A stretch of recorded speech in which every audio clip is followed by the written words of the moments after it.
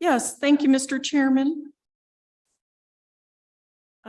Madam Chair and members of the committee. We got an echo here. Yeah, I gotta kill this. Okay, okay.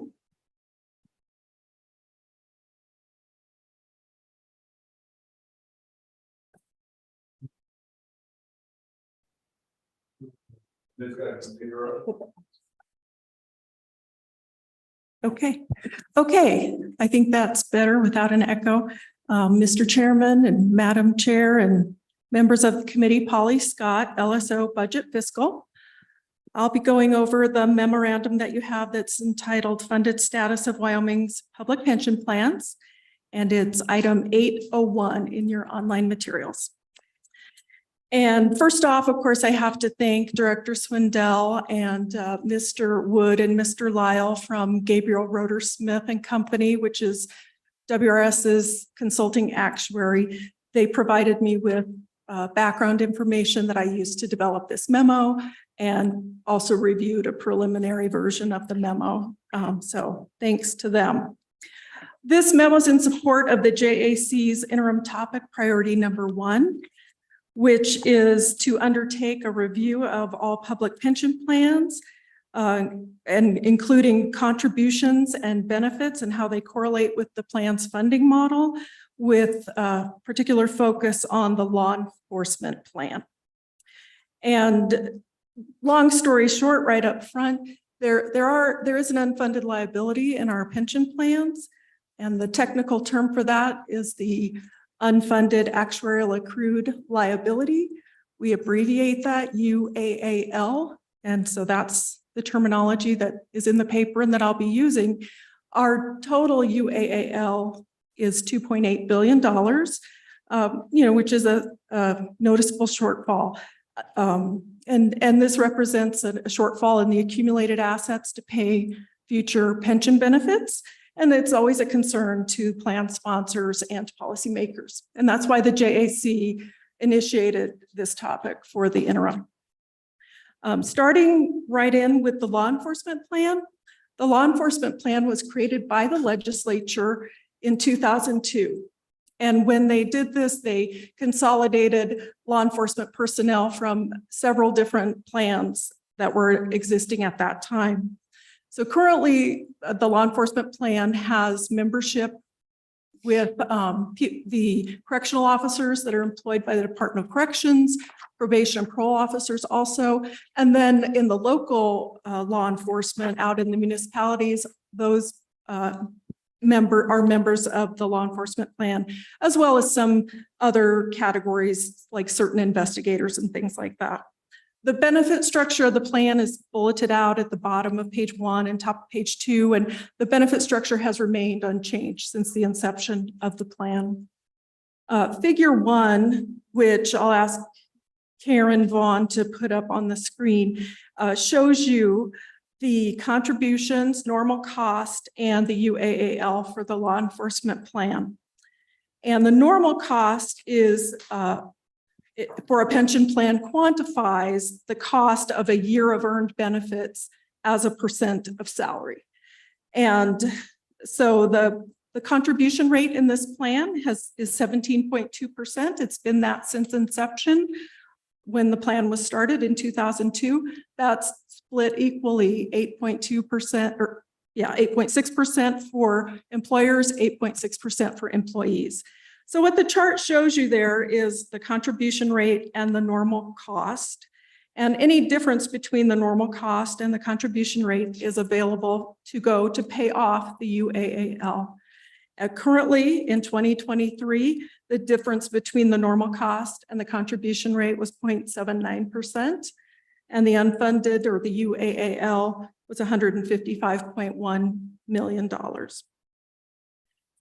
Since at least 2019, WRS and the consulting actuary have been recommending a contribution increase for the plan, and I'll abbreviate this as the LE plan. In 2020, the JAC did undertake legislation or sponsored legislation to increase contributions, and it did not pass. Where did it die?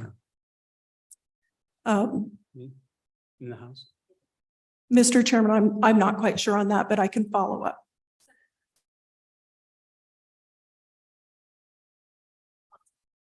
Question, did it die in committee or was it go to the floor? Mr. Chairman, I would have to get back to you on that. Remind us, if you would, what was the proposal? Yes, Mr. Chairman, the proposal was to increase the contribution rate by 1% for 3 years for a total of a 1% increase on the employees. And it was a third, a third, a third. Yeah, it was 1% for 1 year, another 1%, another year, for another 1%, and another year for a total of So a 3%. total of 3%. Yep. Don, go ahead. Mr. Chairman, that legislation died on third reading in the Senate. In the Senate. Mr.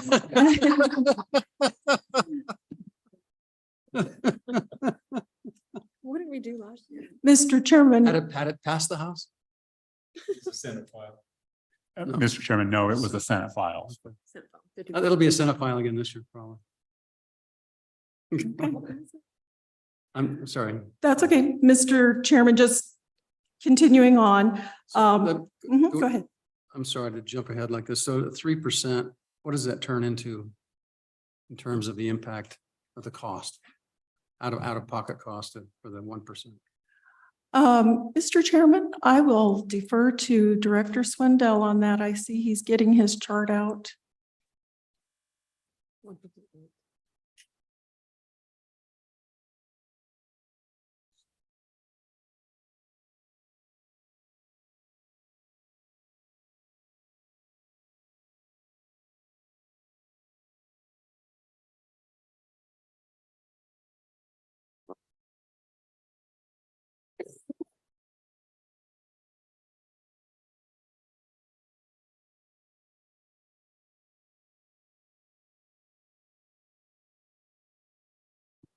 Mr. Chairman, Dave Swindell, Executive Director of the Wyoming Retirement System. A 1% contribution increase in the law enforcement plan is an increase of about $1.7 million for every 1%. And how much is that to a paycheck? I'm not sure I understand the question, sir. How much is per paycheck? Yeah, what does it cost, like the median income? How much comes out of it? If the employee picks it up, how much comes out of the paycheck for 1%? The average salary is 67. Yeah, the average salary would be 1% of that. Yeah. 68,000. The average salary is 68,000, so it'd be 1% of that. $680. That's an annual number. Correct, sir. 680. So if you have a 1%, 1%, that's roughly $2,000. Then that's correct, Mr. Chairman. So then walk us through, I mean, do we still need 3%? Is that to make it? Mr. Chairman, the actuaries are now recommending 5%. Ooh. Times change. Times changed. The assumptions changed a little more unfavorably. Just in terms. Back in the day, the 3% recommendation, I believe the assumed rate of return was 7%. Now it's 6.8. And there's been some actuarial changes to longevity and retirement rates that impacted the law enforcement plan as well. And the other thing that's impacted the law enforcement plan is the number of vacancies and lack of payroll growth for much of the preceding period. And so the existing contribution rate didn't bring in the dollars that were originally projected. And part of the issues with this plan is that you can retire in 20 years. Right? That's true, Mr. Chairman. One of the elements of plan design is that you can retire at any age as long as you have 20 years service.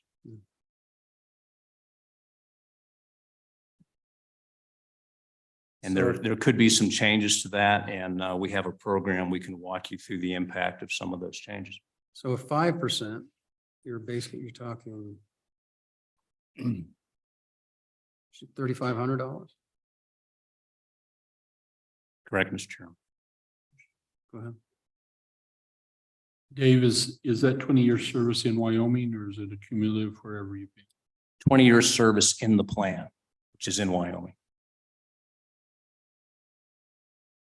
Tell us what that does on your actuarial tables. Where does it put us and how long does it take us to get there? Let me introduce, Mr. Chairman, I should introduce my panel. Go This ahead. is Paul Wood and Thomas Lyle. They're from Gabriel Roeder Smith. That's our contracted actuaries out of the Denver office. Paul. Well, thank you. So we'll kind of jump ahead if that's okay. One of the items that Thomas and I are bringing today is this, what we call an interactive projection tool. An interactive projection tool, which allows us to change some of these benefits so we can look at the impact. And so I want to go ahead and set the stage here with where we're at, and then I will pull up the correct tool here. So we've talked about where we're at today in terms of a funded status, about 84% funded for the law enforcement plan. So really, like frankly, that's above the median funded ratio for a lot of plans in the public sector. So you could just look at that number alone and say, hey, we're in really good shape. But as we've discussed, since that 2018, 2019 timeframe, is that the trajectory of our funded ratio is not where we would like it to be. So it's actually headed down a little bit. So after 30 years, that 84% is expected to go down to about 64%. How many years? Over 30 years. So, the other takeaway there just initially is that, we're not in any danger of running out of money today. And so, we get some time to get this correct is the point. And so what we've looked at is. Excuse me, Mr. Chairman. Could you pull your mic a little closer? Yeah. Could you pull it just a little closer? Thanks. Absolutely. All right, is that better? Awesome, thank you. All right, so as we've talked about, the baseline benefits for the law enforcement plan is that 20 and out provision. So you can retire at any age with 20 years of service. And so we've looked at a couple of different scenarios to see the impact. And for all of these scenarios that I'm going to show you, it's just going to impact future members. And before we even get into that, this is something I've told the board that I work with, the Wyoming Retirement System Board. We're not endorsing any of these changes. We just think it's important that as fiduciaries and as stakeholders, we understand that, these are the options available. And when we pull certain levers, what that does to the plan and to really get a sense of how those levers will move. And so the first item that we took a look at was going to a rule of 70 with a minimum retirement age of 50. And so a rule of 70 means that the combined age and service sums up to 70. But in order for the new entrant or that new law enforcement member to retire, they have to have at least age 50. And so if we were to pop that into our tool, you can see that after 30 years, we're not really getting a massive improvement. I'm going to go to this chart here. A massive improvement in that funded ratio trajectory. So you can see that green line there, that's the moving to rule of 70 with age 50 minimum. Mr. Chairman, Go ahead. Mr. Chairman, I can read that really well, but I think there might be some people in the audience that can't read that Okay, small print. all right. So So not me. I see what you're getting at. Yeah, I get what you're doing. well, But this is a presentation to us. correct. I was hoping maybe we could read it. Can Yeah. you make it a little bigger? Absolutely, I can make it bigger, absolutely. Yeah. So this is a chart that I think is kind of important for us to focus on, and it doesn't have all those nitty-gritty numbers, and it hopefully shows it visually here for you. But this is the projected funded ratio. So where are we expected to be over the next 30 years? And that red line there, that's, we don't make any changes to our benefits. We don't make any changes to our contributions. Don't make any changes to anything, and we just allow that to truck on forward. We get 6.8% return every single year. The green line is what happens if we adjust that retirement eligibility for new law enforcement members. And so that's if we move to that rule of 70 with a minimum age of 55. And so we took it a few steps further, and let me go ahead and zoom in on this a little bit to So on the rule of 70 and age 50, how many, I'm just trying to think of, and if we made that effective January 1 or whatever, how many folks would that impact. In other words, direct impact, so that they're going to have to work another so many years and or. So under this particular scenario here, this is just folks that would be hired after the effective date, so it wouldn't impact So it's anyone just who's new hires. currently, yeah, Okay, anyone who's that was currently my working, yep. And so if we can use our experience, we have a second tier in the PE plan, in the public employee plan. And it took about 10 to 12 years for half of that population to become tier 2. So it's going to take some time before the population begins to be dominated by these members who are receiving that second tier of benefits. And remind me again, how many individuals is There's about 2,500 members in the law enforcement plan currently. so those people would carry forward with the Yes. current plan, and then what's your estimated turnover of personnel in order to reach these numbers? So it's according to our valuation assumption, but about 10 years before that 2,500, half of those members would be under this new tier of benefits. And then it would take probably another 10 or 15 years for the entire population to turn over. Because you think about someone who was just hired today, they could have 20 or 30 years of service left that they could be around for. I'm sorry to interrupt. Go ahead. All right. So taking it one step further, I'm going to just skip ahead a couple of scenarios. We'll go with rule of 75 with a minimum age of 50. And so we're basically saying that you need to work another 2.5 years to be able to retire. And I'll move over to the picture because I think it's a little easier to look at. And again, the funded ratio is not changing dramatically. And so you can see that tinkering with the retirement age is not going to put us back on path of being fully funded over the next 30 years. The other items that we took a look at was, what if we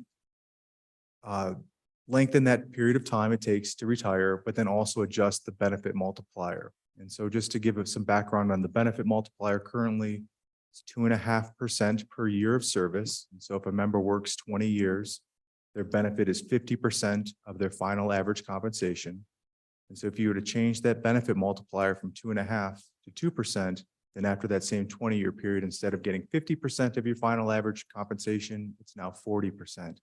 So you can see that's a pretty drastic benefit cut, going from 50% to 40%. And even under that scenario, you can see that basically we would just be treading water. And so it really is kind of telling us that we could cut some of these benefits, but there still would be a need for some additional contributions coming into the plan at some point. So even move it over a little bit. So you can see we start out at that 85% point, and then we still are on that downward trajectory, expected to be at about 80% funded after 30 years. Still a very big improvement, but then also, what are the costs that are associated with this particular change, lengthening the period of time that it takes for someone to retire and cutting their benefits, so there's a give and take there, certainly. So on paper, the funded ratio may look better, but what are the other implications that are associated with changing benefits for our law enforcement members? So just to go back to talking about the contributions, is it okay to move on to discuss the need for contributions and what the impact contributions have on the plan? All right. So we'll go over here in our nifty two. Representative Watson. Thank you, Mr. Chairman. I'm just curious, are all your projections based on the 10% vacancy ratio? And if that 10% vacancy ratio, if there's 2,500 people, and that's 250 people, if it would happen to go back to just 1% next year, I'm assuming maybe over the COVID era that a lot of people dropped out. So can you explain to me, will that make any difference in the projections if that goes up to only 1 or 2% as compared to 10%? Absolutely. I have it built in here where we can increase the population by, we'll just increase it by 10%.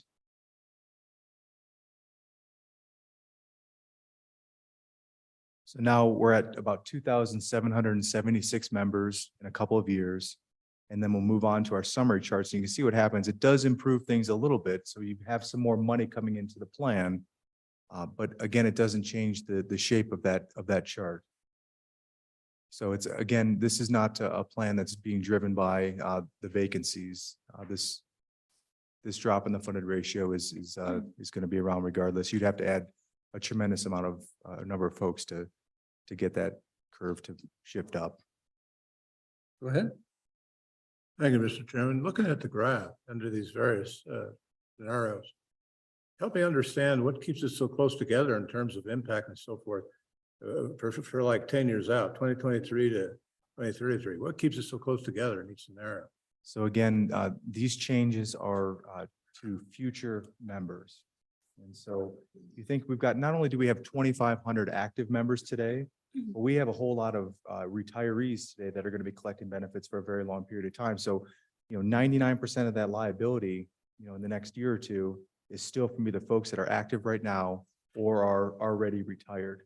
And so it takes a very long time for those members that are hired today. They're going to work 20 years, 25 years before they can retire, and then they start collecting benefits. So it's going to take a very long time for these new entrant benefits to take control and to shift that curve. Follow up, Mr. Chairman. Go ahead. Thank you, Mr. Chairman. So if we consider contributions, both employer and employee, would it be reasonable to expect that we could have some impact given the dynamics of, population changes and so forth and other things, in a tiered system, a tiered process, right? So you have your new, your working, and your pending retired, close to retirement, right? Yeah, so you're saying set up a tiered contribution arrangement where, Well, yeah, yeah, excuse me. I'm assuming you're having one fixed rate of contribution all the way through. Well, that's not life. That's not reality. Mhm. I don't think. Yeah,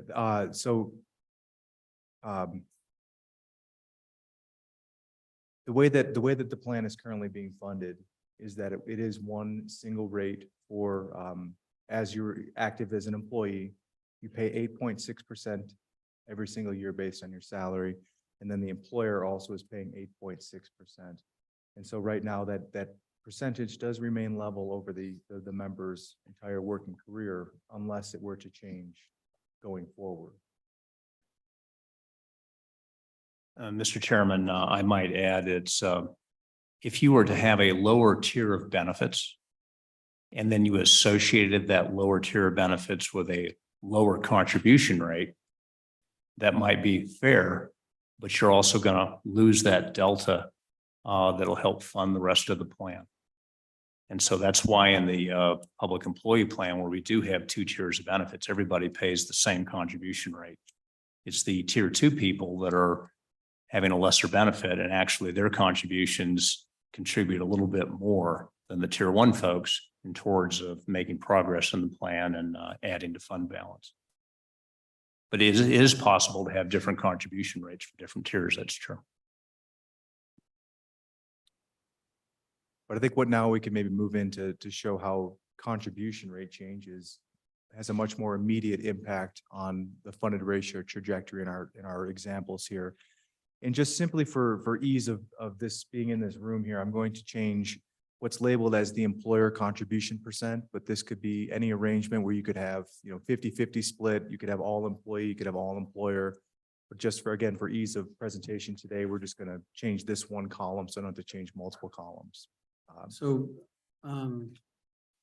just a quick question on the payout.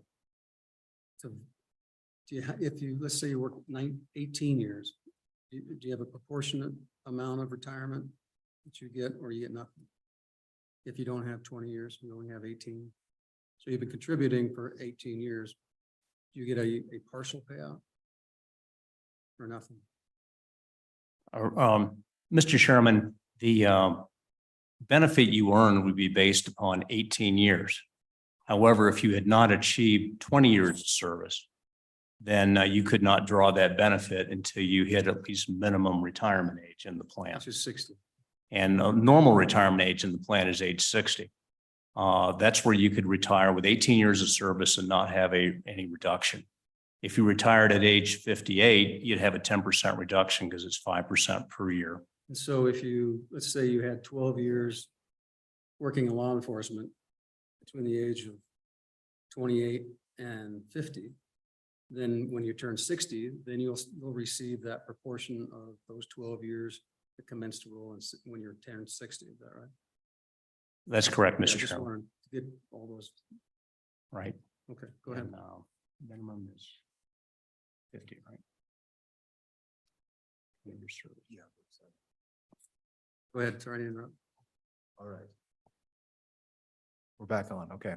So again, we go back to the recommendation from 2019, 2020 of the 3% increase. And so if I were to plug in a 3% increase, so that brings our total contribution rate up to this 11.6% for the employer. In total, it's 20.2%. And you can see that that has a much more immediate impact than changing benefits does. So by increasing contributions, you have this money coming into the plan now that's being used to fund the plan. And that 3% is going to put us, on a slightly upward trajectory, but not quite put us towards hitting that 100%. It would take many, many years to reach fully funded. And so if we were to look at the current recommendation is somewhere around 5%. Again, these projections aren't exactly, aren't meant to be, we're going to nail this exact number. We're talking 30 years down the road. So this is just trying to put us right back on the correct path. And so if we look at a 5% increase, so our total contribution rate now is 22.2%. You can see that green line there shifts up rather dramatically, and you can see that we are on pace for being fully funded. The other item that we wanted to bring for consideration, or at least to discuss, is the impact of lump sum funding. And based on the expectation of how payroll is going to grow, 1% of payroll, a 1% increase over the next 30 years is worth about $31 million today. And so if we were to go back into our tool and say, well, an ongoing contribution of 3%, and then we were to contribute 62 million, so 2%, so two times 31 to get us to 62 million. You can see what happens here in our graph is we have this immediate jump in our funded status, and then we continue on that path to be fully funded. And so again, the number to kind of keep tucked in the back of your head, $31 million is roughly equal to a 1% rate increase. So on each of these plans, how many of them are state employees versus other? Mr. Chairman, in the law enforcement plan, the state of Wyoming represents about 23% of the plan, and the plan is 77% local. 23%. 23%. Those are your correction officers and your dispatchers for the highway patrol. So obviously the real question then, as we do this, is if someone else besides the employee has to pay part of it, theoretically, then we got to know whether or not the local governments can afford to pay any actual contribution. So do we know of out of that 70, was it 73%?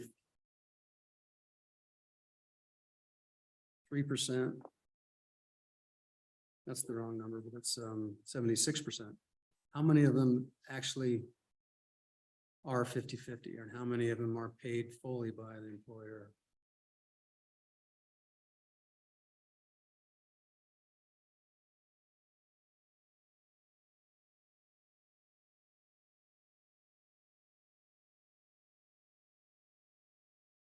So for the rest of the committee, there's a construct in the contribution rate, 17.2% total. And it's made up of even contribution rates between the employee and the employer of 8.6%.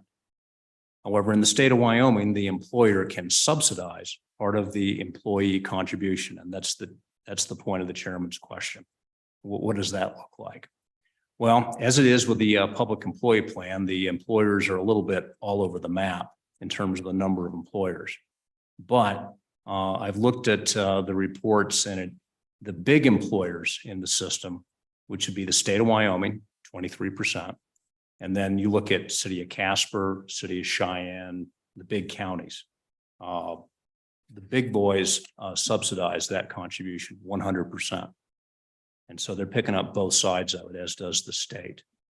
And so I think this kind of mirrors what happens in the public employee plan, that in terms of dollars and in terms of number of employees, there's roughly 75% of this plan that is being totally picked up by the employer. And so if you were to have say a 1% increase on the employee side, my estimate would be 3/4 of that's going to go to the employer under the current regime. Again, local employers can change that, so you don't know what they're going to do going forward. And that could go in both directions. There'd be some people that don't subsidize it, but if there was a big rate increase, maybe for reasons of retention, they would decide to do so, or vice versa. But I'd put it right about 75%, Mr. Chairman. Okay, I think employer-wise, it's about 50-50, but follow the dollars and the number of employees. okay, go ahead. All right, so the last item I wanted to discuss here with the LE plan is to take a look at what is that actual impact on the contributions that are needed if we were to adjust those benefits that we discussed earlier. And so in this particular case, I went back to, okay, we're at our 5% increase in the contribution rate. Our funded status is going to reach 100% in 30 years, according to these projections. Now, what happens if we start changing those benefits for those new entrants or those new hires that would get hired after the effective date of the changes? And so if we were to look at the rule of 75 with a minimum age of 55. And so again, you either have to work till that some of your age in service is 75 and you have to be at least 55 years to retire. And we kept that 5% contribution. You can see that what would happen here is we would reach 100% funded by about 2044. And then that would continue to grow. So give or take a year or two.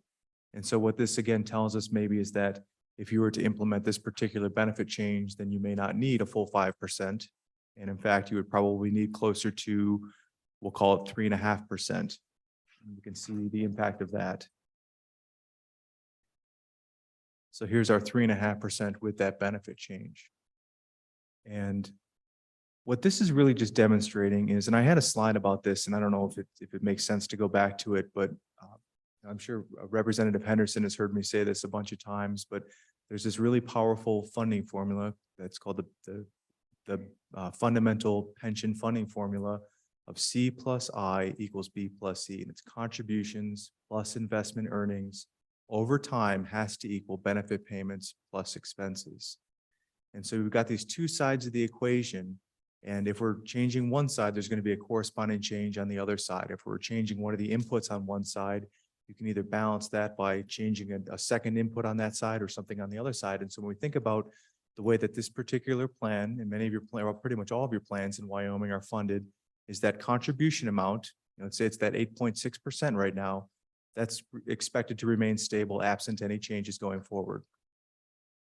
The benefits on the other side of the equation, those are also expected to remain stable. We're in a defined benefit plan. The benefits are very well defined. And so what becomes our balancing item here is investment earnings. And so if our investment earnings don't keep up to our expectation, then the equation is out of balance. And what I just demonstrated here is that contribution and the benefit side of things changing. And so if we have the benefits come down a little bit for those new entrants, then your contributions to keep everything in balance could also come down. And that's why when we change the retirement eligibility for new entrants, we may not need that 5%. Instead, it's 3.5%. And that's to keep that equation in balance. And so if you want to keep those benefits where they're at, investment earnings are going to be what they are, then effectively the balancing item will become your contributions in the future. So that's really what it all comes down to. It's money in has to equal money out over the long run, or the plan will deteriorate over time.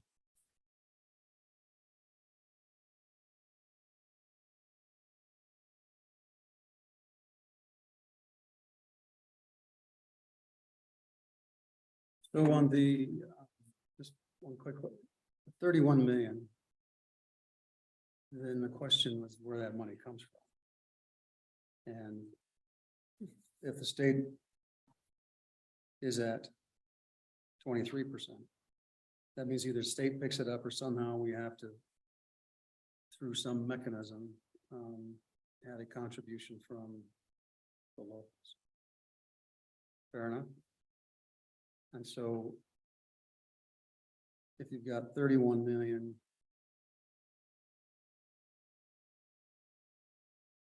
then the obligation is going to be roughly 22 or 23 million for the locals. And then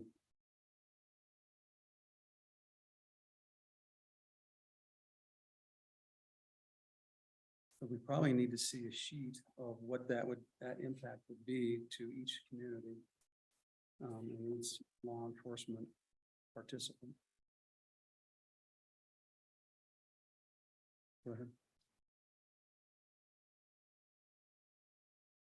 Thank you, Mr. Chairman. Absent in the conversation a little bit to me and maybe intentionally, but it doesn't talk about the investment revenue. Because that's, if that investment revenue had not declined down to 6.8, what position would we be in? And probably more importantly, what happens if it's going to be 6% and 5.5%? Well, Yeah, right. let's start with, we can start maybe with the first scenario that was suggested. If we kept that discount rate at 7% and our expectation was 7% every year going forward, we can see how that looks.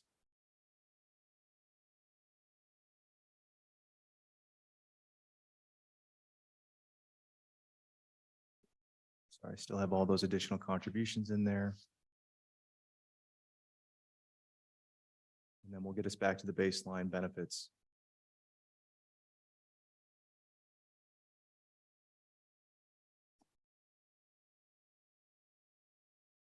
So we would still look improved. So what it does, it effectively shifts the line up, but we stay on that same path.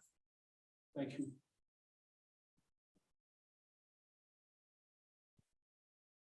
And maybe to, we were to go back to the 6.8, currently I think the expectation, we're not the investment folks, so, we can't really speak to what those expectations are, what's going to happen. But I believe that the expectation over the next 10 years is that the return will be greater than 6.8%. So there is the possibility that it's less than that. And let's just say even this past year we had a negative 7% return, which to be honest, I'm working with a lot of public pension plans across the country. That may sound bad, but it was honestly one of the best returns that we saw over calendar year 2022 was a negative 7%. I have clients that were at negative 15% to negative 20%.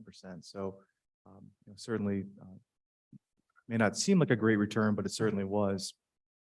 And so, if we even had a 0% return in 2023, which Dave told me that, we're not on path for that at all at the moment here, but it's going to, again, shift that line down a little bit further. And you can see that even with it, if we don't make any money this year, even, we're still somewhere in the neighborhood of 50% funded after 30 years. And then there's, we think about how these returns work every year. There's going to be volatility. It'll never be 6.8% every single year going forward. So there will be ups and there'll be downs. So we're coming off of a down period right now. We all know that 2022 was pretty rough. And so we think back to what our expectation was at the beginning of 2022. If it was 6.8 or 7%, somewhere in that neighborhood, and we have a negative 7%, then that forward-looking expectation from years 2 to 10 was, clearly higher. It has to be higher than that 6.8%. And so a lot of these projections, like we could put some doom and gloom scenarios in here of, showing some poor returns with absolutely zero recovery, and it would look bad. But we know that over time, it will tend to average itself out. And so and according to the investment consultants and the investment group at WRS, the 6.8% is still a reasonable expectation. We'll plug in 6. All right.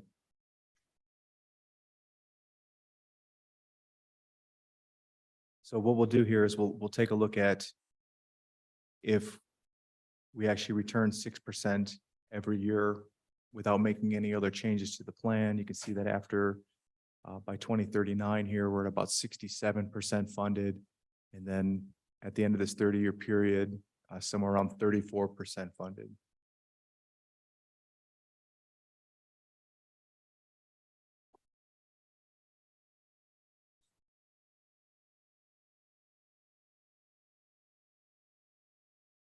And tell us, what's the contribution rate all combined now? What's the balance of the fund? Mr. Chairman, the total contribution rate in the law enforcement plan is 17.2%, Which 8.6 for both components. 17.2%, and how much money is that per person? It's, roughly $30 million a year. It's 30 million a year, and then. So how much is that contribution per year, per person? Divide that by 2,500 would be. So it's-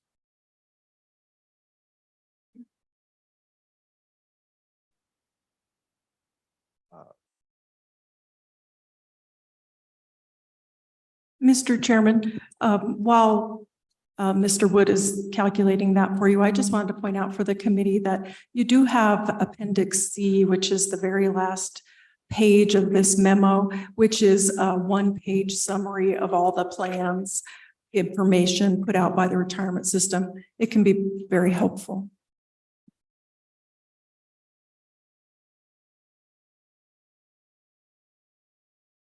Mr. Co-Chair, Ollie, is that titled Wyoming Retirement System Summary of Results as of January 1, 2023? Mr. Chairman and Senator Kinsky, yes, that is. Thank you.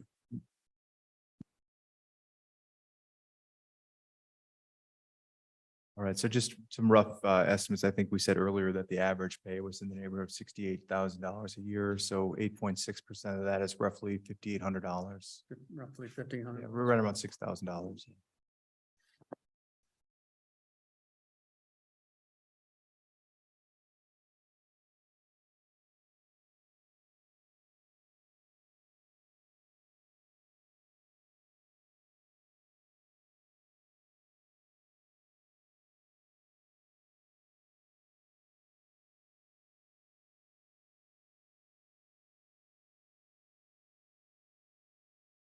So the bill that in 2020, that didn't have any change in benefits? It didn't. No, Mr. Chairman.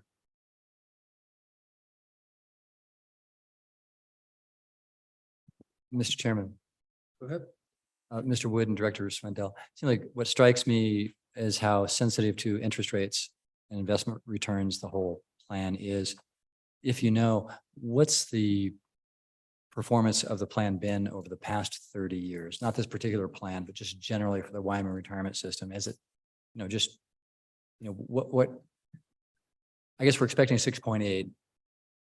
Is that just the judgment of that's the most likely scenario? Or I guess I'm trying to get a sense for the standard deviation of how likely are you to be different from that 6.8 over a 30-year span? If we know, if there's any way of even saying that. Mr. Chairman, Representative Stith, as of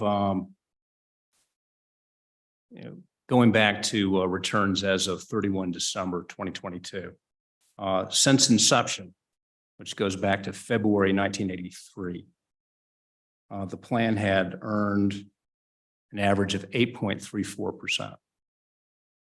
Over the last 10 years, 7.24%. And the last 5 years, 3 years and 1 year, they've been impacted by 2022's negative 6.99.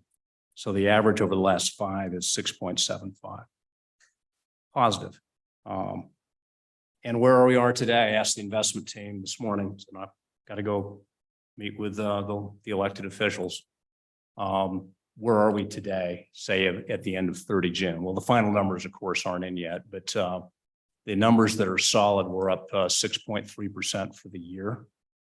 And there's certain returns are lagged or private markets, and that's going to add another 50 to 80 basis points. So we're right at 7% or better for the year at the halfway point. I don't know what the next 6 months will be. If I did, wouldn't be here.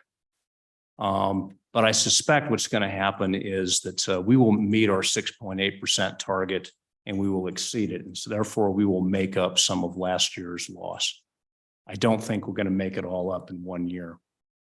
As a reminder to the committee, when all these projections are based upon an assumption of 6.8% per year, when you have a loss of minus 6.99, I'm going to call it -7 because math's easier for my small Army brain. You're 13.8% behind the plan. And this is all about staying on the plan or deviations from the plan. So 13.8% is a big delta. It's going to take some time to make that up. And I suspect it won't happen in 1 year. It has happened in the past. As recently as 2021, this plan earned 17% in a year. But more than likely, we'll earn about 10% this year. We'll make up 3.2%, gain some ground. But it's going to take multiple years of that. And those projections, of course, can't be, we can model it, but we can't commit to what's going to happen. But in general, I think talking to the other plans, they've all, you've got in your background material, everybody has reduced their assumed rate of returns from what it was. You know, back in the 90s when interest rates were higher, most plans were assuming 8%, as was Wyoming. In fact, I think if you go back to 1986, we were at 7.5%, and we actually increased the assumed rate of return from 7.5 to 8. And it stayed that way until 2013. Today, the median across the big pension systems in the United States is right around 7%. We're at 6.8, just a little less than median, because everybody has reacted to lower interest rates. Nobody expected after the Great Recession that interest rates would go as low as they did and stay as low as for as long as they did. Now the interest rate environment has suddenly been more normalized. The increases that the Federal Reserve has imposed are not unprecedented. The speed at which they have done so is unprecedented. And so you've had a big disruption in the capital markets. And so people that were holding long duration, low interest bearing bonds, now you can buy a new bond that's a lot better. And so the discount rate on a 20-year bond is pretty significant. So bonds fell in value. Everybody discounted the earnings of future growth companies more than they had in the past with higher interest rates. And so the stock market fell. But most people believe, and I believe, that from here, it is much more likely that we'll be able to get 6.8% going forward. That in many ways, the normalization of interest rates is one of the more consequential and beneficial impacts on public pensions in the United States in the last 20 years. I agree with that. Someone much smarter at a conference said that. I just appropriated those words. Is that helpful?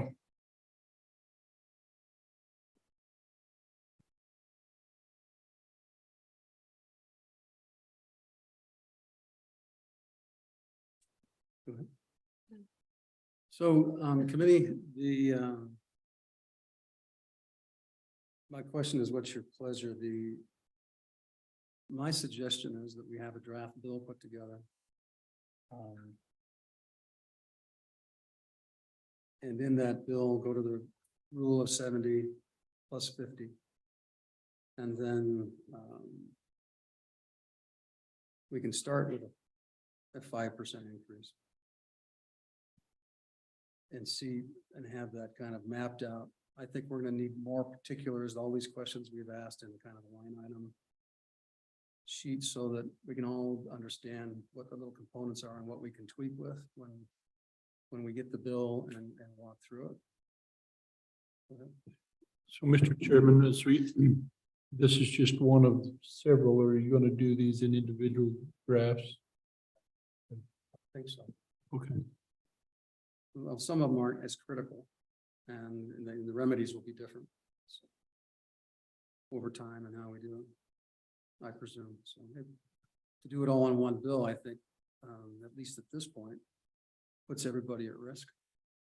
Or, each plan at risk for one, because of one issue. And so that may be unrelated to the other plans. So I would be inclined to have separate bills. That's just my immediate take on it. So any thoughts on this from the committee? Mr. Co-Chairman, Go ahead. I'm not sure if you're asking for a motion or if you're doing a motion separately, but my understanding from the presentation is that there's no meaningful difference by doing the rule of 50 or 70. And so why would we take that benefit away for no meaningful difference for the outcome? Well, I know it's an option, a tool to play with, but it doesn't have a difference. well, it's a valid question. My take on it is that everything matters. And that because if you look at the reason that we are in the position we are, it's because more people are retiring earlier. At least that's what your report says. You just say partially, we don't know the full. It's that plus return. What other reasons are there? In other words, in some ways, with a lower return, the plan itself is set up to fail because we're not contributing enough for the benefits, like dollars in, dollars out. That's my impression. And so to fix that, I think we have to modify both benefits and raise money, or to do something to level the playing field on both sides. And then we'll have to figure out where the money's come from. That's the next question. But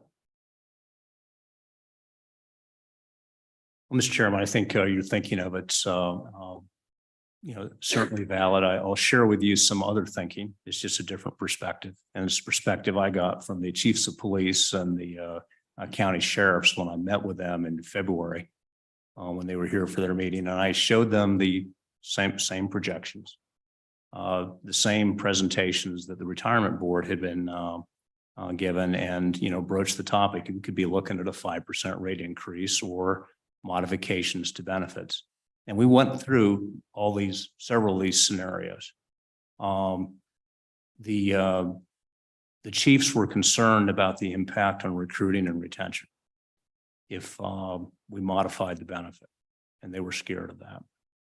The modifying going to minimum age 50, age or rule of 70. There wasn't anybody in favor of that, as you might imagine. But that might be more acceptable than some. There wasn't anybody that was enamored with a multiplier cut going to 175 or something like that. So that the trouble of it is, of course, is we can model the financial impacts of any scenario, but as Senator Nethercott has alluded to, we are not experts on the recruiting and retention end. This is an employee benefit and it's part of the total contribution package. And it can be modified in any number of ways. Like I said, I had the chiefs of police in the room. I did not have the county commissioners. They might have a little different view. Counties, by the way, make up 42.65% of the plan. And so I think in the end, it's the human resources folks that have a better handle on that. We're aware of it in the retirement industry because we're a benefit, so we pay attention to those things, but we're not experts on what the impact would be on law enforcement recruiting and retention if we dork with a benefit too much. And in the end, I suppose it's true that this contribution rate of 17.2% has been in effect since 2002, more than 20 years. That was back in an age where the assumed rate of return was 8%. We had our assumptions about how long people were going to live. There have been numerous changes to the assumptions, and none of them have really been in favor of the plan. We've reduced taken 120 basis points out of the assumed rate of return. And up to about a couple of years ago, the plan survived all of those slings and arrows, but no more. And again, it's not a crisis. The plan's going to stay at 84, 85% for the next several years, 10 years really. But then it drifts down. As I've people on the that have been liaisons know, I talk about position, where you're at, but more importantly, direction. and speed. And eventually, this plan has a poor long-term direction. And that's the issue. And the sooner we get a handle on it, the better. So I'm heartened by the committee's willingness to at least consider some legislation this budget session. But I agree exactly what form it would take involves parties outside just the retirement system. Go ahead. Yeah, I think that we focus on a bill draft that actually solves the problem as indicated, which is, I know nobody likes it, but it has to be a force multiplier. And as well as an influx of cash. And then the problem is resolved for at least 20 years. Instead of, I think, causing fear and doing a cost benefit analysis of what it can do to recruitment and retention by altering what those benefits are with no meaningful impact to the security of the fund. And so let's just solve the problem. Let's do it now. We've learned the hard way so many times before. We're being proactive before there's a crisis. So I think that's what we focus on and just make it happen. And then the legislature only has to vote on it once. And it actually solves the problem before it's in crisis. And we have unions and associations here, and it turns into a political top button. Right now it's manageable. And I think we focus on the solution instead of multiple bill drafts that create heartache. So let's go back to your worksheet. If we do the 70/50 and we increase it by 3.5%, let's say, or 3%, where does that take us?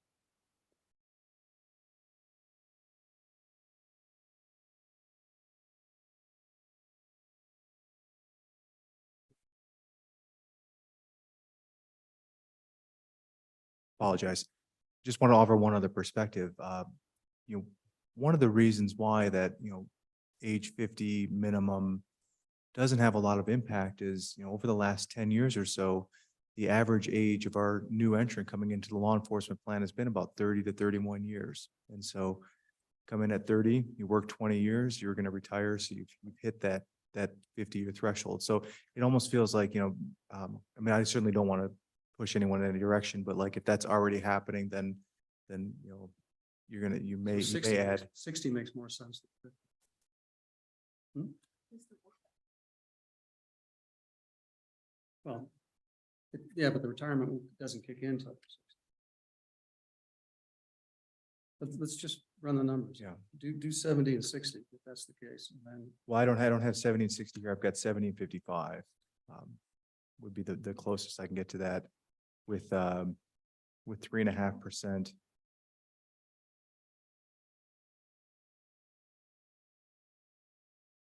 That would put us right back up there to 100% within that 30-year period.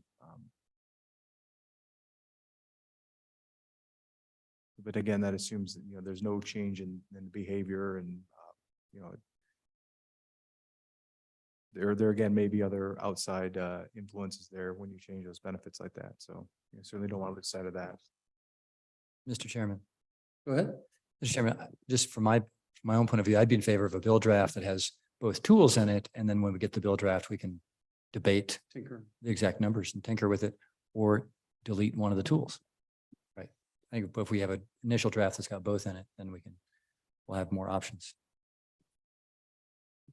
So just help me again, do we need to, we have a total of 17.2% contribution rate. We need to raise that by 5%. Is that right? That is correct, sir. Or other tinker. Yeah. Or other tinkering, but I just want to make sure that it was by 5%, so it'd be 22.2. Split in half. And so I would assume that that would be the basis for this bill draft, would be that. Mr. Co-Chairman, I guess what I would propose is this is a good conversation and debate. Maybe what we do for the next meeting is have all of these tinkering options available for us to pick one. And really understand what it is we would be voting on. We can have a bill draft that says blank spaces in it with too many variables, and then we have too many choices. and no good solution, and we get lost in the minutia. So maybe we come back or create a sub-working group of all these multiple scenarios that get you to where you want to go, although I think we've already heard that information. But we can continue to focus on it if we don't like the answer we've been given. And I think we had the same conversation in 2020. On the bill, we just made it simple and went right. Is that your recollection, Dave? That we had the similar scenarios, but we thought it was an easier sell just to do 3% versus tinkering with that, all the other variables. That's my recollection. Yeah, in general, it's simpler. There's an infinite number of things on the benefit side you can do. So it gets a little complicated, but I think this shows you the flavor of it. We can model anything that the committee wants. So at 40, so at counties at 42% of these dollars. And it's 30 million a year right now. Is that right? What does that take it to from 30 to what if we go up 5%?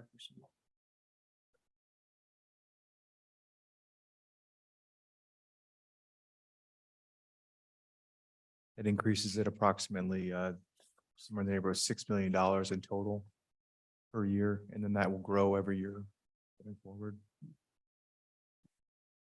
So essentially 3 million or 2 million eight of that is going to be borne by the counties. Correct.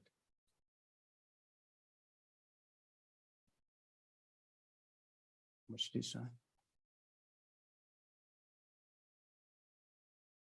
Yep, I apologize. I still had if we go with the full 5%, it's closer to $9 million. I still have the 3.5% in there, so $9 million in total. So 40% of that, 3.5, 3.6 million for the counties.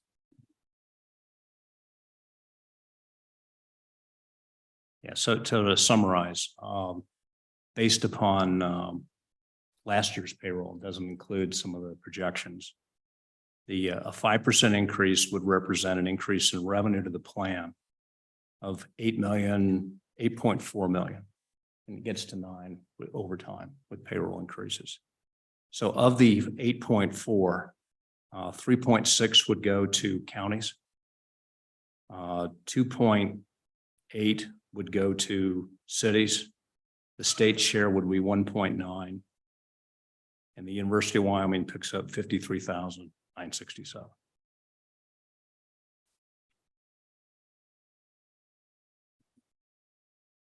And we can detail that by each individual employer. I can tell you what that's going to cost the city of Riverton. So, Mr. Co-Chair, your thought is that we'll just have the bill draft. Essentially, we'll take the 2020 bill and we just stick in 5% for now. And then with that, then we'll kind of a working spreadsheet with each option of if we go down to 3%, what we have to do with benefits. Not so much benefits, but age. And so I don't see an appetite here to reduce benefits. Benefit makes a difference. Yeah. Go ahead. Representative Henderson. Thank you, Mr. Chairman. I'd like to suggest an approach, and I'm not saying we don't now, but an approach in this transition to, bend it up, to focus on the employee. I mean, are there benefits that we can give the employee as a list of options to say, well, if they get a compensation increase and they want to decide, well, I don't want this and I don't want that, and then that amount could be freed up for the other purposes related to helping the solvency. Is that a possibility? Well, that would certainly make your plan rather complicated. And one of the issues that you would run into in a situation like that is if you gave everyone a choice of the benefit that they wanted, there would be a selection against the plan, that everyone would make a decision in their very own best interest.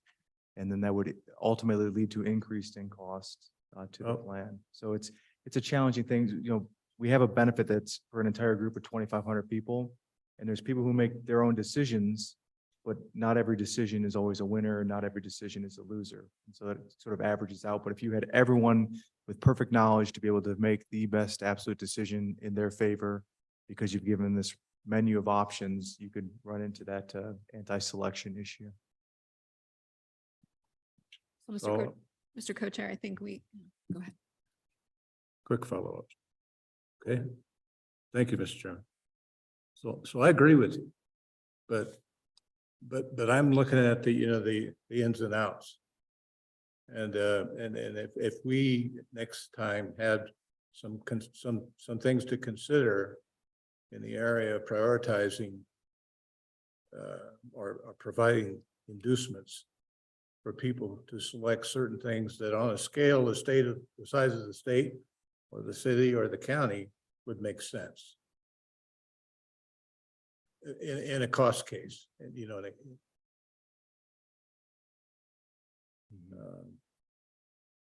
And I mean, a lot of this would be resolved in terms of complexity with, letting the new hires, as you bring them on, is the time to get a lot of this set up.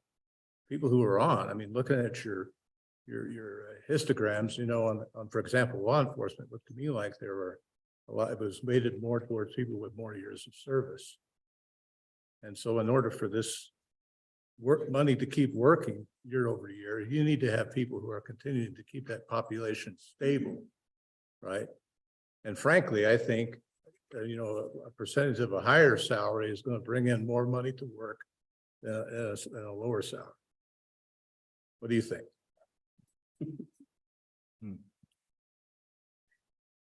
Yeah, so what would end up, effectively happening is that someone would choose to lower that B portion of the equation, right? This side of the equation, at the same time, lower contributions, and you're back in the same exact spot. And so it would effectively offset. So it would be a lot of complexity it wouldn't solve the problem. It may provide additional flexibility for your employees, but it wouldn't solve the funding problem that we're facing and discussing today. Mr. Co-Chair, Go ahead. I would support your recommendation of the bill draft. I'll make it a motion. Because I believe in that. So 5% based on the 2020 bill Don? with a 5% marker. Mr. Chairman, just for our drafting purposes, unlike the 2020 bill, this is effective immediately, the full 5%, not phased in. And is it still split 50-50 between the employer and employee, recognizing the local employees can do what they will? Yes. Yeah, Yes. for now. And so what we'll do is we'll get the bill draft. The co-chairs and I will review it prior to our late August meeting. And we might ask for one or two different variables or options so that we have options to review as part of that bill draft. One could be a one-time bump fund. One could be a modification of age, that kind of thing. So that way we'll have more concrete stuff to go through when we review the bill. Okay. All right, let's go to the next fund then.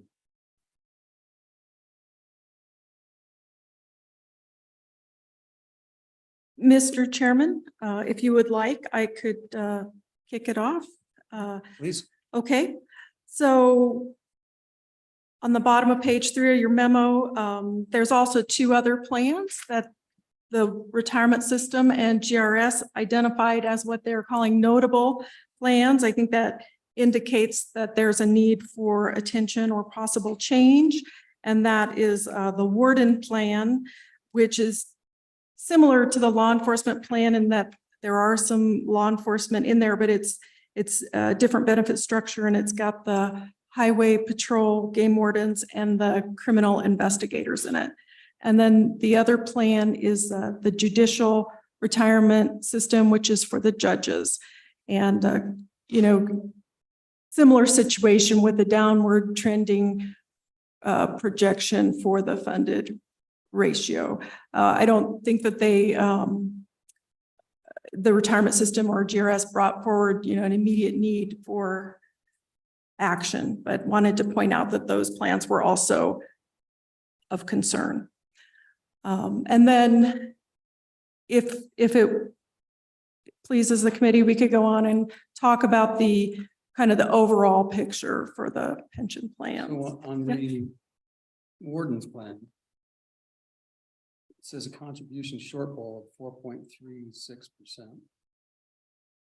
But it's currently at 84% funded ratio, is that right? Mr. It's gonna go from 80 to 80 over 30 years. That's, I'm just confused by it. Right, Mr. Chairman, apologize that 84% there, which is the projected funded ratio, should be 77%. So that was That makes more sense. yeah, sure does. And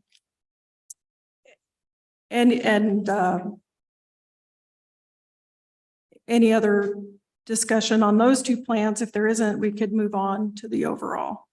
So is there any recommendation on the warden plan? Mr. Chairman, the retirement system in their May meeting where they discussed this did not bring forward a recommendation, but Mr. Director Swindell can certainly speak to that.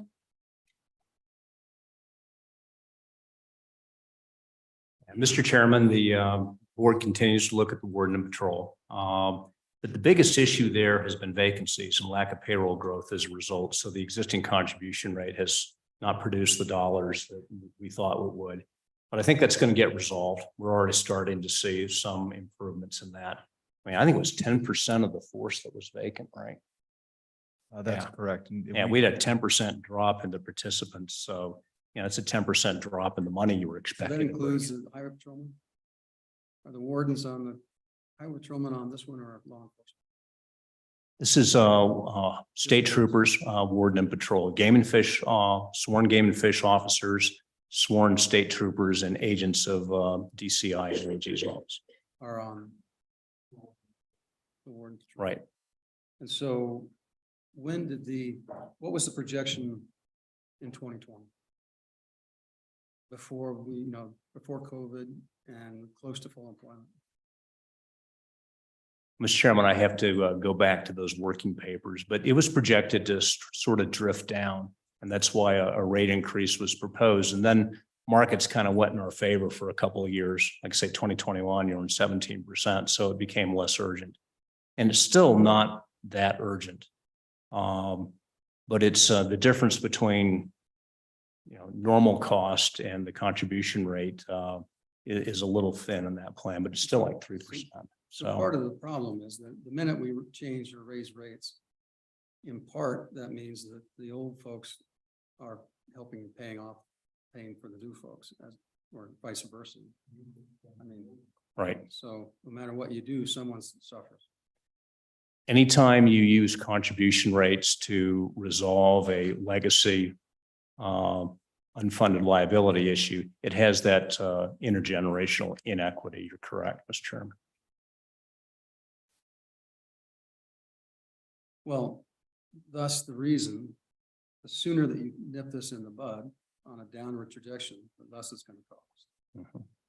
So to me, if we have a projection where it's actually going in the wrong direction, now's the time to do it.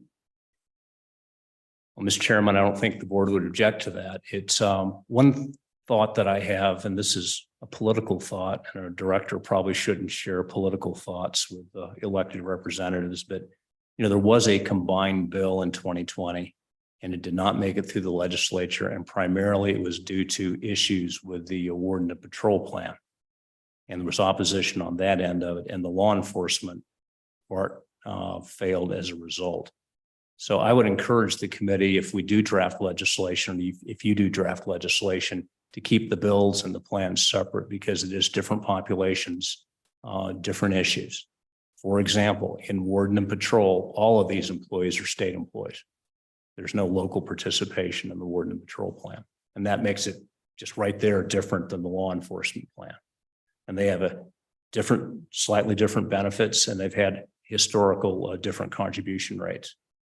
So I would encourage, if you do want to go there, just draft it as a separate bill so that those issues can be considered on their own merits and not mixed with the other.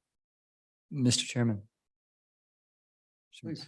Director Swindell, so explain the vacancy issue for me again. If you had fuller employment, fewer vacancies, how dramatically would that improve the warden's plan? Mr. Chairman, Representative, I'm not sure I can give you exact details, but when you have a 10% shortfall in the participation in the plan, that active contributing members are 10% less than you thought. That means if payroll being constant, you're bringing in 10% less dollars than was projected. And as I stated earlier, this is all about staying on plan.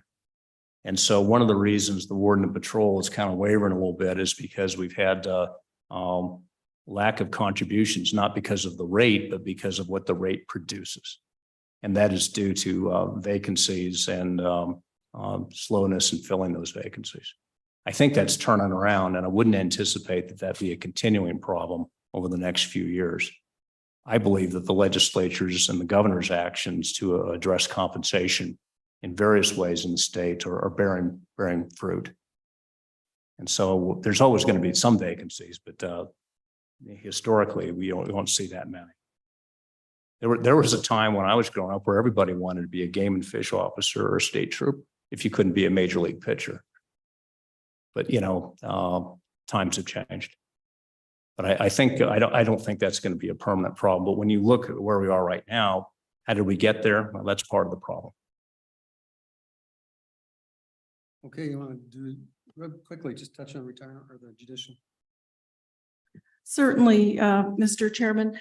And just to back up and talk about that change from that 84% at the top of page 4 to 77%. This memo was drafted before the retirement system had their projections finalized. And so that was some preliminary information. So apologies on that. And I may have some additional references on that as we go through. So wait a minute, does that mean that before they had this finalized, they thought it was actually going to go up? They'll have, Mr. Chairman, they'll have to have a better answer on that than I would, but I was using some preliminary information there. So touching on the judicial or the judge's plan, this was also identified as a notable plan with a downward trending funded ratio over the amortization period. Primarily, I believe the issue in this plan is that the contribution rate is below the normal cost for the plan. And the normal cost is the cost for a year of earned benefits as calculated as a % of salary. So if your normal cost is below or above the contribution rate, you can expect your UAAL to increase. And so that was the issue on that plan. They did not bring back, the retirement board did not bring forward a recommendation on that plan at their board meeting. So committee, I would recommend that we get 2 more bills drafted. One for both of these, the warden's plan and the judicial retirement plan. At this point, I would just have the employee be the contributor, but just in order to make sure that these plans are targeted to be 100% funded.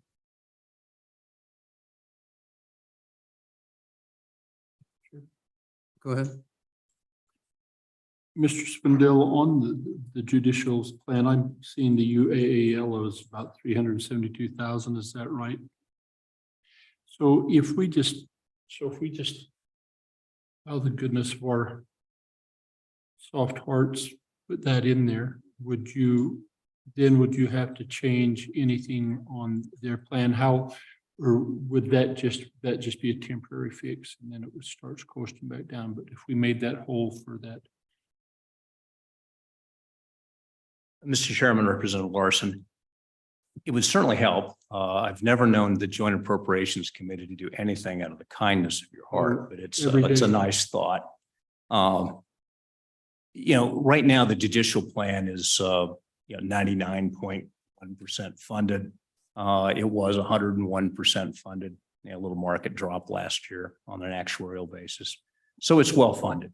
The trouble of it is that it doesn't have a lot of what I call horsepower in terms of the difference between the contribution rate and its normal cost. Normal cost being the measurement as a percentage of payroll it takes to fund the normal person's benefit.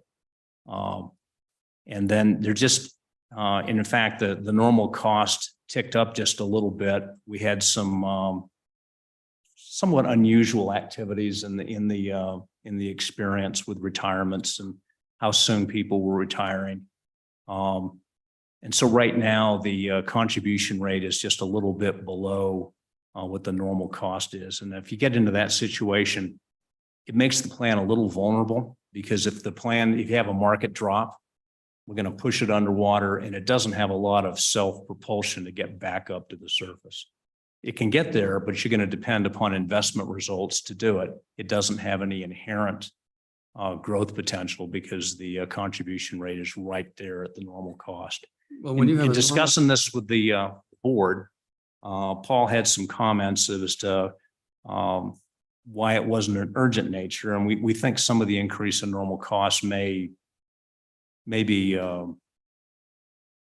resolve itself. Paul? Yeah, Mr. Chair, that's correct. In the long run, we do expect the population to change a little bit. We have some judges that have stuck around for a little bit, and in the long run, we expect that normal cost to come down below the current contribution rate of, I think it's 23.7%.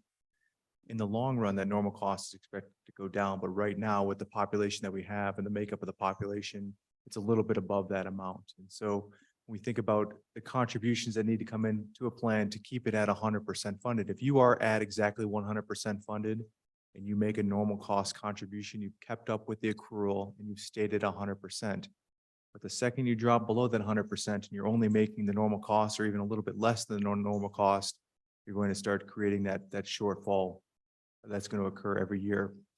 The plan is expected to remain in the 90% funded area for, almost in perpetuity. But, it's not, the trajectory is not going up, but it's not going up from 99% up to 105%. It's going from 99% to 92% over 30 years. Well, my experience is, number one, we have more judges, and more judges are serving less periods of time and moving on. So, that's just the trend. We've got quite a few judges who have left the bench in the last 10 years, prematurely in a sense.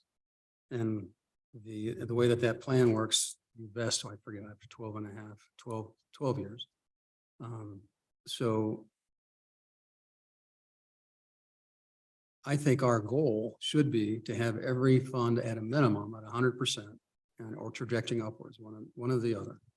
And if we're now projected that it's going to go down to 92% in 30 years, why would we accept that as normal practice? That doesn't make sense to me. Mr. Chairman, your thinking is exactly right. And if we believe that was actually going to occur, I don't think the board would be comfortable with it either. It's just a case of whether this is a temporary situation or whether it will, those projections will bear out. I suspect that the board was kind of focused on the law enforcement plan for obvious reasons. But I think a proposal to increase the contribution rate in the judicial plan by 1 or 2%, certainly would be prudent, because you do really want to have something in the contribution rate above normal cost, even if you're at 100% funded. And virtually the plan is today. So it's a good example. This plan's fully funded. But again, what's direction and what's speed? This thing doesn't have any speed. Speed is just my word for the difference between the normal cost and the contribution rate. So if something bad happens, have some adverse experience, market drop, or just, population shifts that you didn't really expect, this plan doesn't have any inherent horsepower to recover that. So you're going to hopefully, you're dependent upon the investment markets to do better than 6.8 in order to do that. And that's not a comfortable place to be. Well, and in hindsight, when have we ever overfunded a fund? That's never happened, basically. Well, it did. No, our statute says you can't give a COLA until 105 or so. and trending upward, essentially. Yeah, Mr. Chairman, the statute says the board cannot recommend a cost of living allowance increase in a plan unless the plan is 100% funded with an allowance for what the proposed COLA would cost. And typically a COLA is going to cost 3 or 4%, anything meaningful, plus an allowance for market fluctuations, which is not well defined in the law. But roughly, most observers would say that should be at least one standard deviation of market performance. And some folks opine that's about 13%. So in order to give a COLA and recommend it to the legislature in accordance with all the guidelines, we'd need to be 100%, plus about 13% for market fluctuations, plus 3 or 4% to actually fund the cost of that COLA. So you're looking at things around 118, 120% funded. Okay, I'm going back to my original suggestion, and that is to have two different bills, raising this to at least have it projected to be at 100% in 30 years, or whatever that number would be on the judicial plan. And then the same for the warden's plan. That way, and then we'll, once again, the two co-chairs can review the drafts and come up with the various variables that we can look at, giving like 3 or 4 or 5 options to the committee to review when we meet again in August. Okay. Don, any questions about that? Okay. Now we'll go to the rest of the funds. Polly? Okay, thank you, Mr. Chairman. Yes, so the topic for the JAC was really look at all of the public pension plans, and we've touched on 3 of them that are identified as notable plans by WRS, but there's 8 plans, and that Appendix C, which has some basic information for all the plans, is helpful for looking at that. I want to just point out that statutes do give some direction about how to manage our pension plans. In 93454, it says all plans shall be managed to maintain their actuarial funded ratio at or above 100% throughout the life of the plan. That's just quoting part of that statute, which is helpful for the policy decisions that you're looking at. And then also the statutes require the Wyoming retirement system to obtain an actuarial experience study at least every 8 years. And that experience study looks back on the actual experience in each plan compared to the assumptions. And then that's used by the retirement board to improve the assumptions when necessary. And the board has been doing that. They've obtained 3 experience studies between 2013 and 2021. And table 2 on page 5 gives a summary of what those assumption changes have been for the PE plan, the public employee plan, which is the biggest plan by far that we have. And in most cases, the assumptions are the same for all plans, but this table is just on the PE plan. And like Director Swindell mentioned, the investment rate of return or the discount rate has come down. That assumption has come down to 6.8%, which that assumption is going to be the most impactful assumption used by the actuaries to quantify the liabilities of the plan as they do each year in the valuation reports. And you can look at these. I won't go through all of them. For example, one thing that the retirement system did was they went to a closed amortization period in 2018 as opposed to an open amortization period. They've also improved the assumptions for mortality significantly in 2014. And all of these assumption changes, when they're used by the actuaries to quantify the liabilities, then have increased the accrued liabilities at these points in time. And table 3 quantifies for you the impact that these assumption changes have had on the accrued liabilities for each plan. And they've increased the liabilities. You can see in 2014, the increase to the liabilities in total was $498 million. In 2018, it was $353 million. And in 2022, $239 million. And so, those are significant numbers, and our pension plans would have higher funded ratios than they do if those assumption changes had not been made. But likely over time, we would be seeing that our costs are more than we had estimated. So it is part of good pension plan management to keep your assumptions updated and as good as they can be. And I think the retirement system feels that they are as good as they can be right now. So moving to the bottom, well, basically, I want to talk about the PE plan, or the public employee plan, which is the largest plan, and it, has most of the unfunded liability as well. The projections show that this plan is not going to reach 100% funded within the amortization period. And there is a hiccup with table 4, where those numbers there in the far column were preliminary numbers, and the projected funded ratio in 2050 for the PE plan is listed as 92%, but it's 85%, so lower than listed there. And so, currently the funded ratio the funded ratios are a snapshot in time, and they do them once a year in January. And so it was 77.25%, up a little bit from 2022, 77.04%. So But- Polly, excuse me for interrupting. Yes, So last time we looked at the public plan was 2020, is that right? Don? Mr. Chairman, I think you receive a report every year on this. I'm just curious, the numbers keep changing, but they keep going down. I mean, that's, Mhm. so what you Yeah. told us last year is different than what you're telling us this Right. year. right. And that's primarily because of your impact of your assumptions? Well, Mr. Chairman, I would just step back and maybe say something I should have said at the very beginning, which is these actuarial projections are all forecasts. And so they do change every year. And we're mostly looking at the direction as opposed to the precision of a number when we're looking out over a 30-year amortization period.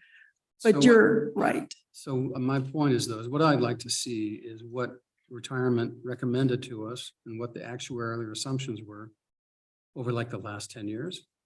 So we can see the change and how it, and understand what the differences are in the assumptions that were presented.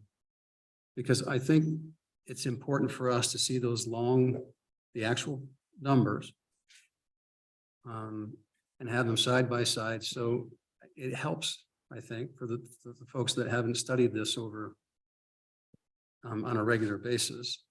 Go ahead, Don. Mr. Chairman, I believe that is done at 3 different snapshots in table 2 on page 5. And it breaks out the change in the investment forecast, wage inflation, payroll growth. Now, even with those changes in assumptions, and I don't mean to speak for GRS and the WRS personnel, but each year we get actual experience. So just for one example, our salaries of the state far exceeded the actuarial assumption, given the 2 back-to-back roughly 8% increases. That was not part of their, so the negative 7% investment income you can see is substantially below the actuarial assumption. As a result of the actuals versus the forecast each year, you don't necessarily improve upon what you would expect. So then my next question is why did you pick 14, 18, and 22? Did you do every year or every biennium?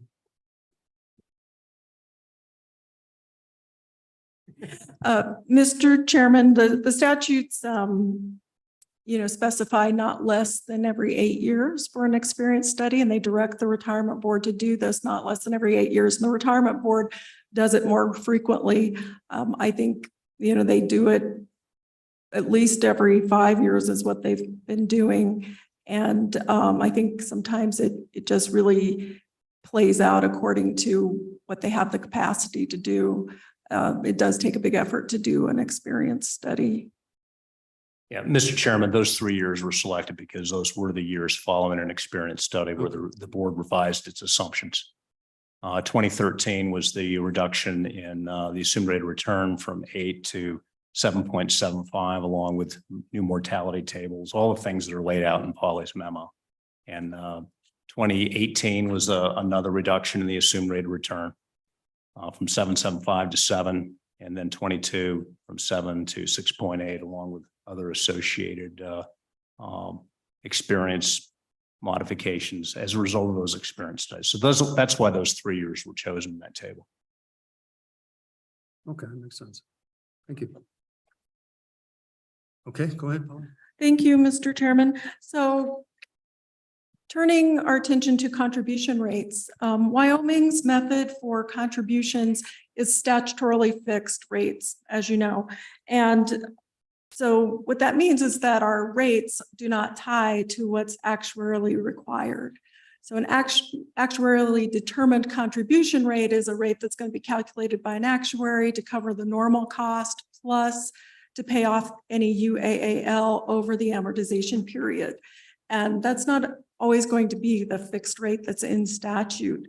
So table 5 on page 7 shows the percent of the actuarially determined contribution that's been paid by plan over the last 10 years. And in particular, you can see in the public employee plan that we're not paying the full actuarially determined contribution.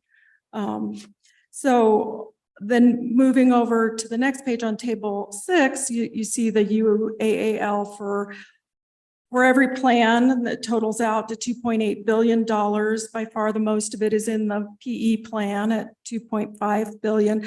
But what this table also shows you is the ratio of active employees to annuitants. And so for our PE plan, that's at 1.1.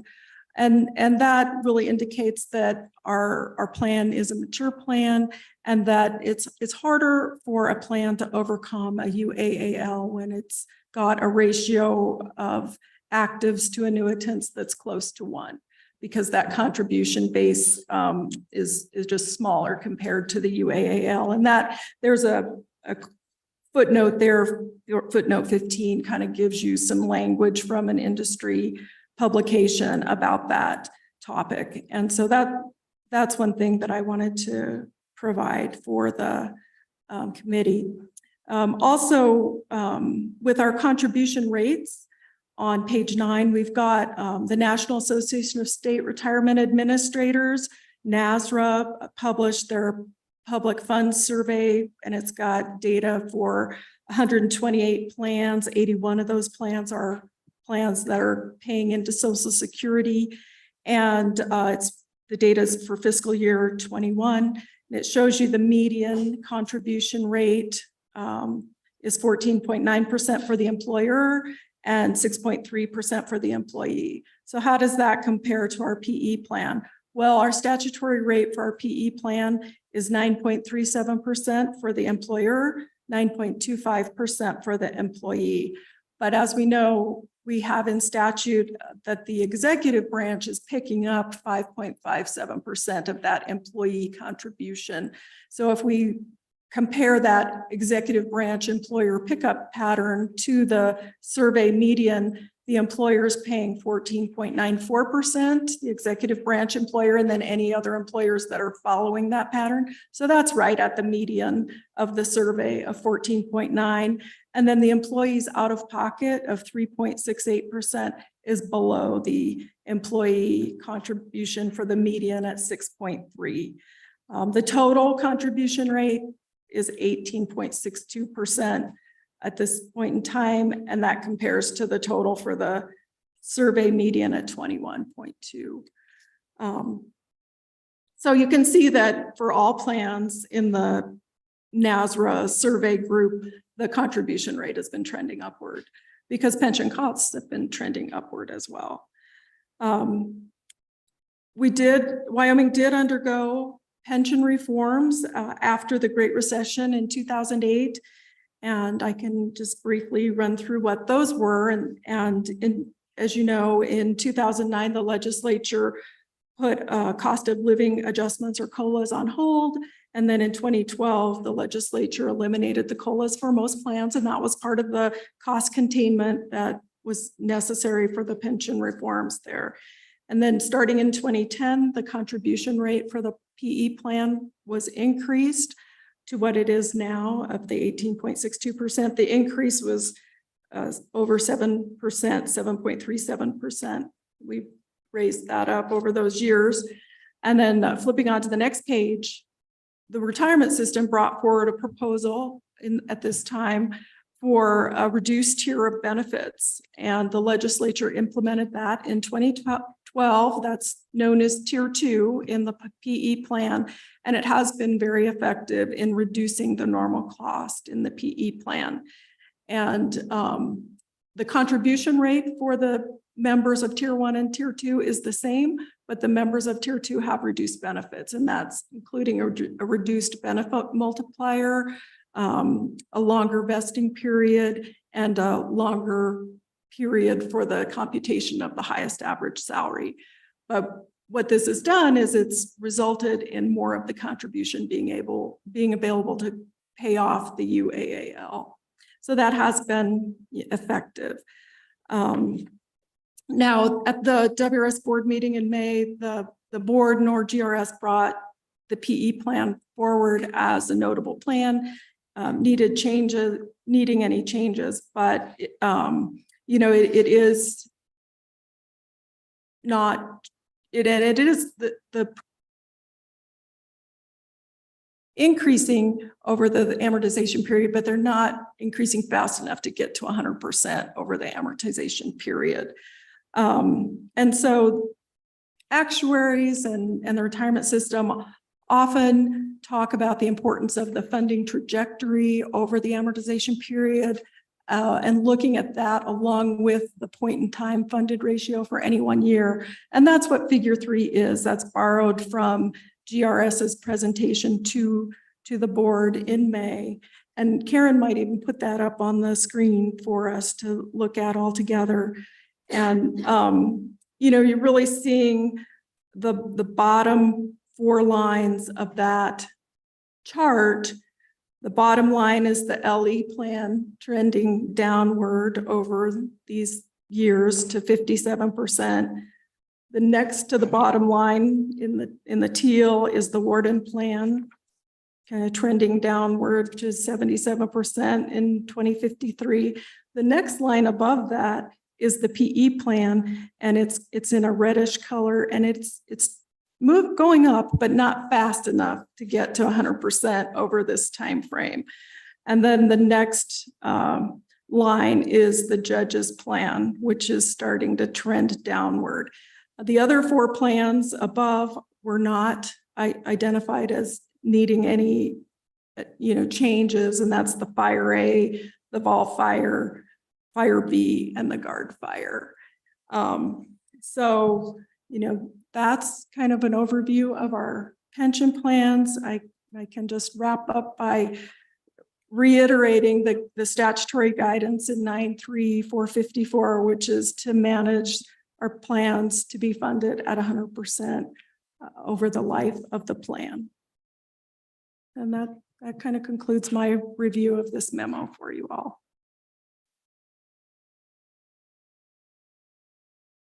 Go ahead. Holly, which is the one that reaches 160% there? I can't tell what the colors are. Fire A? Oh. Correct, Mr. Chairman. Yes, that is the Fire A, which the legislature worked to resolve the funding issues in that plan a couple of years ago, and that was good work. Yeah, Mr. Chairman, or Senator Anderson, what's going to happen there is that there is a flow of money into the plan from the fire insurance premium tax, and that's a steady flow of money that actually increases with the value of insurance. But the population and the benefits you're paying are going to decline because this is a closed plan. So eventually the plan starts taking in more money than it spends. And at that point, then you know, the legislature will make some other decisions. But that's what you're starting to see there. That's all that is. I do want to publicly thank members of this committee and Mr. Chairman, frankly, personally, you for your work on the Fire A solution, which had bedeviled all of us for many years. So thank you. I do think it's a good fix. Okay, anything else, Polly? No, Mr. Chairman. Okay. Dave, anything else? Okay, Mr. Chairman, I think we've, one second, Tom? Thank you, Mr. Chairman and Mr. Swindell. Polly had noted here a short time ago that our rates are statutorily set and not actuarially set. If we put in statute that you had to use an actuarial number to set those rates, would that even the increases over time? Instead of, we look at it in 2000, nothing happened from 81 till 2010. Then we have a 7% increase. We're talking about another 4 or 5% to try and get this to level out. If we would do this over time, would that automatically keep pace to where the program, or to where each plan would hit that 100%, pay off the unfunded liabilities in the next 30 years, and then just maintain right in that basically in the 100% or close enough to where a COLA could be offered at that point? Mr. Chairman, Representative Walters, I think to answer your question, I would say that yes, you would have more frequent and smaller rate adjustments. The disadvantage of a fixed rate plan is that the rates are fixed until you go through legislation, and we've all seen what happens sometimes with legislation. Even people are reluctant to propose it. When they do, it doesn't always pass.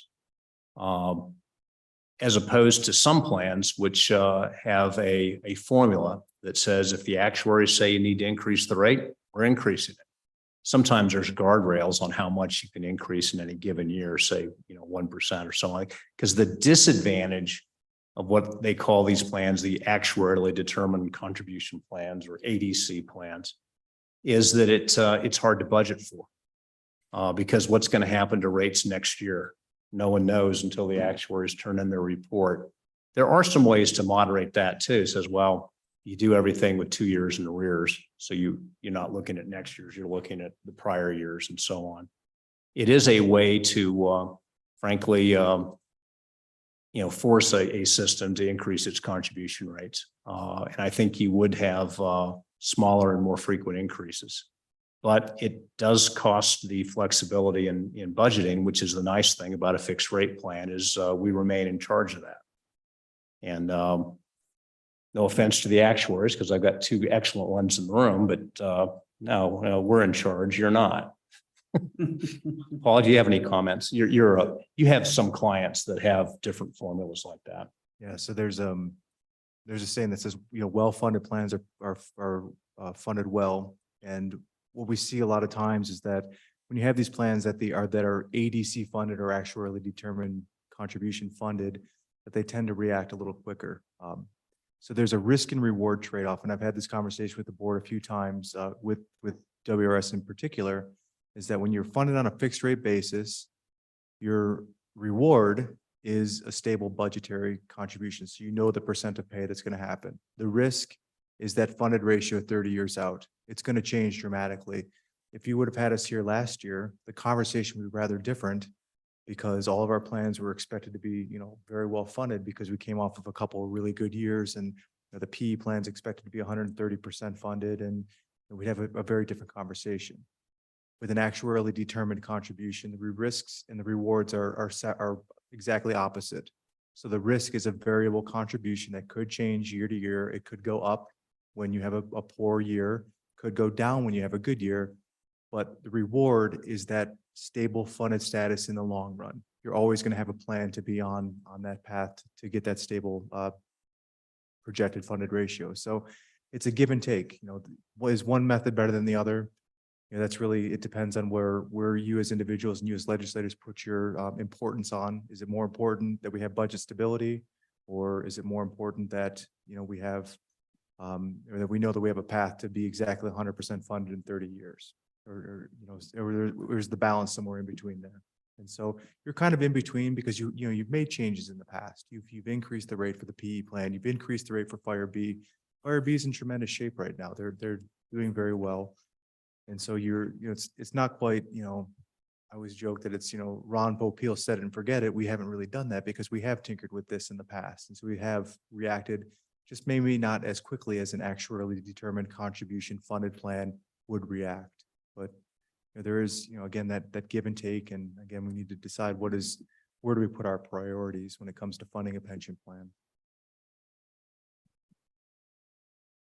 Mr. Chairman, that being said, is it worth having another bill drafted so we could take that into consideration with some limitations so that it couldn't jump more than 1% or 2% a year or whatever? But to me, that seems like a more logical long-term solution to all of these pension plans rather than waiting upon the whims of the legislature and what we may or may not increase. And I think the presentation just a moment ago was a great example that had they given this same presentation a year ago, they would have said, do nothing, woo-hoo, rah-ha, we're doing great. And now they come in 12 months later and say, uh-oh, we have a little bit of a problem. And 2 years ago, the presentation, who knows what it would have been. And a year from now, they might be saying, you did too much, it wasn't necessary. Whereas if we had this consistent in there to make small changes on a regular basis instead of large changes on an irregular basis, might be a better system for the state of Wyoming. Now, I'm not worried about the workload for Mr. Swindell and his budgeting because I think there's ways that they can deal with that. And so that's my question. My proposal is having a totally new option here as opposed to the status quo and just altering the numbers. So if you base it on an actuarial report, that means that there would be an automatic increase of contribution in order to bring it to on a 100% trajectory. Is that you have it? We'd have to change 100%. We'd have to change the 100% requirement. Well, it would cap it essentially. Yeah.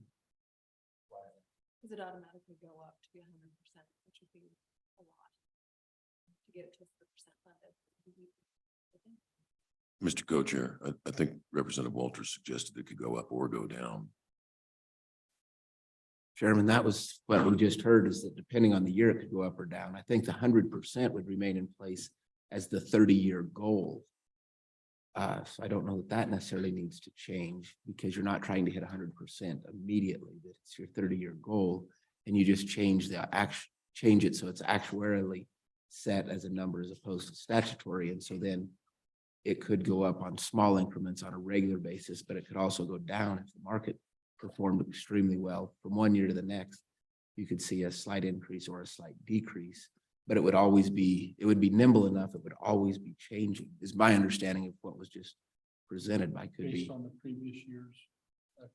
I think something to that effect is how you'd have to draft it. Yeah, I'm not sure. For example, now the public employees plan, which was at 92% last year in 30 years, is now at 85%. Is that right? And so would that trigger an increase in contribution in order to get it to 100% in 30 years? Mr. Chairman, I believe it would for this year trigger an increase, which comes to your point from earlier in the day when you said the quicker we jump on this, the easier it is to address these concerns. And so if we look at, say, the law enforcement plan, it started decreasing in 2018, went from over 100 to below 100 in 2018 based on this year's numbers. And had we recognized that in 2018, made a slight modification in 2018, I can't say definitively, but I would guess that we would still be maintaining in the 90s or near 100% because that action would have been the ability to be nimble where that action could have taken place in 2018, 5 years ago, would have prevented the law enforcement plan to dropping to where it is today, that now it's a notable plan in this report that we're seeing saying, hey, folks, you need to take action and take action essentially immediately. And so by having it be actuarially set, then, like I said, that would have been noticed, addressed at that point in time. And then as it goes well for the plan, then it can be dropped on certain years. The way I understand how that actuarial determination would work. So if you take, once again, let's just use the public employees plan, because that's 91% of everything we're talking about. To get that on a trajectory to be 100%, the only way to get there at some point is to add between now and 30 years, roughly $2.5 billion to bring it up. Right? And so what you're saying is that we're going to increase it to enough that in 30 years, it's that 2 billion UAAL will be gone. Right? So it's a large ticket item. Yeah, Mr. Chairman, of course, the 2.5 billion can come from Wall Street if we do well, and that's part of the plan. That's when you have total earnings to the plan in excess of its normal cost. But what the actuaries and what frankly probably best practice in the pension industry is something along the lines of that Representative Walters has discussed. That basically you have an amortization policy. Suppose you're 100%. We're the judge's plan. But then something happens. The population goes weird on you. You have people are living longer, or you have a market drop. Markets probably be the most, you have an investment drop.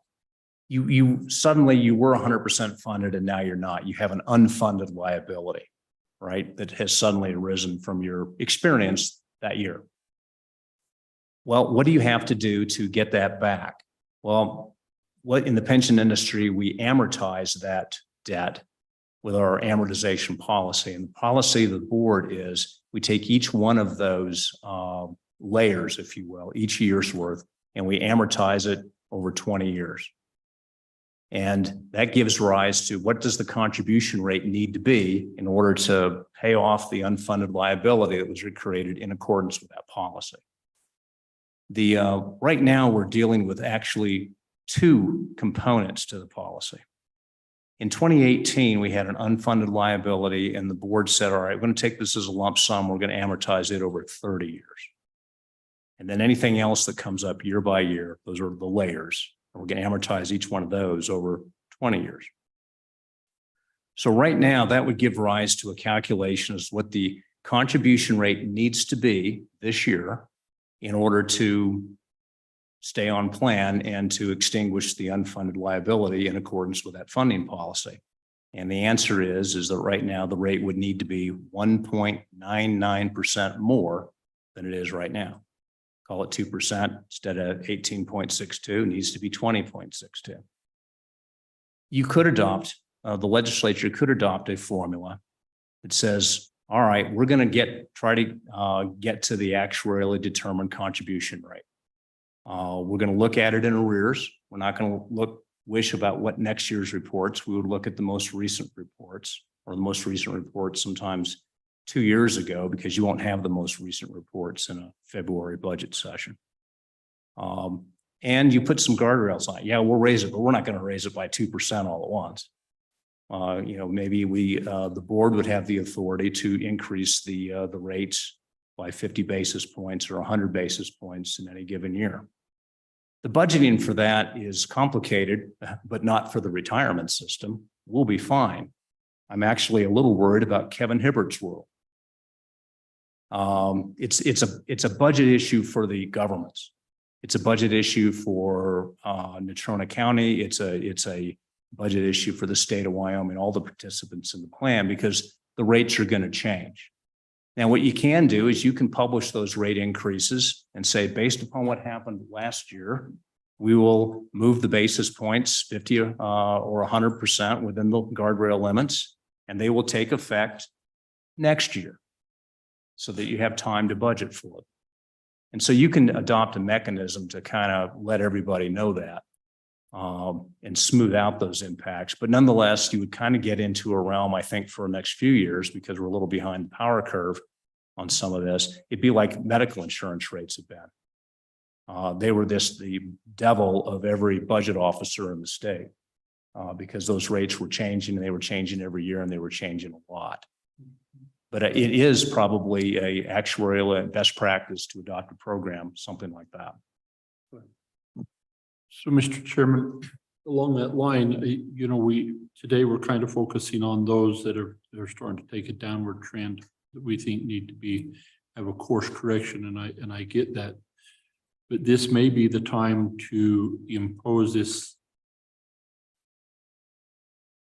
thought that Representative Walters has on those that are stable and trending upward, that are stable, and just get that in place now for those. And then as they need course adjustment, we're not having to do anything severe. They can just move those. We don't make as big a wave in the water now. And so I think that would be my recommendation too. I'd like to at least see a draft bill on those as well. And if we did, you know, in reflecting back based on the previous year or 2 years, whatever that is. But then if we did this, so here's my question, Mr. Chairman, is if, for example, on the judicial system, if we adopted that, we would need to impose a course corrective action, whatever that percentage is, in addition to then from that point moving forward, have an actuarial adjustment as needed. Is that how you'd do that on those that are trending downward? Put into place a correction and then from that point forward? Mr. Chair, would agree that if you were to make the correction now, so say the 5% for the LE plan, law enforcement plan, and then add in some additional, you know, language to automatically adjust that one way or another, it would keep us from having to come back here, you know, potentially in the future. But, you know, this is a topic that, you know, to be honest, we could probably spend days talking about, you know, so if there is the need for additional analysis, we'd be happy to do it. So put that out there. Mr. Co-Chair. Go ahead. So I mean, I think that the Representative Walters' motion is logical. And we've heard best practices potentially to do an actuarially funded plan. That way the fund is always well funded. But I have to question the historical wisdom of the legislature as to why they chose to adopt this type of plan instead of what no doubt was best practices then. If there was a historical reason, if it's not our volatile budget stream and revenues, or why we've chosen this path. And then maybe we should slow it down a little bit.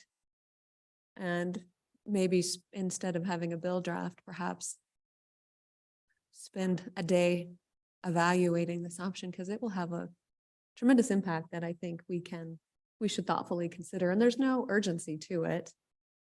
So to slow it down, but I think it's worthy of additional conversation. But if LSO recalls or any legislators recall why we historically chose this path instead of what seems to be best practices and logical, if anyone has any insight. Kevin? Mr. Chairman, neither support or trying to push back on this. What you could consider is something along the lines of the Chapter 17 report. Every year we do rates. Those could be ETS rates, for example. Those could be motor vehicle usage rates. The Chapter 17 carries that adjustment predicated on advice. In this case, it would be an actual advice.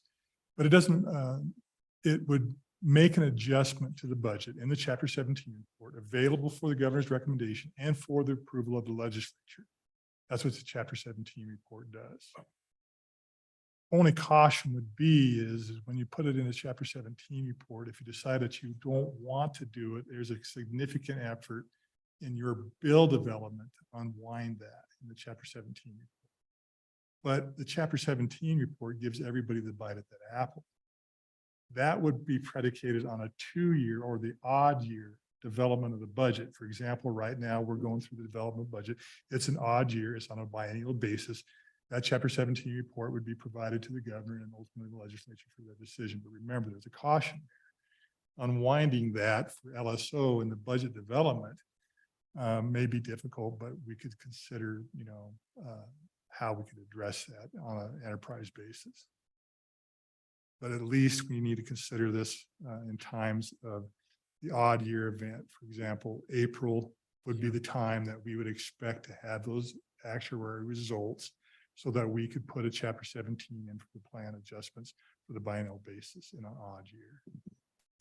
So, Mr. Chairman and Madam Co-Chairman, in response to the question on why a budget bill is, because I think we're gonna have agencies and employees, constituents question why and how will that look? And that's the reason for doing a bill draft. You say, this is the way the bill would look. You would come out, they could look at it. Doesn't mean we have to adopt it, but it certainly refines it enough that we can at least have a more detailed discussion on it, see the impacts, positive or negative, that they'll have is the reason I like the idea of doing a bill draft. So my recollection is, Dave, that on the PE, on the Public Employees Fund, it's still being underfunded in terms of the benefits paid out. And so we were moving to try to marry those numbers. But are we there? Or Mr. Chairman, I think in the public employee plan, you're there depending upon how one views the satisfactory situation of where there is. Because as Polly's memo points out, there's been numerous changes to the assumptions. And so there's a chart that I provided you. We won't need to show it, but basically it seems like we've been stuck in the 70% range in funding ratios for a decade. It looks like no progress. Well, if you went back and you revised all those assumptions, and suddenly you would see the $2.5 billion liability would only be about 1.2 billion. You'd be in the mid 80s. And you're steady on the march, making progress. We have taken all of the progress. So in other words, there has been progress, but we have adopted lower assumptions that make it appear like we're still on first base and not getting to home plate. So my recollection though is that our benefits pay out what would be basically 21% versus 18.6% to be fully funded at 100%. That just sticks in my head from what we've been told in the past, but I could be mistaken. Yeah, I think, Mr. Chair, currently it's about a 2% shortfall when we calculate that actuarially determined contribution, and that actuarially determined contribution is based upon would effectively be close to fully funded within 25 years now, because the board chose to close that period when calculating that particular number. And so the reason why the projections show that they effectively, we'll say quote unquote work, and that we're making progress towards funding is that over time, that normal cost is lowering as tier 2 becomes dominant. And so we're basically paying a little bit less now in total as we wait for tier 2 to materialize. And then as their accruals drop down, that contribution rate that we have set right now will be enough to move that plan forward. Yeah. So instead of having a situation where you may have higher today, lower tomorrow, it's stable across the board, is the way it's set up right now. And Mr. Chairman, to Madam Chairman's question about, why did we decide to have a fixed rate plan? Well, I think most plans in the United States were at one time exactly fixed rate. That was the standard in the industry because it did give you budget stability for the operating governments. And it wasn't necessary to do anything different than that. Go back to the 1990s, returns were good. People were increasing their assumed rate of return, including Wyoming back in '86. There wasn't this issue of having to decrease your return assumptions, and people weren't living longer back then, but now they are. All of these things, it's been a rough 20 years in the pension business. And in terms of best practice, Paul, you've been in this industry, but 20 years ago, people didn't talk too much about an actuarially determined contribution rate or having a rate structure that would adjust automatically in accordance with that analysis. But that has become best practice really in about the last 10 years or so. So, we didn't walk in their shoes, but those shoes are the same ones that everybody else in the United States walked in. And I think that's the answer. At one point, that was the standard and it was workable. These days, We've the waters are a little choppier, and the practice of determining an actuarially determined contribution rate, of amortizing your debt over a shorter period of time instead of just taking out an open 30-year mortgage every year. All of those things are kind of emerging practices over the last 10 to 15 years.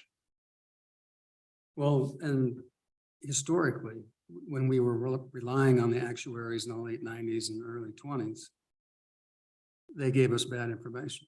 And frankly, we were paying out too much in benefits. That's what happened to FIRA.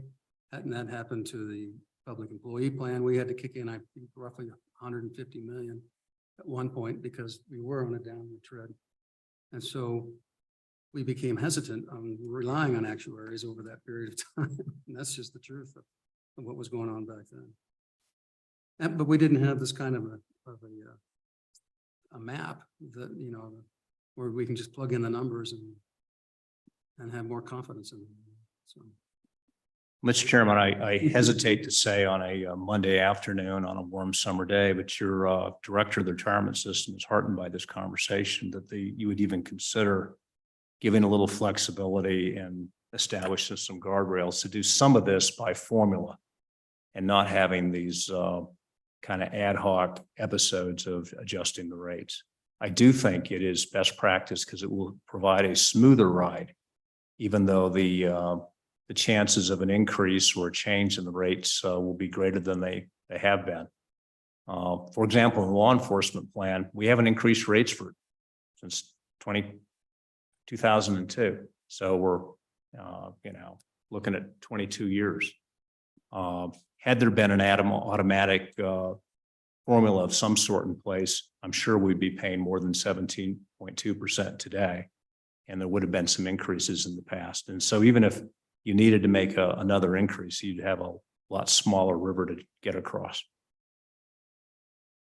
Mr. Co-Chairman, it does appear, I think the idea is wonderful. I think we may be, if I'm LSO right now, and I'm having to draft this bill draft, there's a lot of ambiguity to it.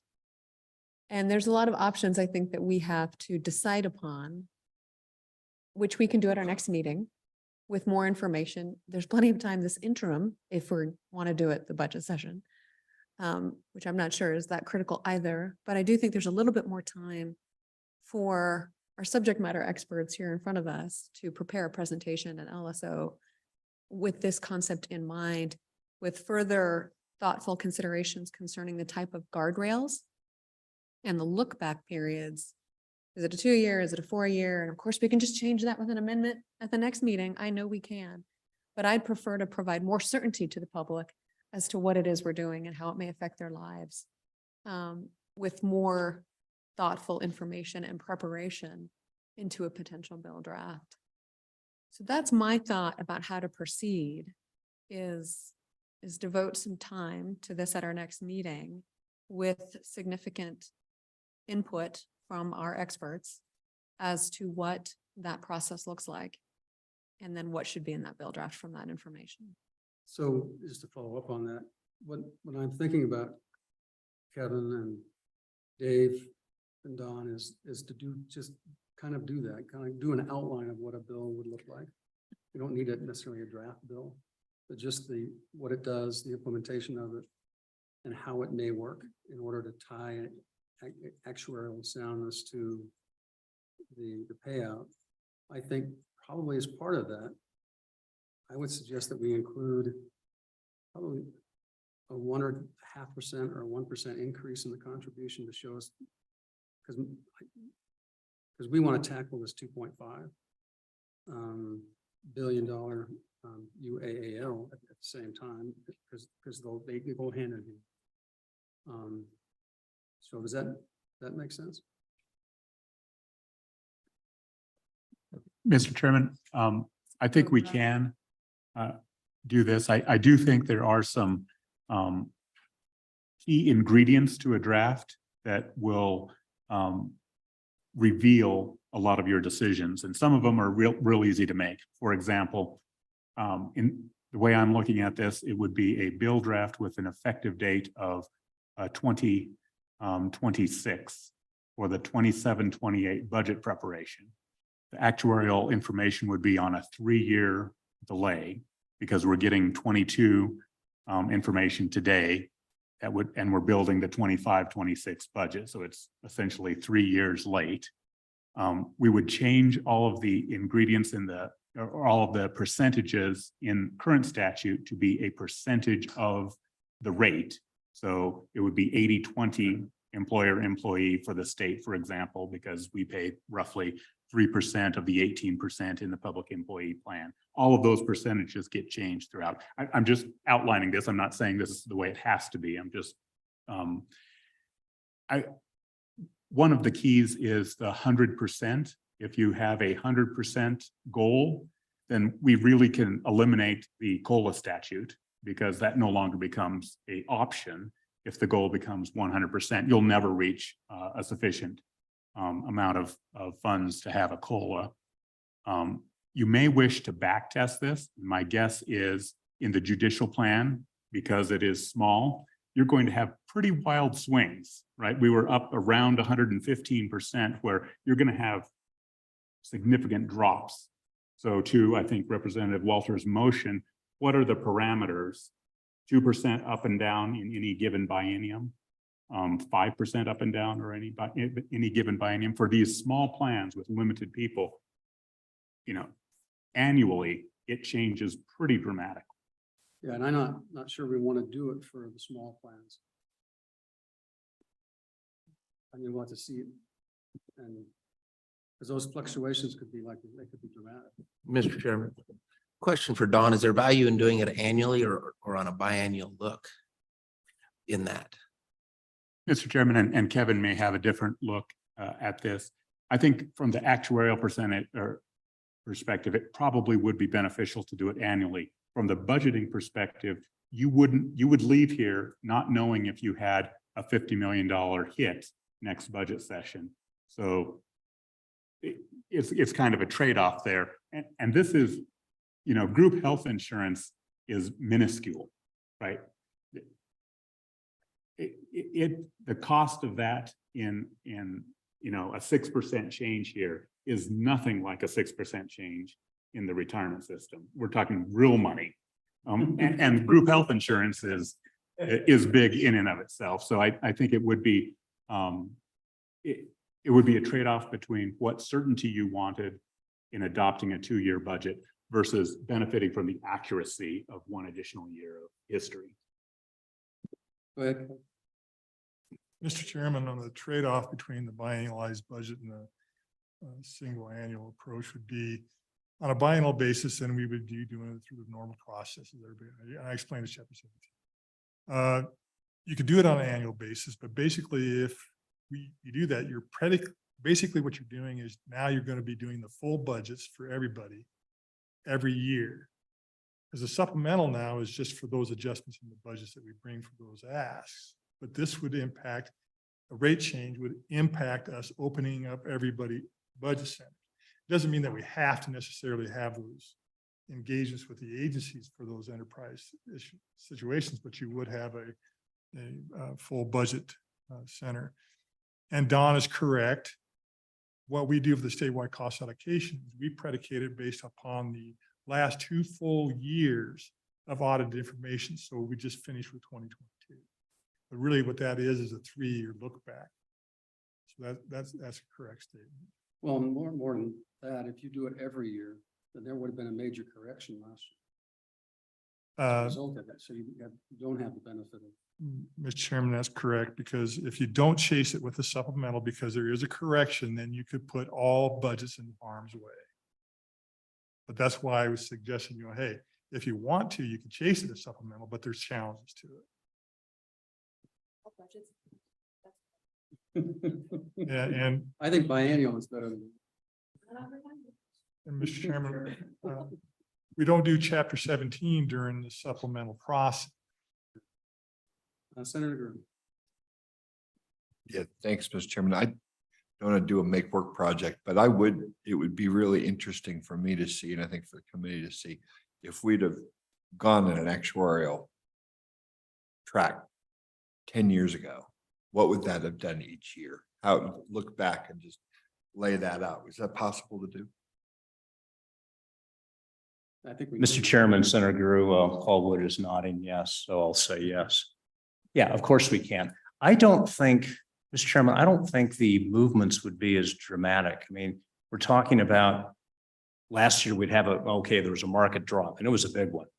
So that's going to have a big impact on rates. No, you're going to amortize that in accordance with the board's funding policy over 20 years. So it'll have a relatively modest impact. And it says, all right, we had a market event, we'll adjust it. And then the next year you might have a market event your way, you have a gain. We do include the gains, not just the losses. And so that'll kind of moderate that out. I think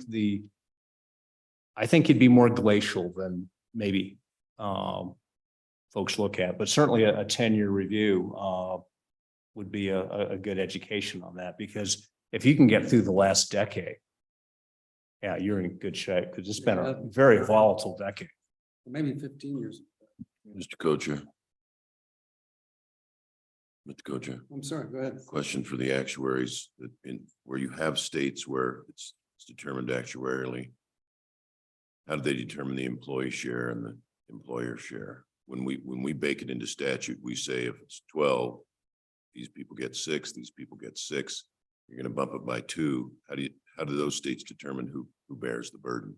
Yep, so it as with most things actuarially, it depends. I'll give you an example. In Rhode Island, I work with Rhode Island. They're on an actuarially determined contribution path, and their employees contribute a fixed percent of pay.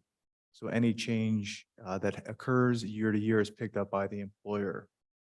The state of Arizona, on the other hand, they have an actuarially determined contribution, and it's a 50-50 split. And so if the rate goes up by 1%, then the employees pay 50% of that. The employer pays the other half. If it goes down, same instance. So there's a lot of flexibility in terms of how this could play out. And there's plenty of ways that, smoothing techniques and other strategies that could be employed to make this work. And it really depends on what kind of burden you want to put on the employees, what kind of burden you want to put on the employers. But ultimately, you always keep that goal in mind, which I think we have right now. We're just going about it a different way, is that we want to get 100% funded. We want to get to that point. And now it's just a matter of how we're going to do it. The contributions are going to come in regardless. Now we're just going to change the pattern upon which those contributions come in. And that's what this funding policy would effectively do. Mr. Chairman, one more state example to throw into the hopper. In Idaho, the legislature just sets one rate. That's the employer rate. And then the employee rate is always 60% of that. So if you set the employer rate at 10%, the employee rate will be 6% for a total contribution rate of 16%. And in Idaho, employers cannot subsidize that employee contribution. It must come out of their paychecks. The challenge we have in Wyoming is we're all over the board on that aspect. And so transition would be difficult, but there are other methods out there for determining that split. Go ahead. So with all of this great discussion, I would withdraw my motion for a bill and use, but would like to have this on the agenda for our next meeting based on what the Senate co-chairman requested, really is a presentation of how this would have looked over the last 10 or 15 years and what are some of the options to effectuate this idea. So we could almost have an a la carte bill drafting to where we say we want to do this piece, but not that piece. But with the whole goal being looking towards a conversion from statutory setting this to an actuarial of setting this. Well, and I presume that once the draft bill shows up, that's going to basically, we're going to have to come up with 2.5 billion between now and 30 years from now. That's the direction we want to go. So we need to understand what we may have to tinker with that, because I'm not sure that will cross the hurdle. So.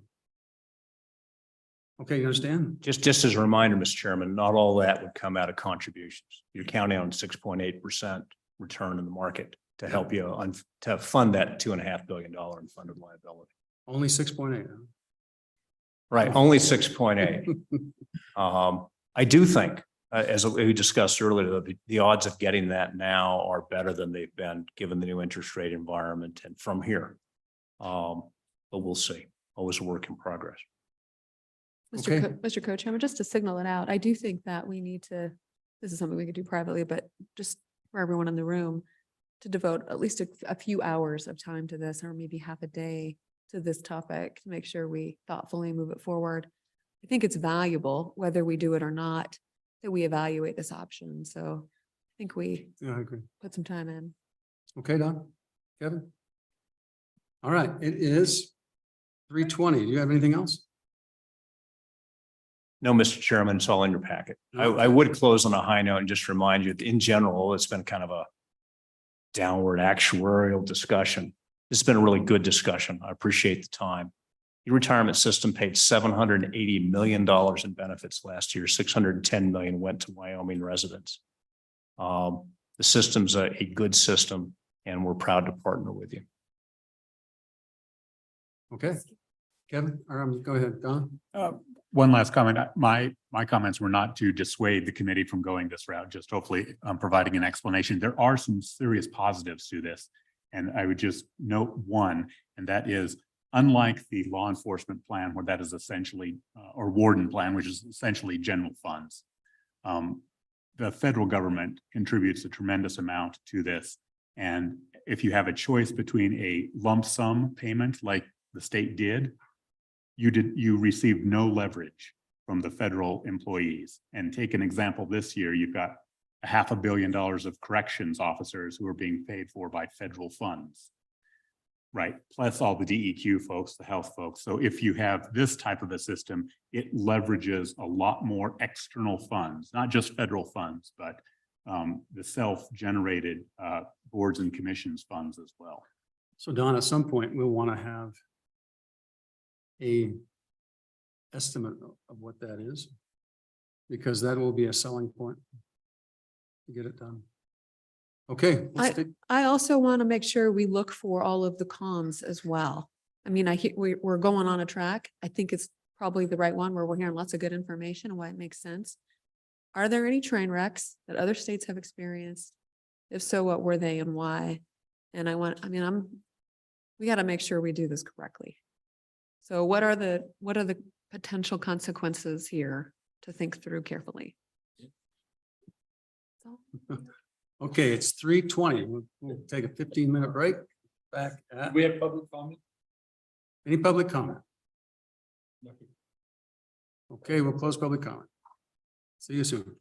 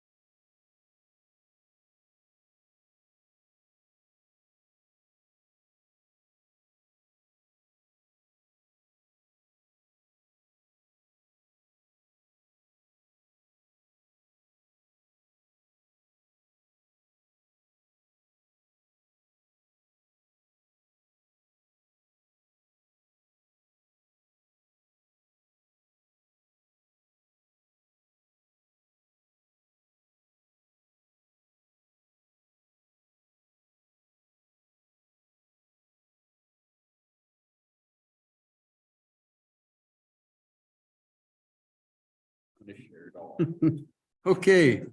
Polly, you're up again, unemployment insurance and workers' compensation. ROF.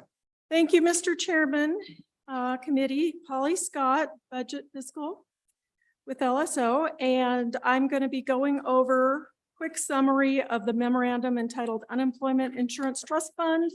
It is item 10-01 in your online materials, and I'll just give you, a 10-minute summary, and then we've got all the executive team of the Department of Workforce Services here to have a dialogue with you. And I want to start off by thanking Director Cooley and her executive team for sharing their expertise with me as I was developing this memo, and for reviewing a preliminary copy of the memo. And also they prepared very thoughtful response to the memo, and I know they're eager to have a policy discussion with you. So this memo is in support of the JAC's interim topic priority number 1, as well as the last one was. This is a little bit different because the JAC did not ask for this topic, but the Management Council assigned the JAC to this topic. The Department of Workforce Services normally reports to the Joint Labor, Health, and Social Services Committee, but because this topic is kind of financial, the Management Council assigned it here, and the topic is to assess the revenues, solvency, size, and any unfunded liability of the Unemployment Insurance Trust Fund. And so that's why the Management Council placed it here. So I'll just kind of dive in with a little bit of background about the Wyoming's method for unemployment or UI taxes. This is set out in a statutory formula that the Department of Workforce Services sets the UI tax rates based on 4 components. It's a base rate that's specific to an individual employer, and then also 3 adjustment factors. If an employer doesn't have 3 years of experience, then they get the industry rate. But for those, employers that have 3 or more years, they get their base rate is the benefits charged divided by the taxable wages. And then flipping over to the top of page 2, we've got the 3 adjustment factors. And just briefly, the first one is the non-charged and effectively charged factor. This is to replenish the fund for benefits that were not charged to an employer's account for a statutory reason. And then 40% of that non-charged or ineffectively charged factor goes to the employment support fund, which is the second adjustment factor. And that money goes to reemployment programs. And then the third adjustment factor is a fund balance factor, which is positive if the fund balance is below a certain threshold, and then negative if the fund balance is above a certain threshold that's specified in statute. Just real brief description there, but the upshot is that Wyoming's method for UI taxation results in tax rates that follow benefit payments. And so if the tax rates are going to increase after benefit claims increase or decrease after benefit claims decrease, and it's because of the way the base rate is set primarily. And this method supports solvency of Wyoming's account within the federal UI trust fund. And, good news, Wyoming does not, there's a favorable situation with this fund in that Wyoming has not had a shortfall or an unfunded liability here. Now, back in the 1980s, Wyoming did experience some trust fund difficulties due to unemployment in the energy industry. And, but at least from the period of 1972 forward, Wyoming has not had to borrow from the federal government for UI benefits. And that in this scenario, that would be your unfunded liability if you had one. So moving on to page 3, the Department of Workforce Services provided this table that shows the average UI tax rate from 2018 to 2023. It's broken out by experience rated employers, new employers, and then all employers. But the upshot is that with the exception of 2021, the rate for all employers has gone down. Another driver of Wyoming's UI taxation model is the taxable wage base. That's defined in statute as 55% of the prior year's statewide average annual wage. And so this is another driver in total taxes that are paid, because even if the tax rate doesn't go up, if that taxable wage base goes up, the employers are going to be paying more. And if you flip the page on to table 2, you'll see that that taxable wage base, what that's been since 2018 to present, and it has gone up by about 18% over that time frame. Wyoming did receive federal CARES Act money to be deposited into its account within the federal UI trust. They received a 25 million CARES Act funds in 2021 and 39 million CARES Act funds in 2022. And that did help to reduce the taxes that employers paid. And then moving over to page 6, I borrowed a couple of figures out of a publication from DWS. They have their Labor Force Trends magazine that they publish, and they had a recent article that had a lot of great information about the UI program. And figure 2 shows the benefits that have been paid between 1997 and 2022. You can see it there in 2020 and 2021 during the pandemic, that the benefits increased a lot and that there was a separate funding source there represented by the blue bar. Figure 3 shows the wage replacement rate for that UI benefits have had in Wyoming over this period. And most recently in 2022, the wage replacement rate was under 40%. In 2020 and 2021, because of those additional federal benefits, it was much higher, above 70%.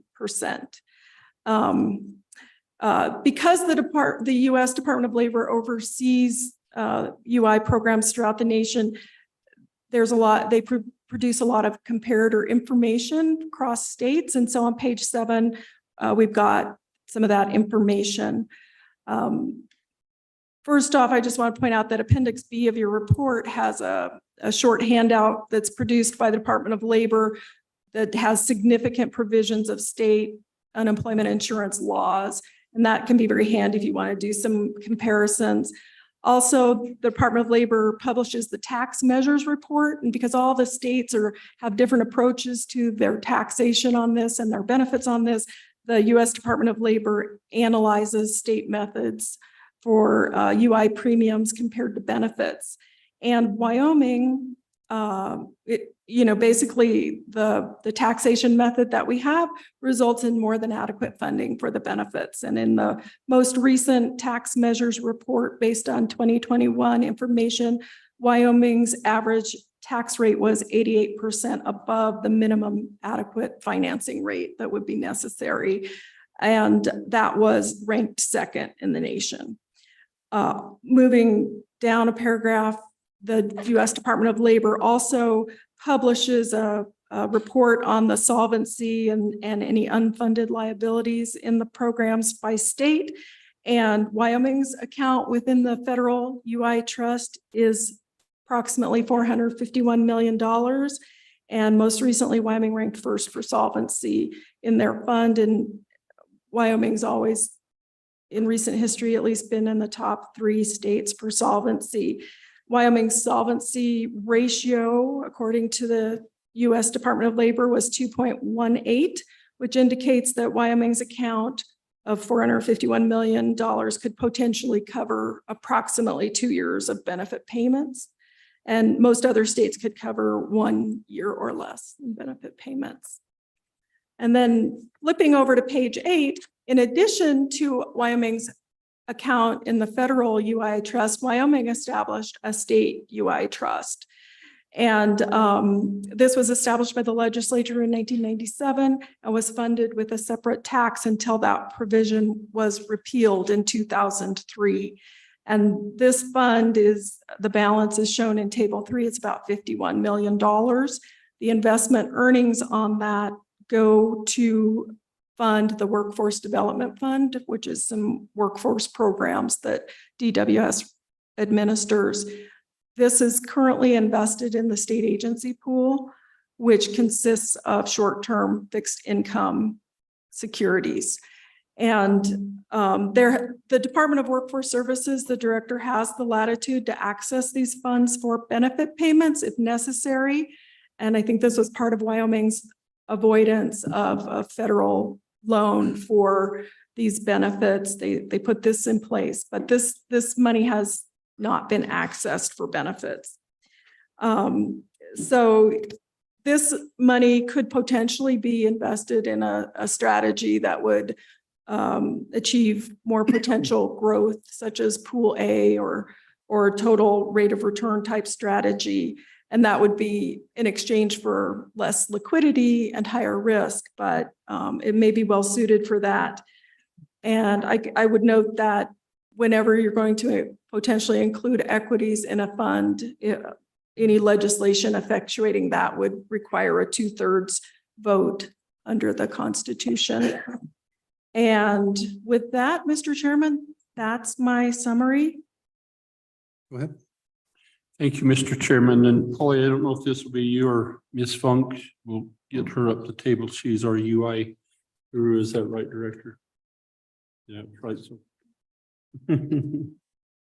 so I just want to make sure, bless her heart, she's tried to teach me to understand UI, but I just want to make sure again that I'm understanding. So under the structure, we have a federal program that requires the state to have an account. So we have our state UI account within the federal account. It's our money, it's there to pay unemployed, and the employer pays that.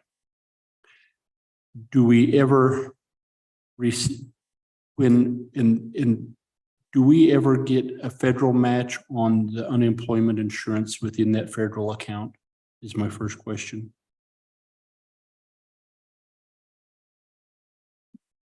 Chairman Nichols and Representative Larson.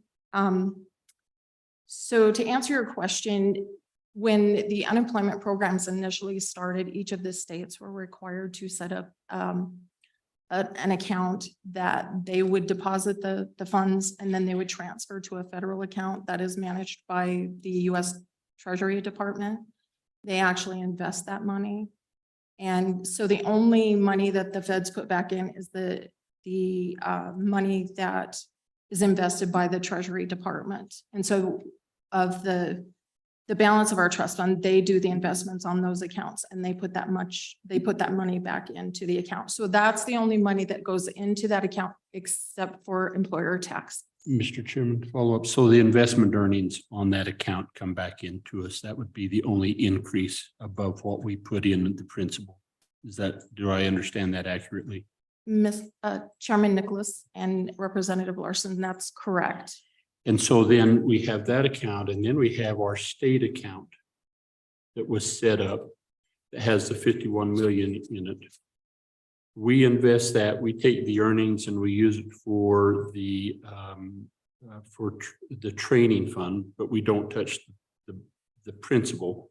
We just use the earnings off that.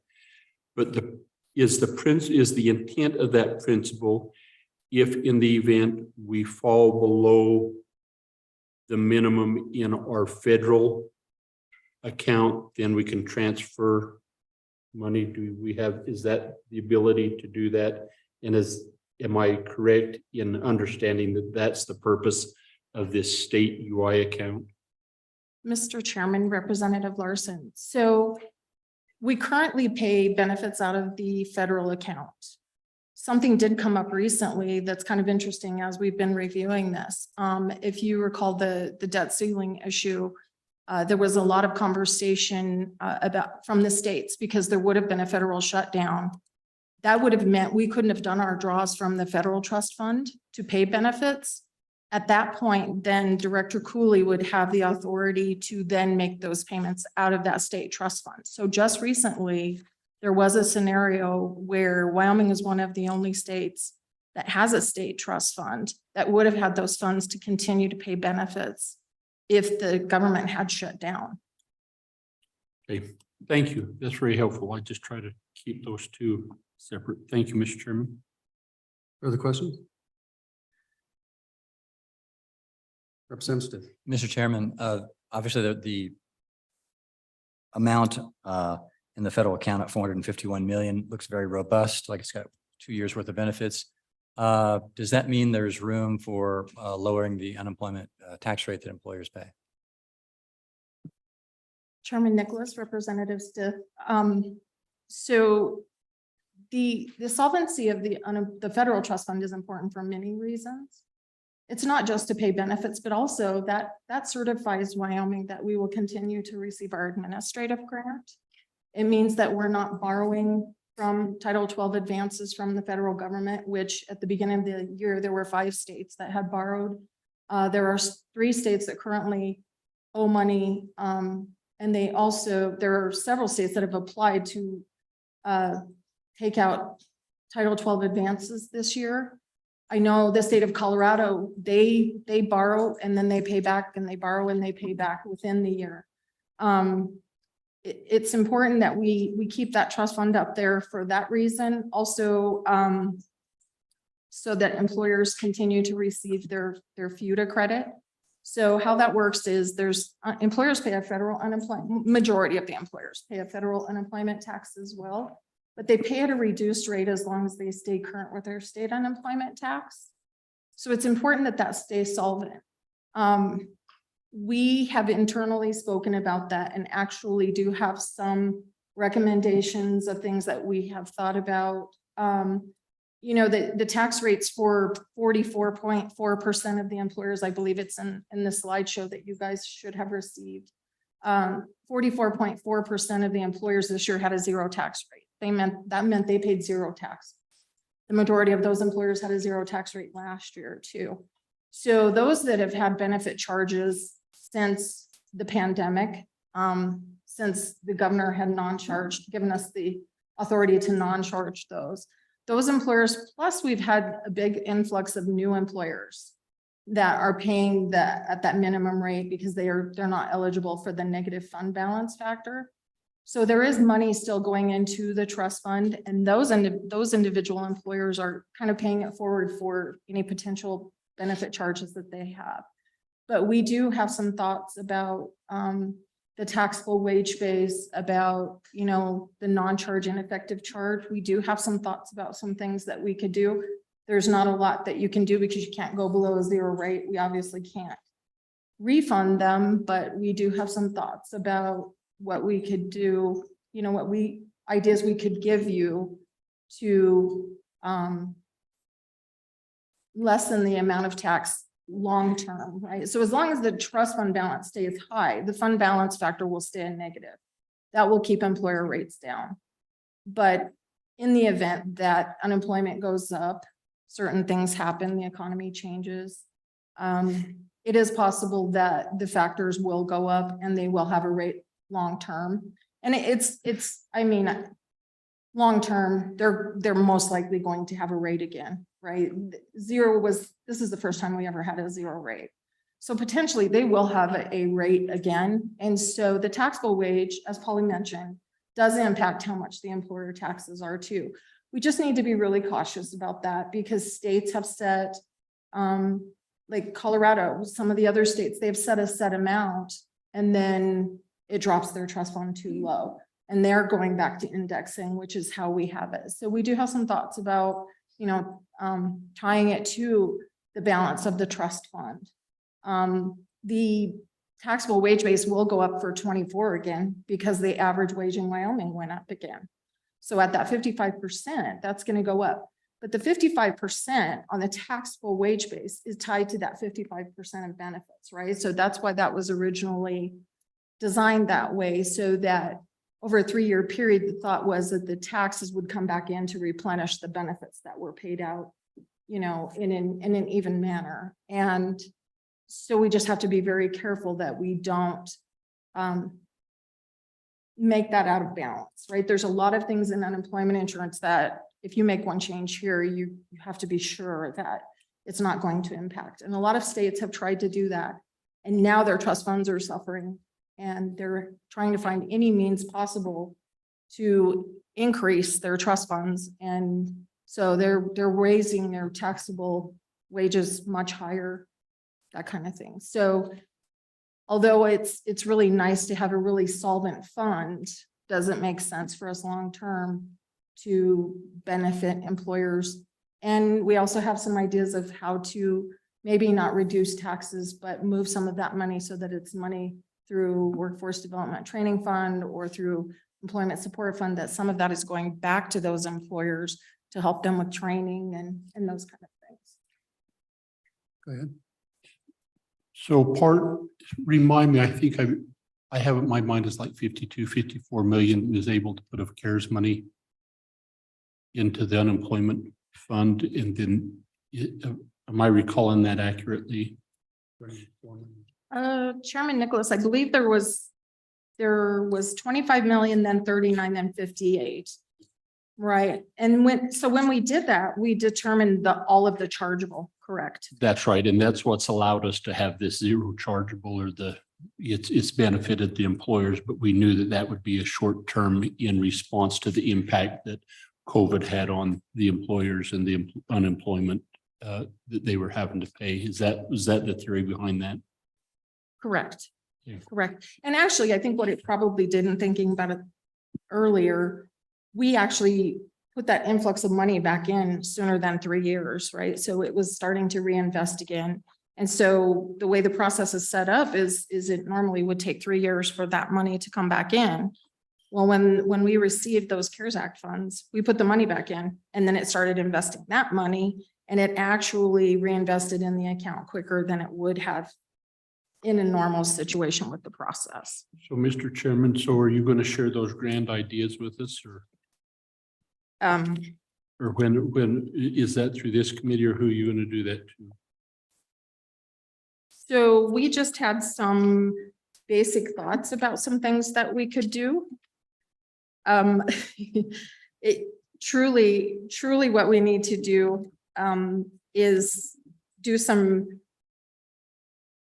we probably need to do some pretty serious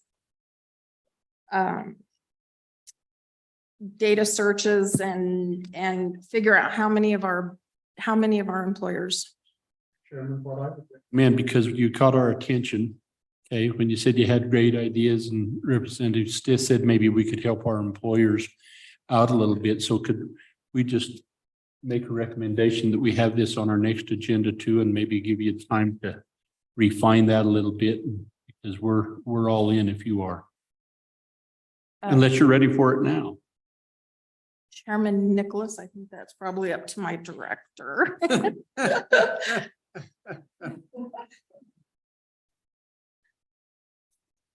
Did you feel that bump on the back of your chair? Chairman Nicholas, Representative Larson, we have our grand ideas, but I would appreciate the opportunity to work those out a little bit, because as Chris indicated, and she truly is the expert, as she indicated, when you talk about these things, because of those statutory factors, you mess with, for lack of a better word, you mess with one area of those statutory factors, it affects a number of other different areas. So we would want to kind of work those things out, but we could give you some scenarios that I think you would be really interested in. There's some pretty innovative, I think, ideas. Mr. Chairman, I did have a follow-up question, Director Sessions Cooley. A couple of years ago, we increased on the Workforce Development Training Fund, the hourly rate that could be paid to employers from, I think, $13 to maybe up to $25, something like that. The question is, I would imagine that employers have found that to be attractive and have taken advantage of that. How's the balance in that fund doing? Are you spending it at a rate that's sustainable, or are you going to hit $0 from the interest that you generate off the state trust fund? Mr. Chairman, Representative Stiff, we have spent a lot of that money. We had budgeted out to spend approximately $4 million over a 2-year period, and the success of the program kind of overshadowed that. It was tremendously successful. I believe Administrator McCamey Simone has specific numbers for you and even training numbers that she can provide you as to the success of the program. If you want to go ahead. Mr. Chairman, Representative Stith, just to give you some context to the data, we compared June 2022 to March 23. And in our business training grant, we've increased from 705,000 to 1.8 million. So we had 160% increase in that. Our number of applications rose from 432 to 631. Number of trainees supported were 853 in 2022, and that rose to 1,436 in 2023. So a 68% increase there as well. Mr. Chairman, as a follow-up, so is that level of spending sustainable? Because it's funded out of the interest that you make off the state trust fund, right? Correct, Mr. Chairman, Representative Stith. We have had to put the brakes on that program a little bit. We took a month to reevaluate where we're at and how we're going to move forward. We adjusted our rules a little bit. And so now we have set funding for the next 14 months, returning to our previous budgetary levels. So we had additional funds that we were able to move forward and push out post-pandemic to really help those employers. And now we're returning to our previous budgeted levels. So we're not able to sustain that long-term, what we've done in a short amount of time, but we got some amazing data from it and recognize the need for businesses to access those dollars. Mr. Chairman. Mr. Chairman, Representative Stith, we also have some innovative ideas around that option as well and how to increase the funding in that fund. One of them was, as Ms. Scott recognized, where we have it invested right now, maybe we can invest it in a more aggressive fund. And we're going to also pursue that option, as well as an option that relates to directly what Deputy Administrator Chris Funk indicated in terms of the percentage amounts that go from that non-charge ineffective charge account. Right now it's 60% that goes back into the fund, 40% goes to the employment support fund. We have an option that we want to discuss and map out about changing those percentages and maybe even not having that fund go back or those monies go back into the trust fund because we've got plenty of money in there. We want to use that money for employers. So maybe taking it and having a 50-50 split into the employment support fund and into the training fund as well. Just again, for the benefit of employers that way. Thank you. Okay. Go ahead. Anything else? Mr. Chairman, I think we're ready to move forward with workers' compensation. If what the plan is you'd like us to come back with some more specific mapped out grand ideas for how we want to do this with regard to the UI fund, we're ready to do that for you. Okay. Don? Mr. Chairman, at the end of the presentation, she did mention some actions that would take your motion for a bill draft, whether or not you wanted to pursue those. For example, I think she was intimating a more aggressive investment that requires not only a bill, but a 2/3 vote of both bodies. So I think the answer is that we can go out and start on that bill draft. It only makes sense, really. Right. Mr. Chairman. Director Cooley, were you thinking the whole 51 million, or are you thinking a percentage of it? Just give us some guidance there. Mr. Chairman, Representative Larson, I'm thinking the whole 51 million.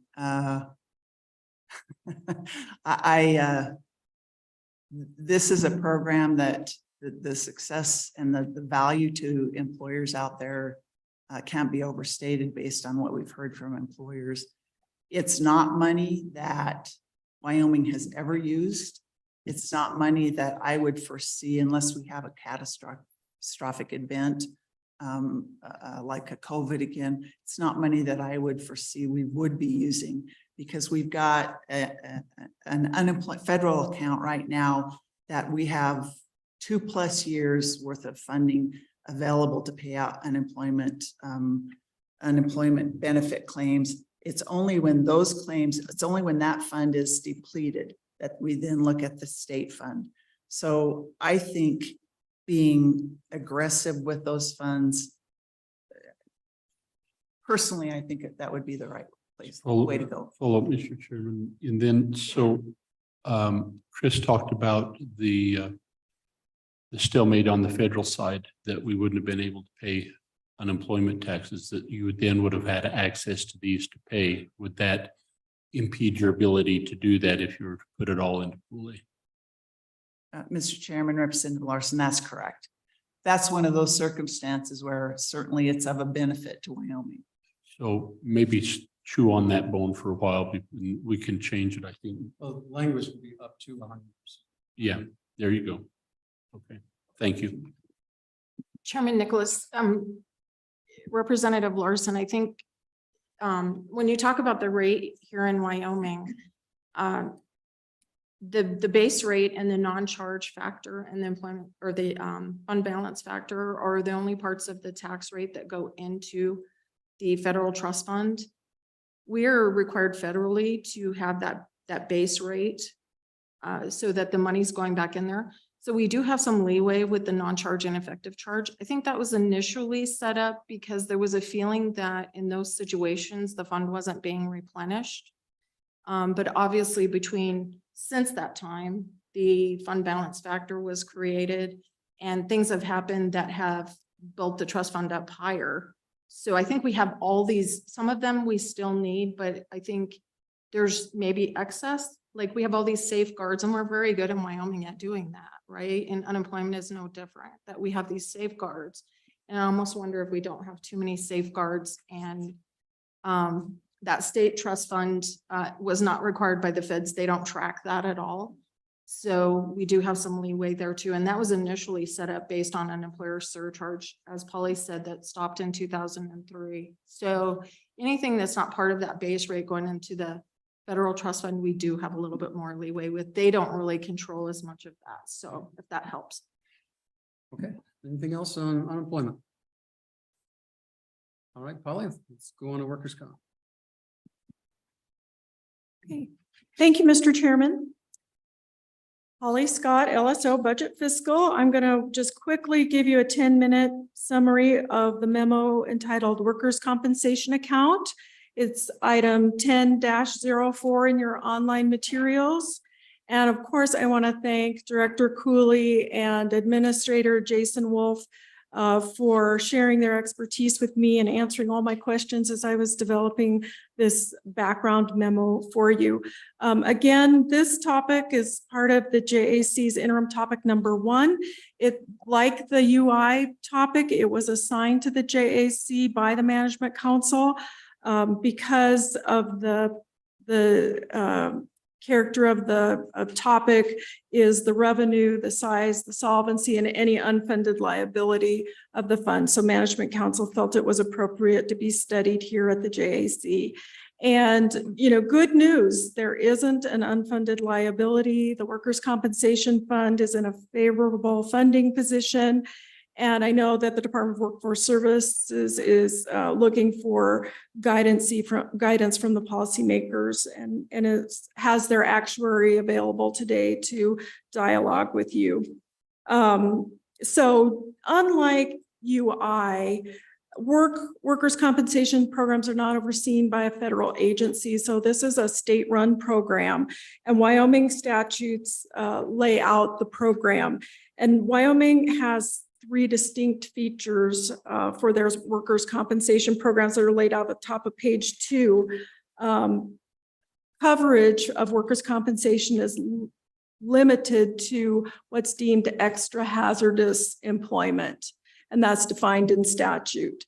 And then if their employer is required to have coverage, there's a state fund that is used for that. And Wyoming is one of 4 states that requires employers to obtain their coverage through a state fund. And then the third thing is that self-insurance is not allowed. And that's not an alternative for the employers that are required to have this coverage. So these features, and I've just run through them quickly, they impact Wyoming's risk pool that we have for workers' compensation, particularly the limiting the coverage to the extra hazardous employment. That is going to increase the risk in the pool as opposed to if all employment were covered, for example. The statutes give direction as to how the program is to be funded, and Wyoming Statute 27-14-201 states in part, the workers' compensation program shall be neither more nor less than self-supporting. And the fund is, at this point in time, funded entirely with premiums and investment income, and no state general funds are currently utilized. But that was not always the case.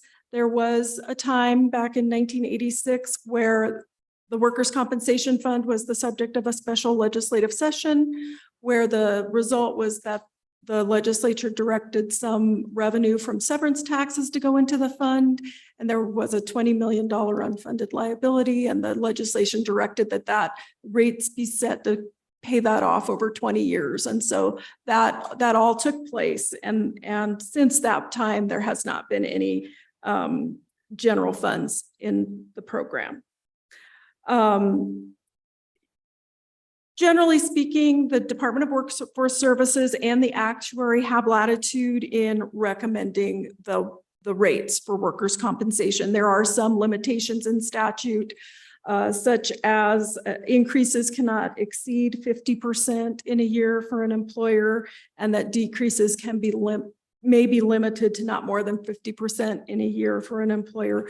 But in general, DWS and the actuary set the rates. For at least the last 3 years, the recommendation from DWS and the actuary was a 0% change in the rates. Most recently, for 2023, the actuary calculated an indicated rate change of negative 0.5%, but the recommendation was no change. And figure 1 shows you the history of the rates in Wyoming, and that's per $100 of payroll. So most recently in 2022, $2.06 per $100 of payroll. The bottom of page 3, we move into some national comparisons, and the National Academy of Social Insurance publishes some information on workers' compensation premiums nationwide. And they also give a really strong caveat about comparing these rates across states, and meaningful comparisons are difficult because every state has such a different composition of industries and occupations. But in general, since 2016, according to the National Academy of Social Insurance, workers' compensation premiums have been trending downward in every state in the nation. And one reason for this may be that employers are using improved safety practices across the nation. This National Academy of Social Insurance, they do point to one report done by the state of Oregon that attempts to make comparable premium index rates across the nation. And even the authors of that report in Oregon give a strong caveat that there are some things they were not able to control for. But basically what Oregon does is they index all states to its payroll level, and then they attempt to control for industry composition, and they can create then a comparable premium index rate. And table 1 gives you where Wyoming has been for that comparison. Between 2016 and 2022, they do the report every 2 years. And, basically Wyoming's premium index rate has stayed pretty steady at $1.86 or $1.87, but its ranking has increased. And so in the most recent report, Wyoming ranked 7th in term, and in this case, high. A high ranking means you're more expensive. And so Wyoming ranked high at 7th in the nation in 2022. On page 5 of the report, we've borrowed some figures from the Department of Workforce Services that they put in their annual report to the Joint Labor, Health, and Social Services Committee. So figure 1, the upper chart there gives you, the bottom bar charts give you revenue and expenditures, and we can see that the revenue has been greater than expenditures every year going back to 2012. And that revenue bar does include investment revenue. So for example, in 2022, the 367 million in revenue includes 174 million in investment earnings. And then also this top chart shows us the fund balance, as well as the recommended reserves on an undiscounted basis. And since 2019, the fund balance has been above the recommended undiscounted reserve. The bottom part of that figure shows you the fund balance, the undiscounted reserve, and then adds in the discounted reserve. And the Department of Workforce Services sets the discount rate, and they're using 3.5%. That's to basically align with potential investment earnings.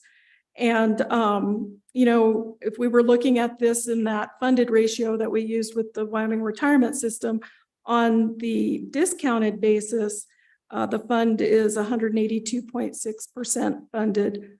And on an undiscounted basis, it's 119.2% funded.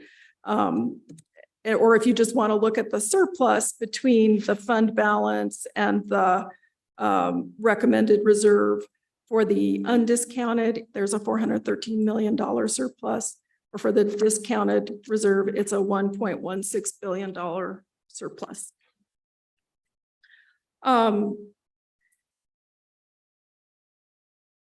So again, you know, the statutes do state in 2714-201 that the fund should be neither more nor less than self-supporting, but that is not further defined in statute. And I know from discussions with the Department of Workforce Services that policy guidance is needed there.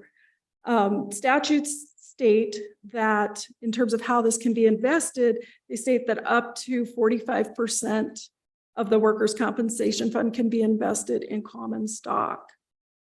So the State Loan and Investment Board, in its master investment policy, has a sub-policy for the workers' compensation fund, and that policy is excerpted at the bottom of page 6.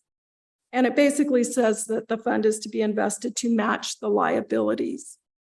And so what the State Treasurer's Office does in consultation with RVK, the state's investment consultant, is they look at the liabilities and they invest that amount, you know, basically that amount of money in fixed income securities, which they consider to be, they call that a liability hedged investment strategy. And they also invest with a similar duration in those fixed income securities to the liabilities of the fund. And the department provides to the State Treasurer's Office a report every year that estimates the duration of the liabilities of the fund. So table 2 there shows you the percent of the fund liabilities as a percent of the total fund. And that for 2023 is 54.8%. And so at the May meeting of the SLIB, RVK recommended that they reduce their target for the liability hedged amount of the investments in fixed incomes to 54.8%. So they are using the actuarial information to align the investment strategies in that way. In figure 3 there shows the investment returns in the workers' compensation fund compared to the benchmark over the last 10 years, and then also the distributed investment earnings. And the investment income or the investment earnings on this fund are significant to the program. You can see over the 10 years that the investment earnings has been over $1 billion. However, it did come up as we were as I was working on this memorandum with the department, that for rate setting purposes, the actuary is not incorporating all the investment earnings into the rate setting. And so they've provided a very thoughtful response and provided some information about how that could potentially be done differently. But again, they desire policy guidance from this body. Mr. Chairman, that is my summary. Questions for Polly? So Polly, then currently, are the funds, any of the funds in Pool A? Mr. Chairman, no, this fund is not in Pool A. It has its own investment strategy with, currently the long-term target is 56% in liability hedge fixed income and then 44% in growth. But the SLIB just adjusted that based on the updated actuarial information. So fixed income is coming down a little bit, and then the growth assets invested for growth would be a little higher. Ollie, what's the fund balance today? Or Yeah, Mr. Chairman and Representative Larson, the fund balance is $2.6 billion, and it's there in table 2. The total is the fund balance, and then the 1.4 is the liabilities, and the 1.16 is the reserve or the surplus. Mr. Chairman, my second question is over the years, from time to time, we've given them or the employer's rate holiday when the fund exceeded what was anticipated to be used. I think the way the statute says is that the fund will shall neither be more nor less than self-supporting is the language we've always used, and then we give them a rate holiday. But is there something statutorily that triggers a rate holiday, or is that something that just happens by virtue of legislative in motion? And maybe you know that. Mr. Chairman and Representative Larson, I would defer to Administrator Jason Wolf or Director Cooley on that. Mr. Chairman, Representative Larson, Robin Cooley, Director of Workforce Services. I'm going to let the expert in this area, Mr. Jason Wolf, the administrator, speak to that. But if we could also have the actuary allowed into the room. He's on Zoom in case you've got any questions for him as well. And I want to make sure and recognize him too. Thank you. Thank you, Director, Mr. Chairman, Representative Larson. Yeah, Troy Meadows is our actuary with Oliver Wyman. He should be online now, but I think Representative Larson, to answer your question, the statute does allow for us to do premium holidays or rate holidays, termed in the statute as premium credits. We've historically waited for legislative guidance to do that. Again, kind of back to Ms. Scott's point that there is no statutory scheme in which self-supporting is defined or that there's a trigger that kicks on an automatic rate holiday. And Mr. Chairman, so I think that you look out 30 years. Is that what you do, or is it just, tell me how far you look out to say we're taking care of all our obligations? Or is it just the known liabilities that you have currently? So, Mr. Chairman, that might be an actuarial answer. I can tell you that, some of the information that we look at is, has like a duration analysis, I think, that goes out to 2065. So probably more than 30 years, but I might defer to Mr. Meadows if he's online. Yes, Mr. Chairman, this is Troy Meadows. I'm sorry, I didn't catch the first part of that question. You explain it better. So Troy, Mr. Chairman, Troy, the question is how long do we look out? How long do we, look out to anticipate our funding for the workers' comp reserves? Yeah, it would definitely be, Mr. Chairman, it would definitely be more than 30 years. I'm trying to remember offhand how long the oldest open claim has been hanging out there, but it would be in excess of 40 years, probably even older than that. So we're looking out at the full-time horizon of the amount of time it takes for all workers' comp claims to be settled. Thank you, Mr. Chairman. Follow up. So Jason, on page 4 of Ollie's report, there's some on that Oregon study that's interesting to me, that we've maintained an index rate of $1.86, which at one time in 2020 we was low as we were 26th, but at that same rate we're now at 7th. So is that because and I would have thought that our rate would be somewhat connected to the type of industries we have. And then we see that North Dakota is the lowest, which is a pretty reasonable comparison. And so why did we maintain that level and rise to 7th and everybody else go down? Am I making sense there? That just seems to be seems like we should be maybe different. So, yeah, Mr. Chairman, Representative Larson, you know, in talking about these studies, I am not an expert on the studies. What I'll tell you about the Oregon study or the National Association of Social Insurance study, in particular, this ranking here, and again, page 8 and 9 of this report, which of the Oregon report,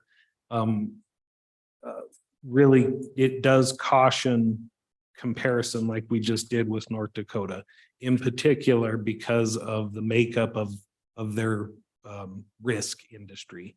North Dakota, I would note, they mandate that all employers in the state doing business purchase workers' compensation through the North Dakota State Fund. Wyoming, conversely, we mandate only extra hazardous industries take part in our state fund. So again, I'm not an expert on the study or how those are ranked, but I can tell you that some of the cautionary statements that they have in there on the Oregon report might answer your question as to why we fluctuated. And the benefits that are provided are entirely different. If you take Colorado, North Dakota, Utah, I've seen all of them, and I haven't seen any other state that's really comparable to what we offer and in the limited number of employee or participants.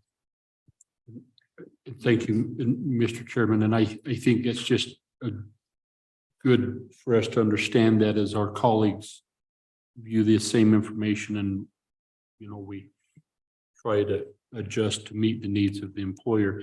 Could I ask, Mr. Chairman, I want to go back historically when in 2020, I think I can't remember the special session or the regular session, that we allowed COVID to be, we allowed COVID to be a workers' compensatable claim. And then I think the year later, we ended that. But how did that impact, and do we still have people that are drawing claims from that? I think we entered into that with good intentions. And so, Mr. Chairman, Representative Larson, yes, we did allow during the special session 2020 for the COVID presumption, whereby workers' compensation covered the COVID-related claim as if it were work-related. I think the last report that we have a monthly report on that, but we didn't have as many claims as one might imagine, either through people that chose not to file or maybe were not aware to file despite our best efforts of selling the program. So we had about little over 2,300 claims filed. And we've paid roughly about $16.8 million out in claims. Important, and yes, claims are still being paid on that and will for some time. But you'll recall that we made those non-chargeable to the employers, and we were allotted some CARES funds. I want to say it was like $8.5 million or something of that in CARES funds to kind of offset that. But So, but is it correct that there are no more new claims? All what you have are just ongoing, long-term COVID? That's correct. Correct, Mr. Chairman. Yes, no new claims. There were 1 year statute of limitations to file would have been actually the 31st of March of this year. So how many open claims are there? Mr. Chairman, off the top of my head, just remembering from the last report is a little over 2,000 open claims.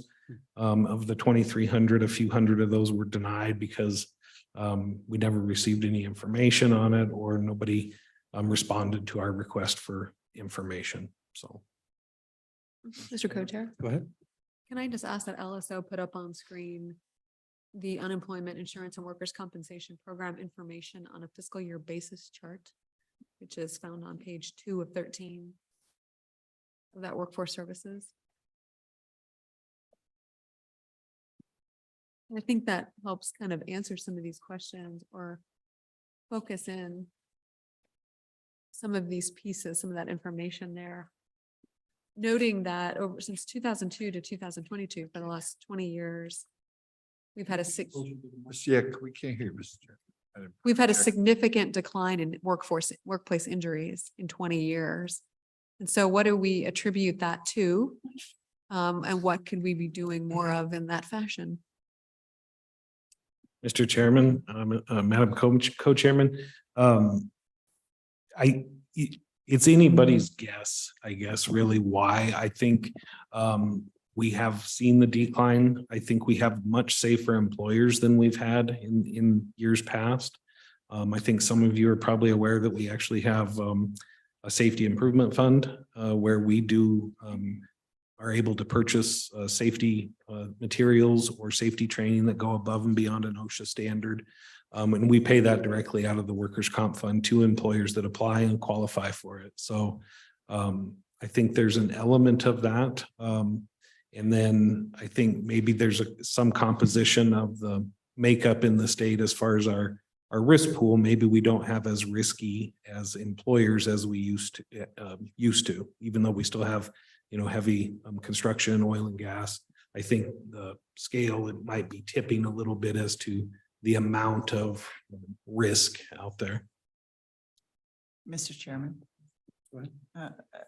Senator Northcott also, Jason's team also has a Wixer fund or a Wixer team that goes out and actively works on compliance issues with employers to be there to help with issues and safety concerns before something happens. And I think that that's been a beneficial program as well. Yeah, kind of just to clarify that, thanks, Director. Senator Nethercott, Mr. Chairman, the Wixer, what we call Wixers, Workers' Compensation, Safety and Risk. Some of you probably recall that we split off 9 OSHA consultation people and formed our own state consultation group without the federal red tape. Simple reason for that is that the feds didn't fund their fair share of the OSHA consultation. We still run an in-state OSHA consultation, but primarily the consultative side of our safety people are state run without the bureaucratic federal oversight. Okay. Go ahead. Mr. Chairman, first question. Madam Co-Chair, which chart did you want and what page is it on? So she can get it up for you.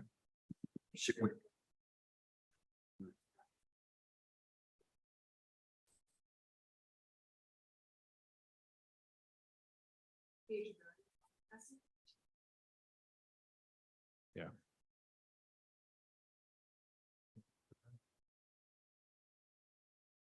Here it is.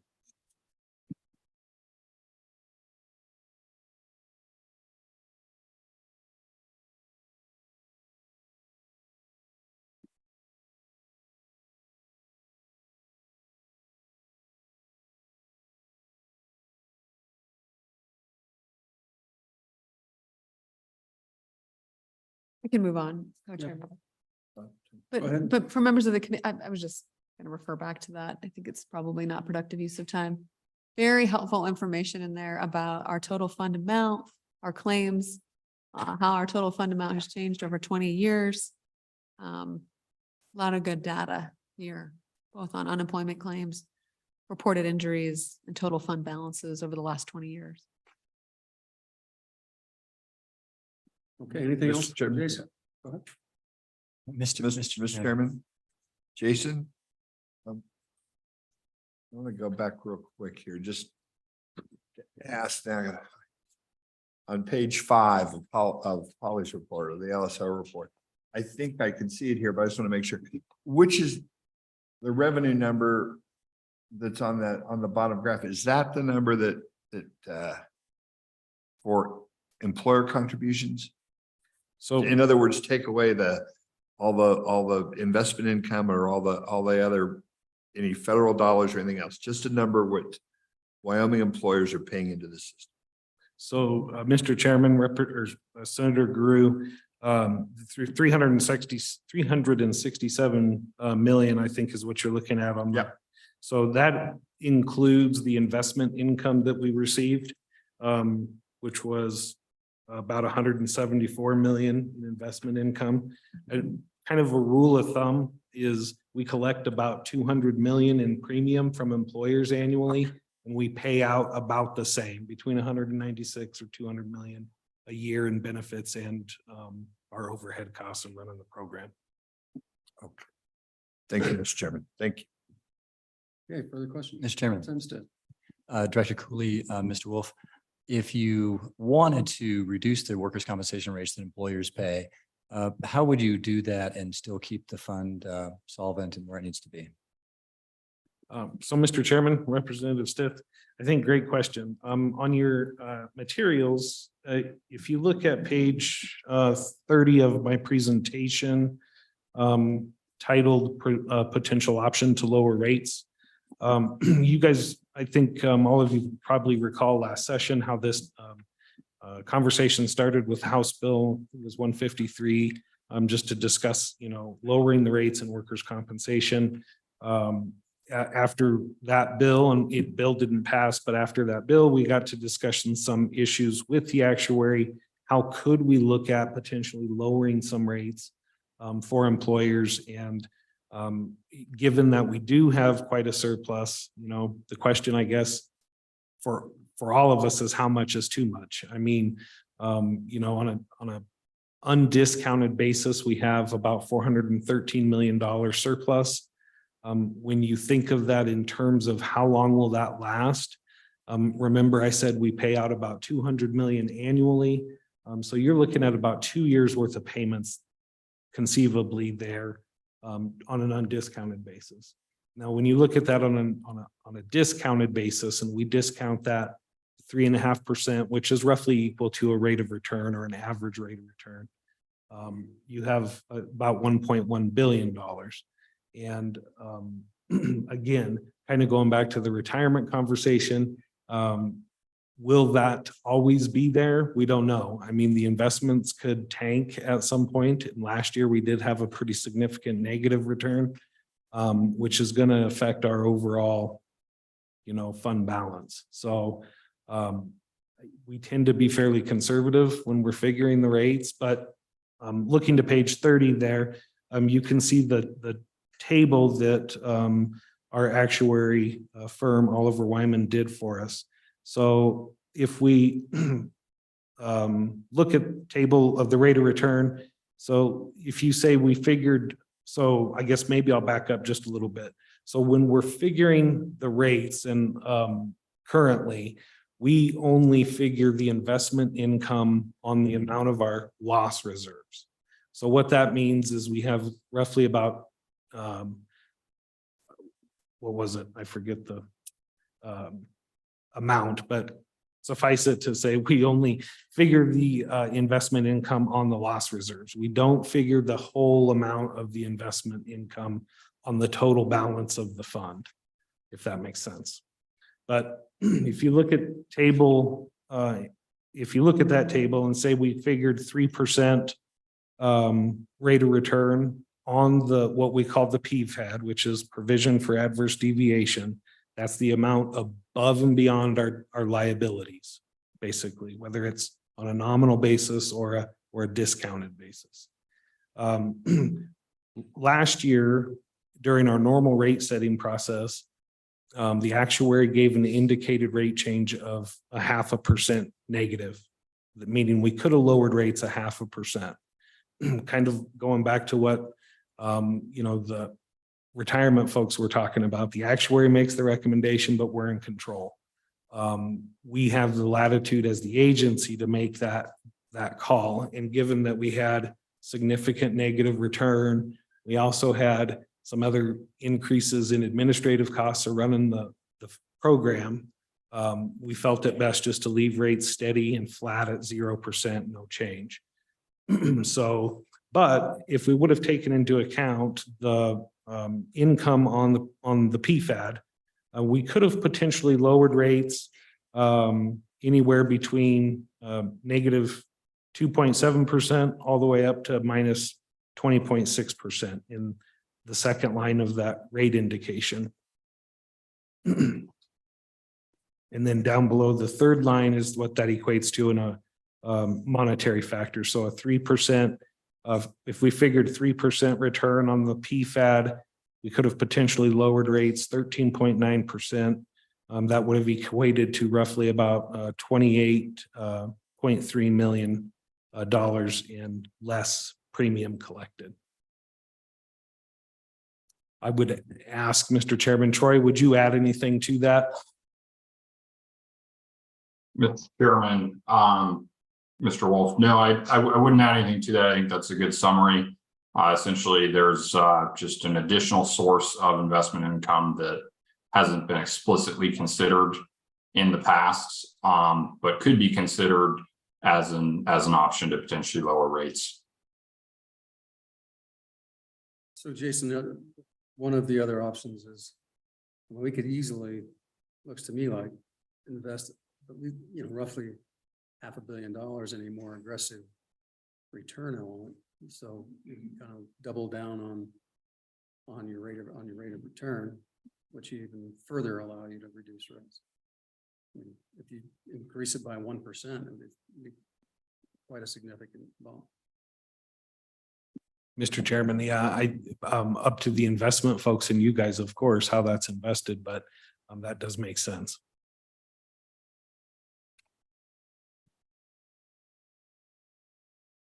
Okay. Any other questions for any? Mr. Chairman. So on page 5, or excuse me, page 7 of Polly's report, it says assets in excess of estimated liabilities are invested for growth. I presume that's an aggressive strategy. How much more aggressive could we get? Could we get another 1% out?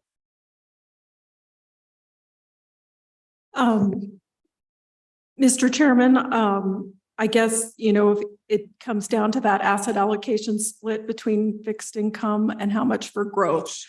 Currently the State Loan and Investment Board's investment policy for this fund is aligning fixed income portion of the asset allocation with the liabilities. And so that's how they're deriving that. But certainly they could invest, if they shifted that and invested more in growth, they would potentially get a higher return. For example, it may be helpful to look at table 3, where the 10-year investment return for the workers' comp fund was 4.4%.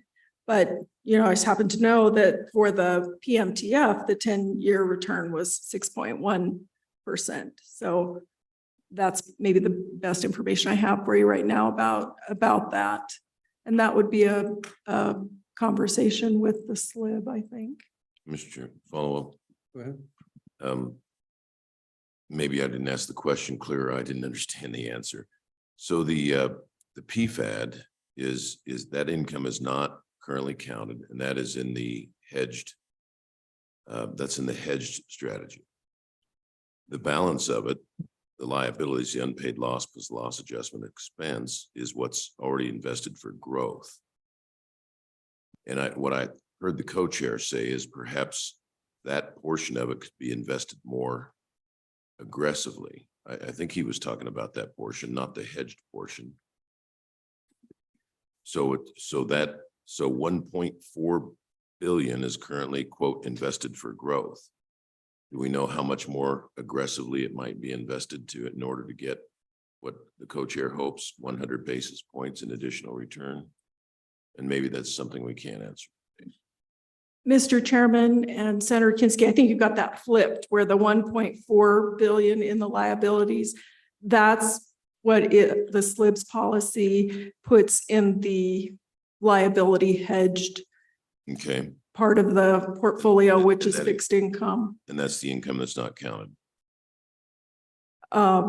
Then the income that the investment income that's not counted is on that reserve, which is the 1.16 billion.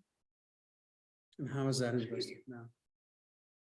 Mr.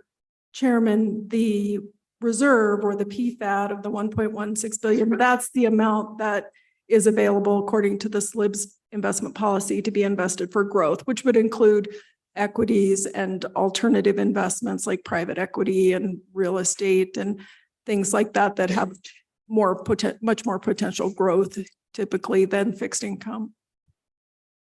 So what's the return off of that? Mr. Chairman, I don't believe that that's broken out specifically in the reports, but I would have to take a look at that and follow up. Yeah, because my understanding is it's still in a fairly passive investments. Don or Kevin, do you know? Mr. Chairman, that investment policy for that portion for growth does include fixed income, as Polly mentioned. Let me just run through a couple of them. The core fixed income target is 10%.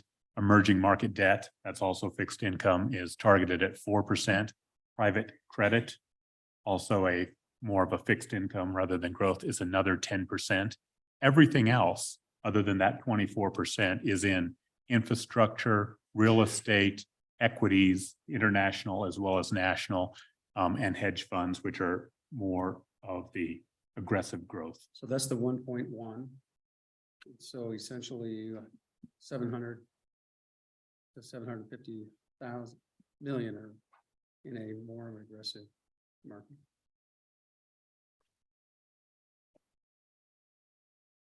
What's your conclusion? Do you think there's a $500 million that can be invested more aggressively, or does it look like they've already done that? I think they've already done. Okay. Go ahead. So Director Cooley, thank you, Mr. Chairman. Director Cooley or Jason, on your recommendations on page 30, if we change that statute to allow consideration of investment on all your returns to allow, you have some recommendations. Are there guidelines that you think we need to have there? It says currently statute only allows for consideration of investment income on the loss reserves or discounted liabilities. And so if we change that, then does that just allow you to make that determination by rule, or walk me through then the process, how that would reflect on the charges back to the employer? So, Mr. Chairman, Representative Larson, yeah, I mean, it's arguable that we already have the statutory authority within 201F to do this within 2714 201F. It gives the division full authority to figure rates. My recommendation is kind of forward looking for, if I'm not here, what's this look like statutorily, you know? Meaning I think we need some kind of level of sideboards in there, upper limits, lower limits, or whatever that might be, so that we stay and embed a conservative approach in the fund so that we're not ever unfunded. You have a recommendation. Is that kind of what you see on page, Mr. Chairman, I apologize, on page 32 that North Dakota does, or is that just when they trigger a Mr. Chairman, Representative Larson, so we might ask Mr. Meadows, the actuary. I would just note 32 is just some other recommendations as to what other states have done. You know, that triggers the rate holiday, right? Correct, Mr. Chairman. Yeah, so I would think, Don, that basically we would direct it to be invested through the treasurer's office in consultation with you And then the treasurer's office, along with you, then we decide how to break it up into similar to what we just talked about for workers' comp, is certain percentage of it in a fixed income that is or stocks that are easily sold. So you can always have the ability to get cash, and then a certain amount minimum. So tier it to, and I think that's once you establish it, as long as we give them the authority to do it, then I think it'd be pretty simple. Does that make sense, Don? Mr. Chairman, I think there are two different issues Yeah. here. One is the investment process, and I believe that structure is in place, and RVK takes your actuarial analysis and presents it to the SLIB board. Then I think Representative Larson is getting at, well, there is statutory authority that provides the department the ability to enact a rate reduction on employers. But the authority is arguably beyond what the department feels comfortable with. There, I think, I don't mean to interpret, but I think you're asking for some additional guidance along with that authority. Mr. Chairman. And so I have it in my mind that you're not able to use all your investment income. That you're only able to use the investment income off the loss reserves. And there's additional income that you could do to relieve that burden on the employer. Am I mistaken? And if you could please clarify it for me. So, Mr. Chairman, Representative Larson, I think you're partially correct. I'm thinking through it in my head. So in essence, I think what you said is correct. However, I wouldn't say it's a cash flow problem that we have. I mean, we always have the money to pay our bills, so to speak. I think this approach where we would consider consider the income on the provision for adverse deviation that we typically don't do, it would lower those rates for employers. Yes, Mr. Co-Chairman, can I help? And maybe what I'm hearing to help refocus us. Department of Workforce Services has not asked us to do anything concerning investment earnings with any of the funds. And that the information we have received, particularly from Dawn, indicates that those funds are being properly invested by SLIB. So I think we can check that box, solid as a rock there for now. What they have provided to us, and I think that last slide 30, is a proposed recommendation to give them flexibility that when the numbers support it based on investment earnings and other factors that go into the fund calculation, that would then trigger statutory authorization for them to provide a rate holiday for employers. That is what I heard to be Representative Larson's motion, was to adopt that recommendation from the Department of Workforce Services, of which I second and think it's worthy of a bill draft and look forward to seeing it at our next meeting. That said, Senator Anderson, who is, I think, most experienced on this topic, having employed the type of employees and the type of workforce that's been most impacted by a workers' compensation line in their budget, has some thoughts he'd like to share with the committee. Vice Chairman Anderson. Mr. Chairman, I would like to leave the rate alone. What happens with us in the past is if we got a rate decrease, we knew that we were going to have a rate increase in the following years.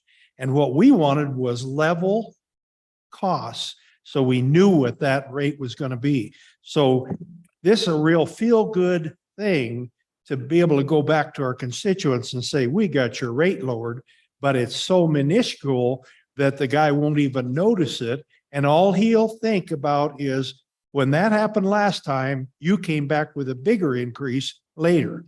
So I do not want to change the rate for our employers at all, raise or lower.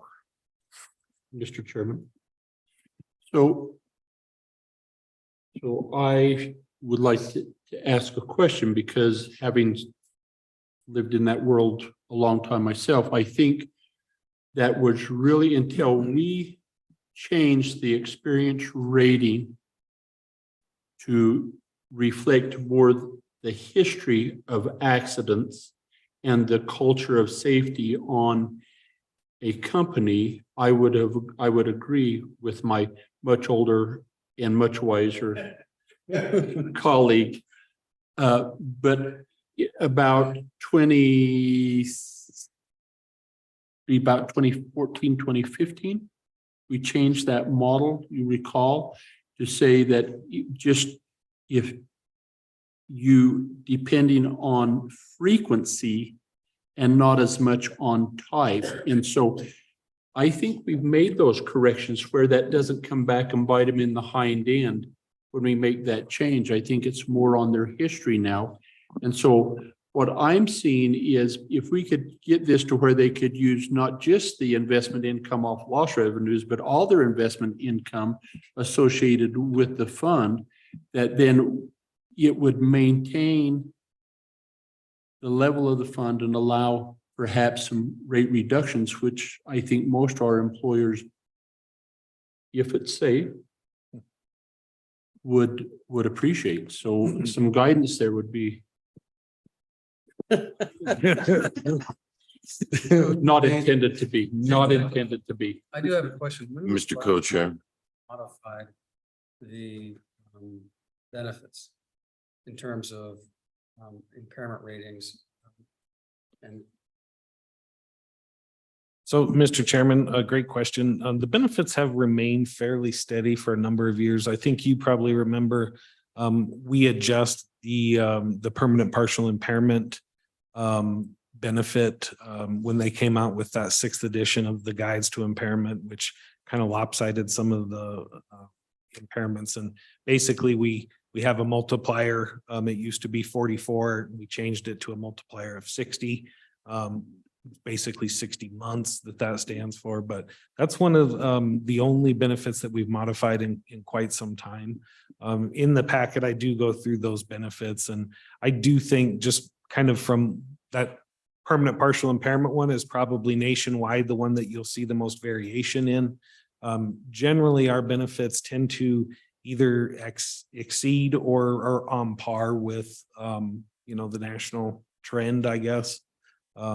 So for whatever that's worth. Mr. Chairman. go ahead.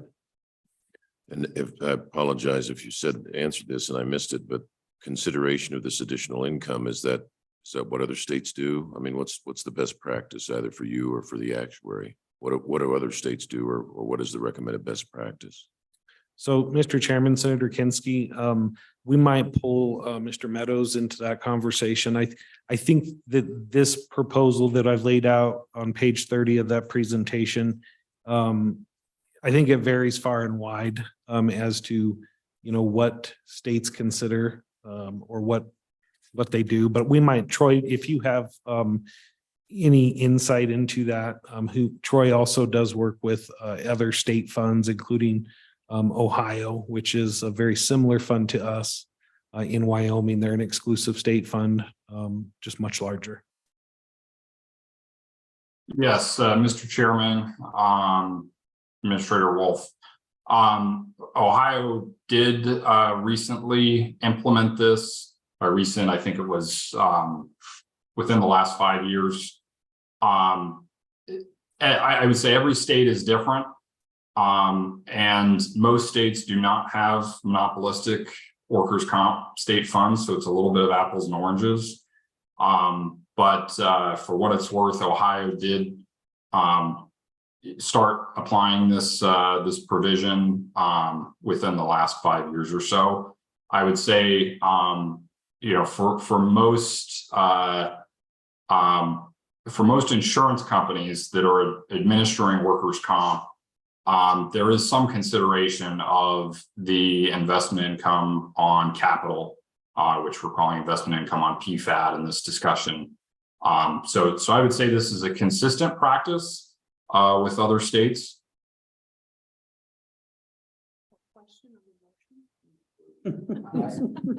Aye. Mr. Co-Chair. Follow up. Well, Yeah, would it be possible then to, I think in the other context, we talk about back testing to see. Because you referenced maybe having some sideboards on how high or how low you're cautioned against too big a change. Be possible to somehow model this thing based on past performance so that we can see what the dangers are. I'm like Senator Anderson. I think we got a good solid fund. The rates are low, predictable. I hate to do anything that would make it look like it's a pension fund. Essentially. Mr. Chairman, Senator Kinsey, Troy, I believe that that's possible, that we could probably model this for like a 10-year period, looking back at the rates, seeing how this investment income on PFAD would have affected that. Is that essentially your question, Senator? So we can certainly work with the actuary to put something together of that nature and get it to the committee. Yeah, particularly for years where there's disaster. I mean, we want to be able to pick up 08. We want to be able to catch up we want to be able to pick up the bad years too. We don't want this fund bouncing around based on bad years. And I think, Mr. Chairman, just to add to Senator Anderson and Senator Kinsey's thoughts, I've done this for approximately 20 years. And one of the things that we really hear a lot is fluctuations. Businesses typically are no different than state government. They have a budget. When it fluctuates, things happen. And while we never hear angry phone calls about a rate decrease, we always hear them whenever we have to raise the rate. And we've only done that one time in the last 10 years, and it was 1% rate increase. The rest of the time, we've either lowered those or kept them flat. And in part, that's because of the size of the fund that we have. We're able to keep that steady or lower the rates for employers. So just something to consider. okay, was there a motion on the floor? Second. What's the motion? Aye. Aye. To do what? To allow us to use the other income, like the recommendations. And so everyone understand the motion? Is to draft a bill along with the data. Don? Mr. Chairman, Madam Co-Chairman, I believe the motion is to modify statute to allow for the investment income off of the PFAD to be included in the rate calculation. No? So if we look at page 31 of Department of Workforce Services presentation, we are not doing anything with investment income. We, the legislature, are not. It just goes into the Department of Workforce Services calculation as to what their fund balance is to determine whether or not a rate decrease is appropriate based on the investment returns, right? Some years they do well and some years they don't. I think last year was a poor year. And so last year they would not have given any kind of rate reduction to employers as a result of having a poor investment earnings year. However, next year may be rolling in the dough. And therefore, when they do their calculation, that may result in a rate reduction. So page 31 is what the recommendation is from Mr. Wolf based on his consideration of this. He also gives it alternative consideration, but not the first priority that he has identified. That's found on page 32. We're just looking at 31. And so the recommendation is a statute change to likely fit into Wyoming statute 27-14-201, which is for our consideration of an upper and lower limits on the percentage allowed when the rate of return is negative. They may not consider the PFAB, but when it's an upper limit, a conservative approach. And so what we need to do is we're doing one of those House bill drafts of big, loose, ambiguous ideas that we're going to plug in numbers later after consultation with Troy. Is that a compliment? And Jason, I'll let you interpret that however you feel. And are you having fun? Question? And so we would like to hear at our next meeting further guidance as to what those limitations should be with specificity, with, I think, a reference of Ohio as an example that Troy has familiarity with, and I think Jason does too. Mr. Co-Chair, I do have a clarification though. Is the department coming in here saying this is what we recommend to do, or were they asked if you wanted to, if we legislature wanted to lower rates, how would you recommend that we best do it? Are you advocating for these changes outlined on 3031, or were you asked to provide some options? So, Mr. Chairman, Senator Kinsky, as always, I remain neutral.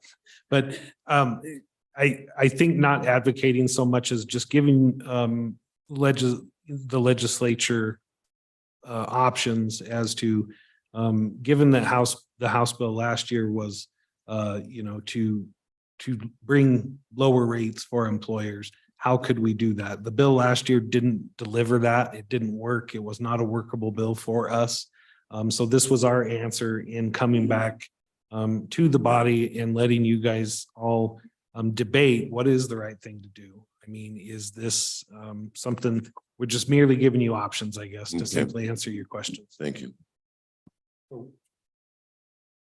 Madam Chairman, if I could, Madam Chairman, thank you, Mr. Chairman. As you talked about on the slide on page 31, you left out the word income on FED, on PFED. I didn't mean to. I'm Yeah. a full adoption. So it's to consider being able to use that income off the PFAD with some side rails, right? Yes, Thank you. to the adoption of the concept found on page 31. All those in favor say aye. Opposed? No. That motion carried. All right, so we'll see that again. Okay, anything else for Jason I have a question. or Robin? Go ahead. Mr. Co-Chairman, so on page 32 are the other considerations. And one is a specific reference to North Dakota. And that seems like an interesting idea as well. Why would that not be preferred over the Ohio approach? So, Madam Co-Chair, I think just recognizing that the preference maybe is not the word I would use. I think implementing too many changes with it at one time causes some angst on, I think, the actuarial side, but Mr. Meadows might be able to provide a little bit more of a actuarial answer as to why the trigger method, as I termed it in bullet point 1 on page 32, wouldn't be a preferred method. And I know Troy and I have discussed that a little bit, but Troy, if maybe you could kind of allude to why that wouldn't be a preferred method to have like a trigger mechanism that would automatically set in motion a premium credit or a refund. Mr. Chairman, the North Dakota method reference there is, I would say it's kind of an alternative thing. It's not necessarily an either or, that could be an additional mechanism that could be applied. That is simply something that North Dakota statute specifies that when certain trigger levels are hit, there's either a dividend or a rate holiday or something of that nature. It's a little bit of a different issue. A dividend versus a rate decrease are two separate things. A dividend is a one-time release of funds, whereas a rate decrease in 1 year it may continue into future years as well.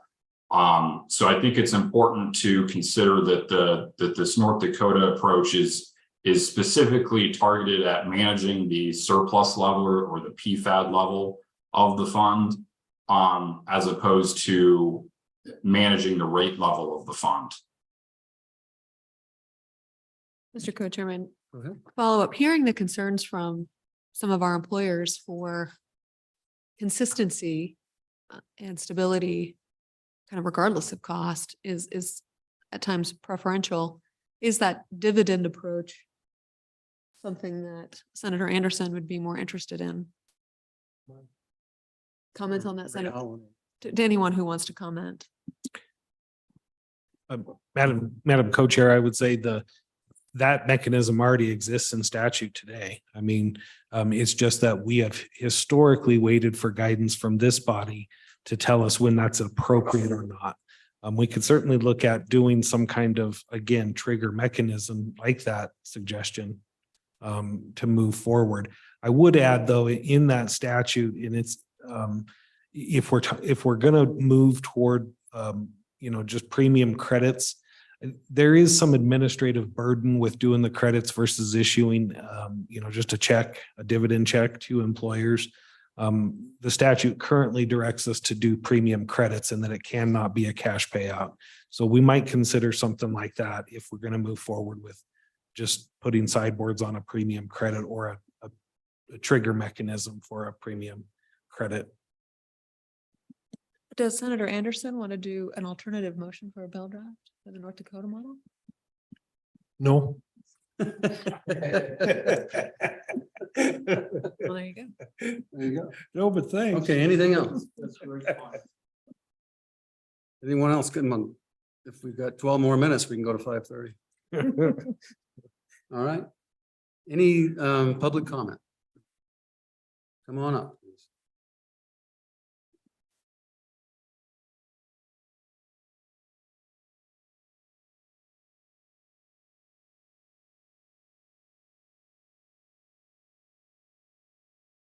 Good afternoon, Mr. Chairman and members of the committee. My name is Tammy Johnson. I'm the Executive Director for Wyoming AFL-CIO, and we represent workers in the labor unions in Wyoming. I also feel like I often speak for many workers who don't have a voice any other way.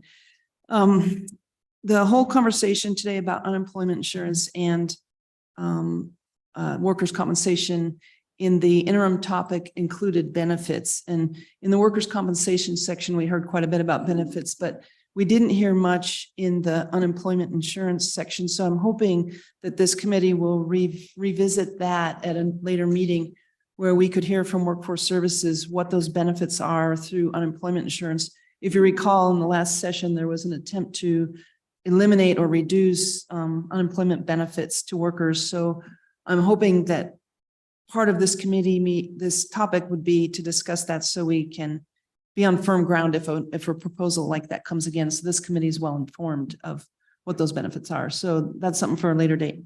But talking about the workers' comp benefits, and I was glad to hear that in the last 20 years, we've reduced the injury rate in this state, but I think you should know what the injury rate is and how it compares to other states now. Wyoming, the on-the-job death rate in Wyoming is the highest in the nation. It's over 2.5 times the national average. We've been consistently the highest state killing workers in the last 10 years. We've probably been number one more than 50% of the time. And I always hear people say, well, we're a hard state to work in. Well, if you know you have a dog that bites you, don't let the dog keep biting people. You do something to stop the dog from biting, right? So if we can do some things in this state to reduce that on-the-job death rate, that too will help bring down these rates that employers have to pay in workers' compensation. I would assume if there are fewer deaths, there are fewer payouts, then the pool is better, right? So the other thing that we're famous for, well, not so famous, but injuries, in 2021, our total injuries was 4,700 on the job injuries. That doesn't sound like a lot. It's 2.9 per 100 workers. And it's right in the middle of the pack. We're just a little bit above average nationally. So we are hurting workers at a higher rate than most states. So we have to figure out why that is. And that brings me to one of my first proposals is, and I know Ms. Shaner here can talk a little bit more about this because she remembers it, but there used to be an epidemiologist at the state that studied why we have these injuries and why we have these death rates. And maybe when we had that epidemiologist, that's what helped to start bring down these rates. And I don't know about you, but I'm not happy with being number one in killing workers in the nation. And we shouldn't be doing it. We're better than that. Yesterday, one of my workers was coming from Du Bois to Lander, and there's a construction crew out there, no helmets, no vests, no shirts. All the guys are out there working on the roads. Their employer is not making them follow the safety regulations. We know that Transportation is the largest category of death-related work injuries. And here we have, a contractor who's working for the state of Wyoming, who's not requiring his workers to be adequately dressed. That's just one example. We can do better by that. I think another suggestion that has come up, one of the things that the on-the-job death rate that AFL-CIO puts together, they gather all the data from every reporting agency and put it into a succinct report, much like the NEA report that you guys got for teacher salaries. OSHA, if we were to inspect each workplace, the number of OSHA inspectors we have, it would take Wyoming 167 years to inspect every single workplace once. So I think if we could up the number of OSHA inspectors we have and put them in those more highly dangerous situations areas, that would be helpful to lowering some of these accident and death rates.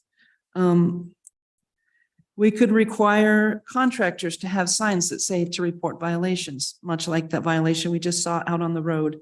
I think back in the day, we used to have signs that said, give them a break, slow down. You don't see that in construction zones anymore.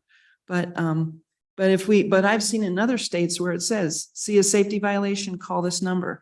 And it would be much easier for the public and me, because I call OSHA a lot and report safety violations, to call and say, hey, this is going on. Can you send someone down here and knock this contractor in the head?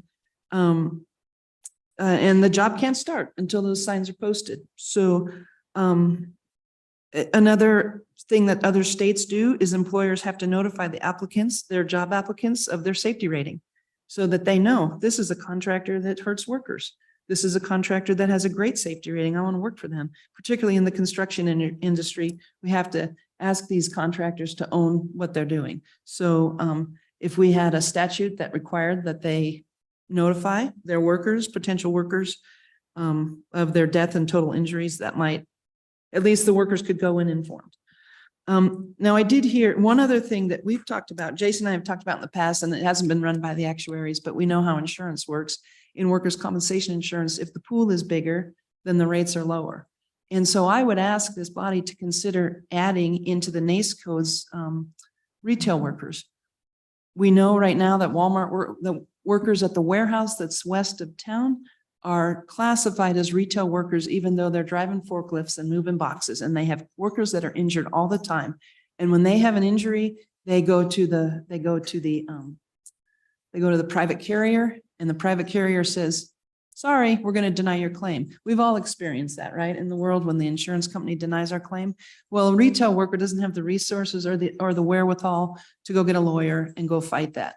Somebody in the state workers' comp system gets a lawyer assigned to them, and they get help to follow through on their claim, and then they get the coverage that they deserve.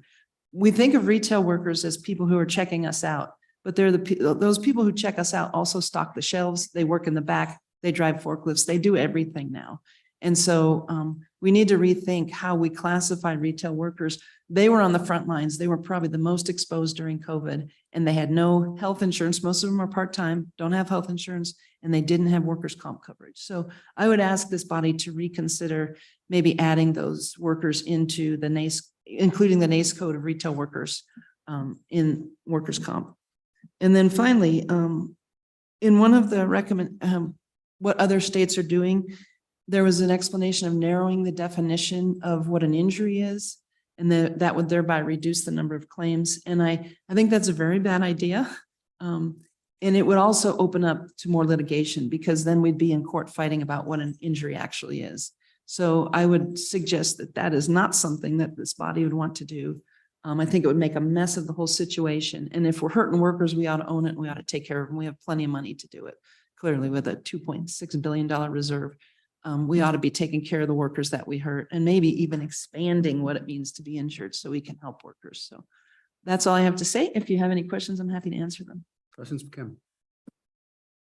Okay. Thank go you. ahead. Good afternoon. I know you're ready to head out, I'm sure. I'm Marcia Shaner. I'm with the Wyoming Trial Lawyers Association.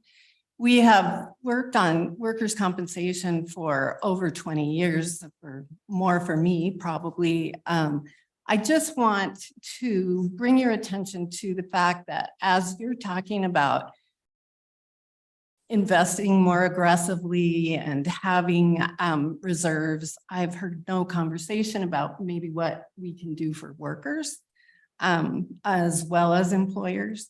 The last time we really did anything with benefits was 2008 and 2009, and we worked very hard on increasing some benefits. We've actually had a decrease in benefits more or less with the adoption of the 6th edition of the AMA guide. Really did reduce benefits for a lot of workers. There's so many small things that we could do. The death benefit for a single person with no beneficiaries is $10,000.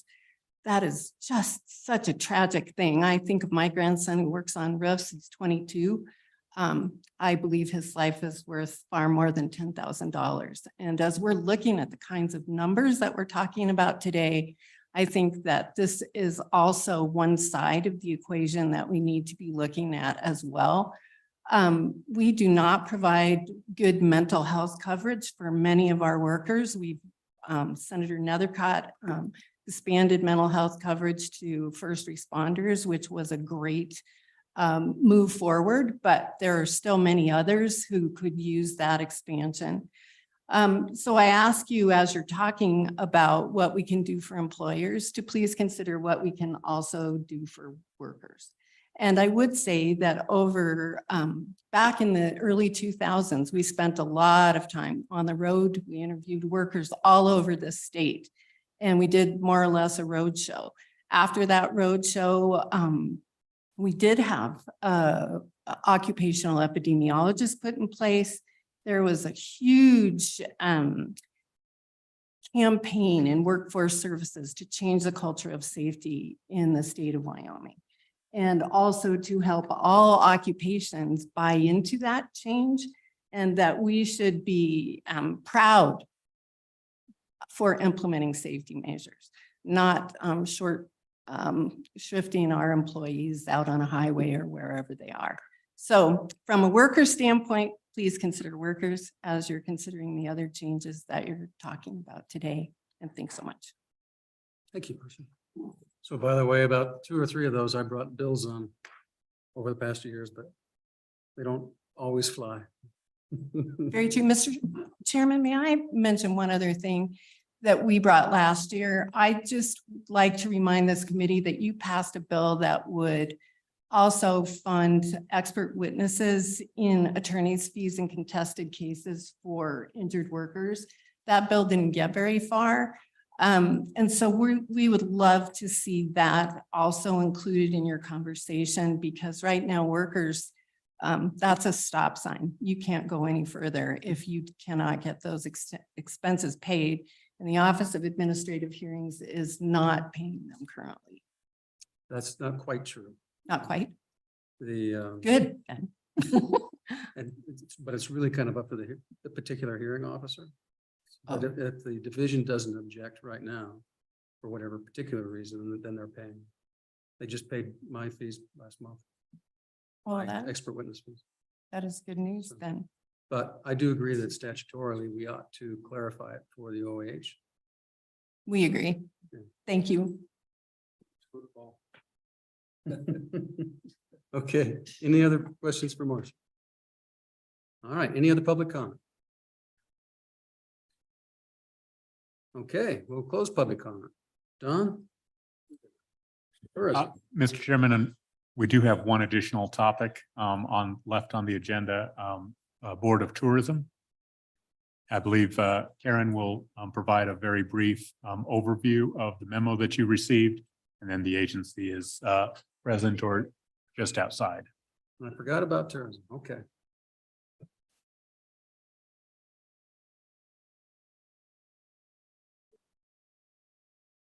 We'll let everyone depart. You're welcome to time me. I'm hoping to keep it under 5 minutes.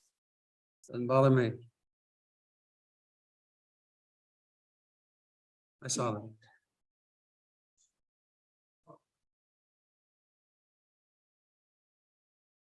Okay, Karen, go ahead. Thank you, Mr. Chairman. Karen Von LSO. Like I said, I'm going to keep my comments brief. The agency does have a presentation to follow. You don't have to And- speak fast. It's okay. and they will be available to answer your questions. It's just my desire to go through the memorandum that was prepared and is in your packets as item 11.1. Since 2007, cities, towns, and counties have had the authority to impose a local lodging tax with voter approval. Except for 10% that is used for general revenue for the jurisdiction, the rest of the funds are restricted to travel and tourism. If you'll notice on that memo, page 2, most jurisdictions did impose a lodging tax in 2007. And those that didn't impose it at a county level did impose it within some of their municipalities. The only exception being Teton County, which didn't impose the tax until 2012. Lodging taxes locally return about $13 million to local jurisdictions every year. Wyoming Tourism Board was called out in the Wyoming Business Council's budget in 2007.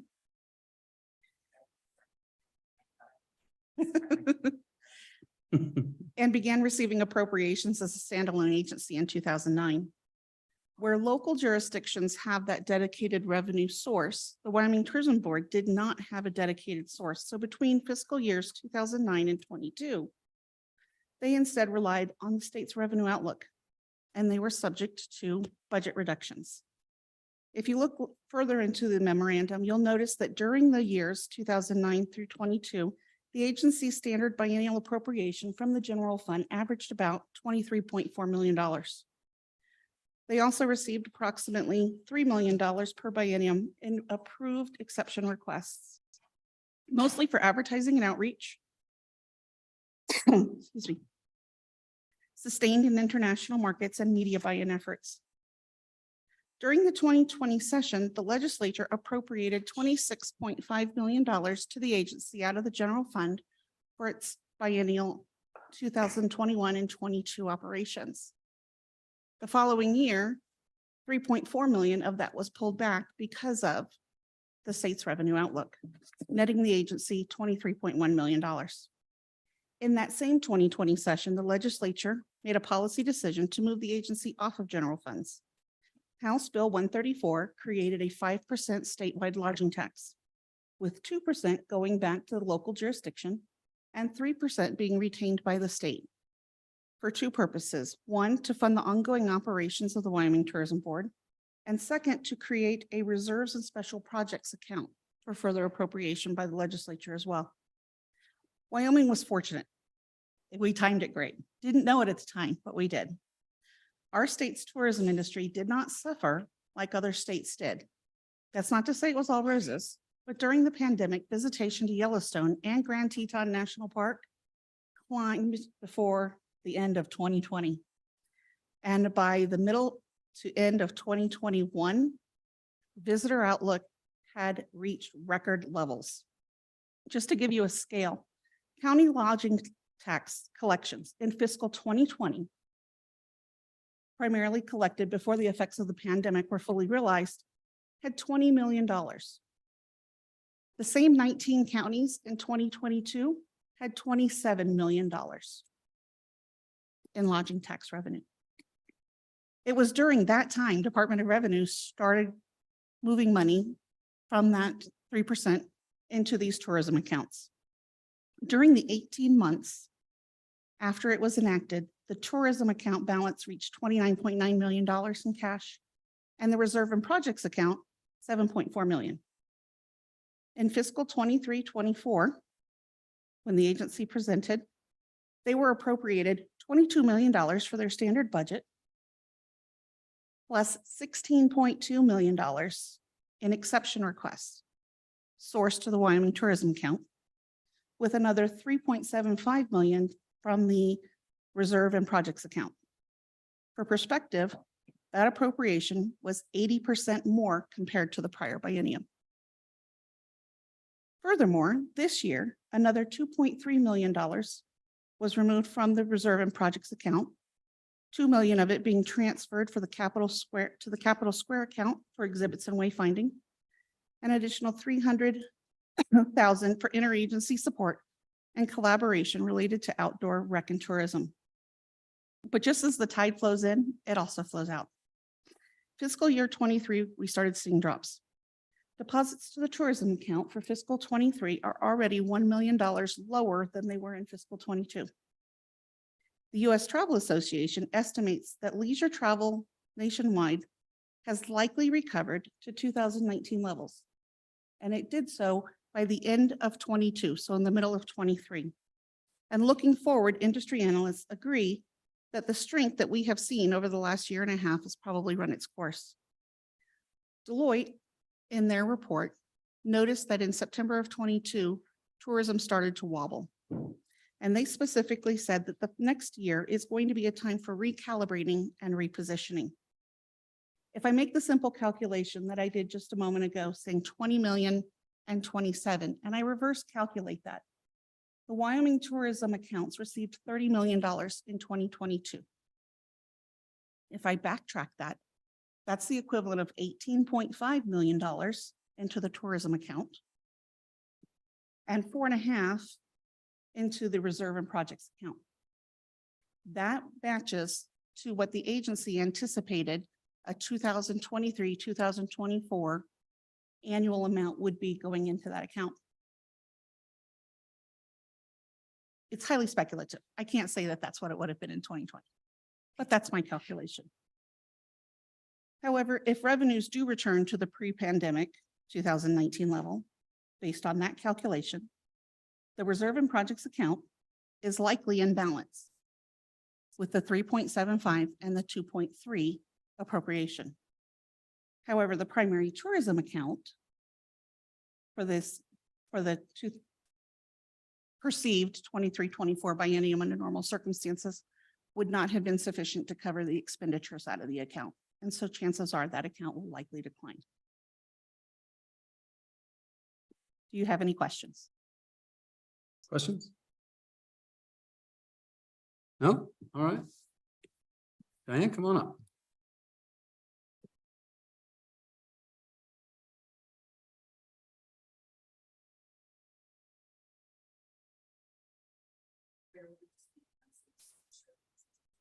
Sure.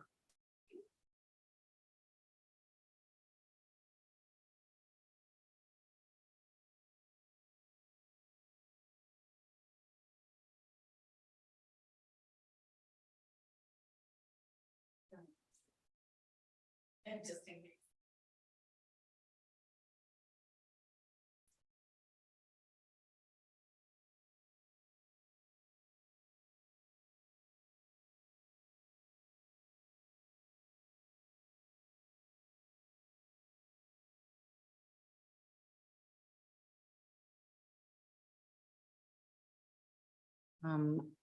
Karen, I don't have through this connection the ability to share a screen with the link that was sent.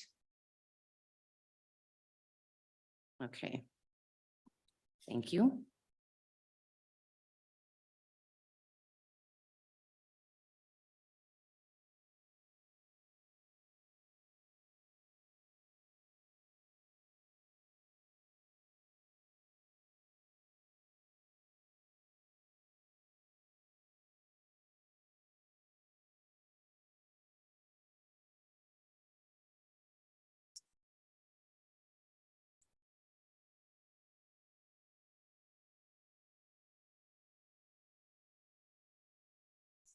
Presentation.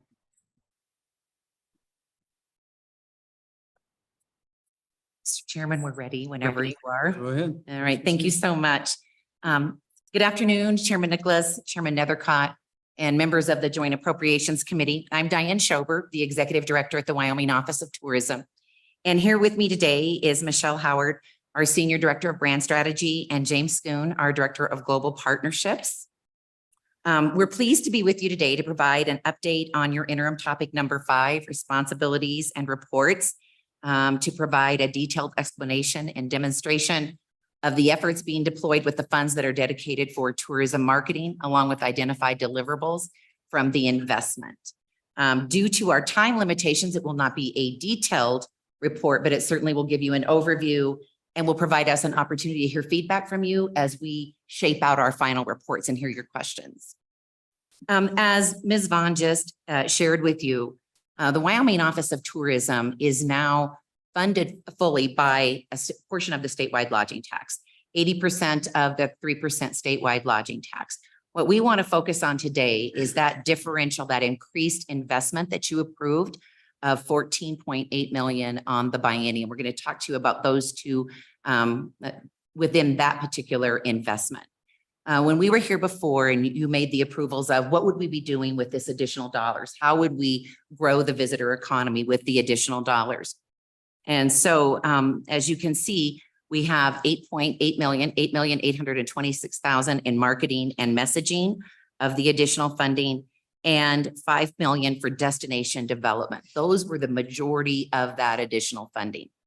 And then we did have some dollars dedicated to leveraging technology and to growing domestic and international trade. Again, these are biennial numbers, but we want to address those with you today.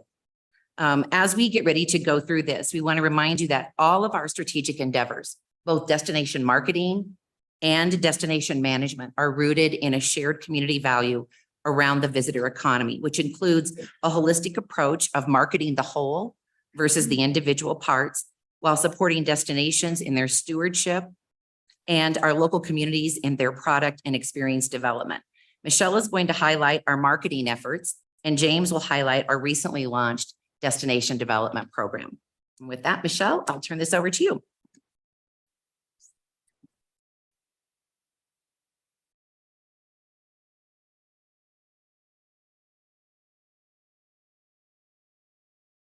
Thank you, Diane. Good afternoon, Chairman Nicholas, Chairwoman Nethercott, members of the Joint Appropriations Committee. As Diane mentioned, I'm Michelle Howard. I'm the Senior Director of Brand Strategy for the Office of Tourism, and I'm going to walk the committee through the $4.4 million investment in marketing and messaging for this fiscal year. It's going to include statewide content development, partnerships to broaden our reach, expanded national media buy, and industry partner co-ops.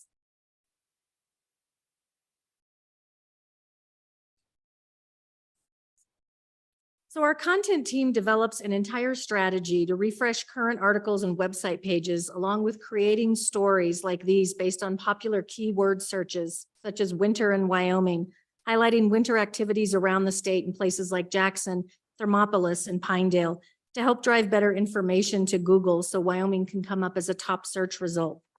We also use the additional budget to build new content, like a guide to Kilpecker Sand Dunes, and produced a Scenic Byways podcast with itineraries taking visitors on a journey through some of Wyoming's most picturesque road trips, like the Snowy Range and along the Oregon Trail Historic Byway. Increased funding has also allowed us to host journalists and influencers to explore themed itineraries on platforms like Travel and Leisure to Fox Nation. Stories covering things like the ultimate getaway experience in communities that were hosted by Sheridan, Buffalo, the TA Guest Ranch, Gillette, and Devil's Tower. Storytelling through long format videos on YouTube really resonates with travelers, providing inspiration since YouTube ranks only second behind Google as the most visited website in the world. My First Rodeo and Howdy Neighbor are two examples of how we're connecting our audience with firsthand experiences in Wyoming. My First Rodeo is a 7-episode YouTube series following travelers experiencing a Wyoming rodeo for the first time. Each episode highlights a different rodeo and its unique Western qualities that anyone can experience in places like Lander, Douglas, and Casper. Howdy Neighbor is an episodic video series showcasing off the beaten path experiences and communities from a firsthand perspective. The series has been distributed not only through YouTube, but also through international trade networks in Europe and Asia, highlighting statewide experiences in various communities like Kemmerer, Cheyenne, and the Northeast corner. We also produce new visual assets from every corner of the state that are used on all of our social media channels, our website, and for future story placement. This past year, we've been to nearly all counties to gather a variety of assets, including a recent shoot in Platte, Converse, Goshen, and Laramie County. Overall, this additional budget, and about $1 million of it has gone towards content development, has been invested in optimizing our content through social channels, website, and media relations, elevating our overall reach outside of our national paid campaign, and has fostered the work that you're about to see in our Ford partnership and our Modern Explorers campaign. Partnerships with other brands allow us to expand our reach beyond our marketing efforts alone. Partnering with Ford to create this Wildly Wyoming series gave us the opportunity to work with a group of ambassadors driving these new Ford Bronco vehicles all around Wyoming. The ambassador teams took on challenges that highlight the unique landscapes and the people of Wyoming. The challenges educated viewers on what it means to be a modern explorer and a good steward of our lands. So the messaging really aligned with our Modern Explorers campaign and our Why Responsibly messaging. This was about a $750,000 investment that generates 5 15-minute outside TV episodes to run on connected TV and YouTube channels, both at the Wyoming Office of Tourism, Ford, and Outside Magazine. Transitioning now to a paid media example from the Modern Explorers campaign. This is traditionally what we would have as like a TV spot, but it runs on a variety of digital channels as well.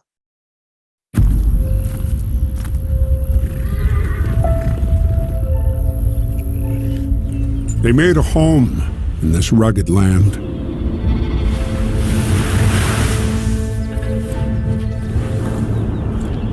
And they made their mark as well.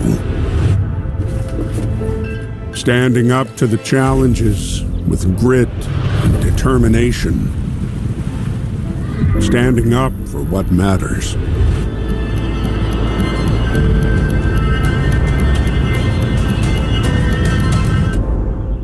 They became leaders. They became legends.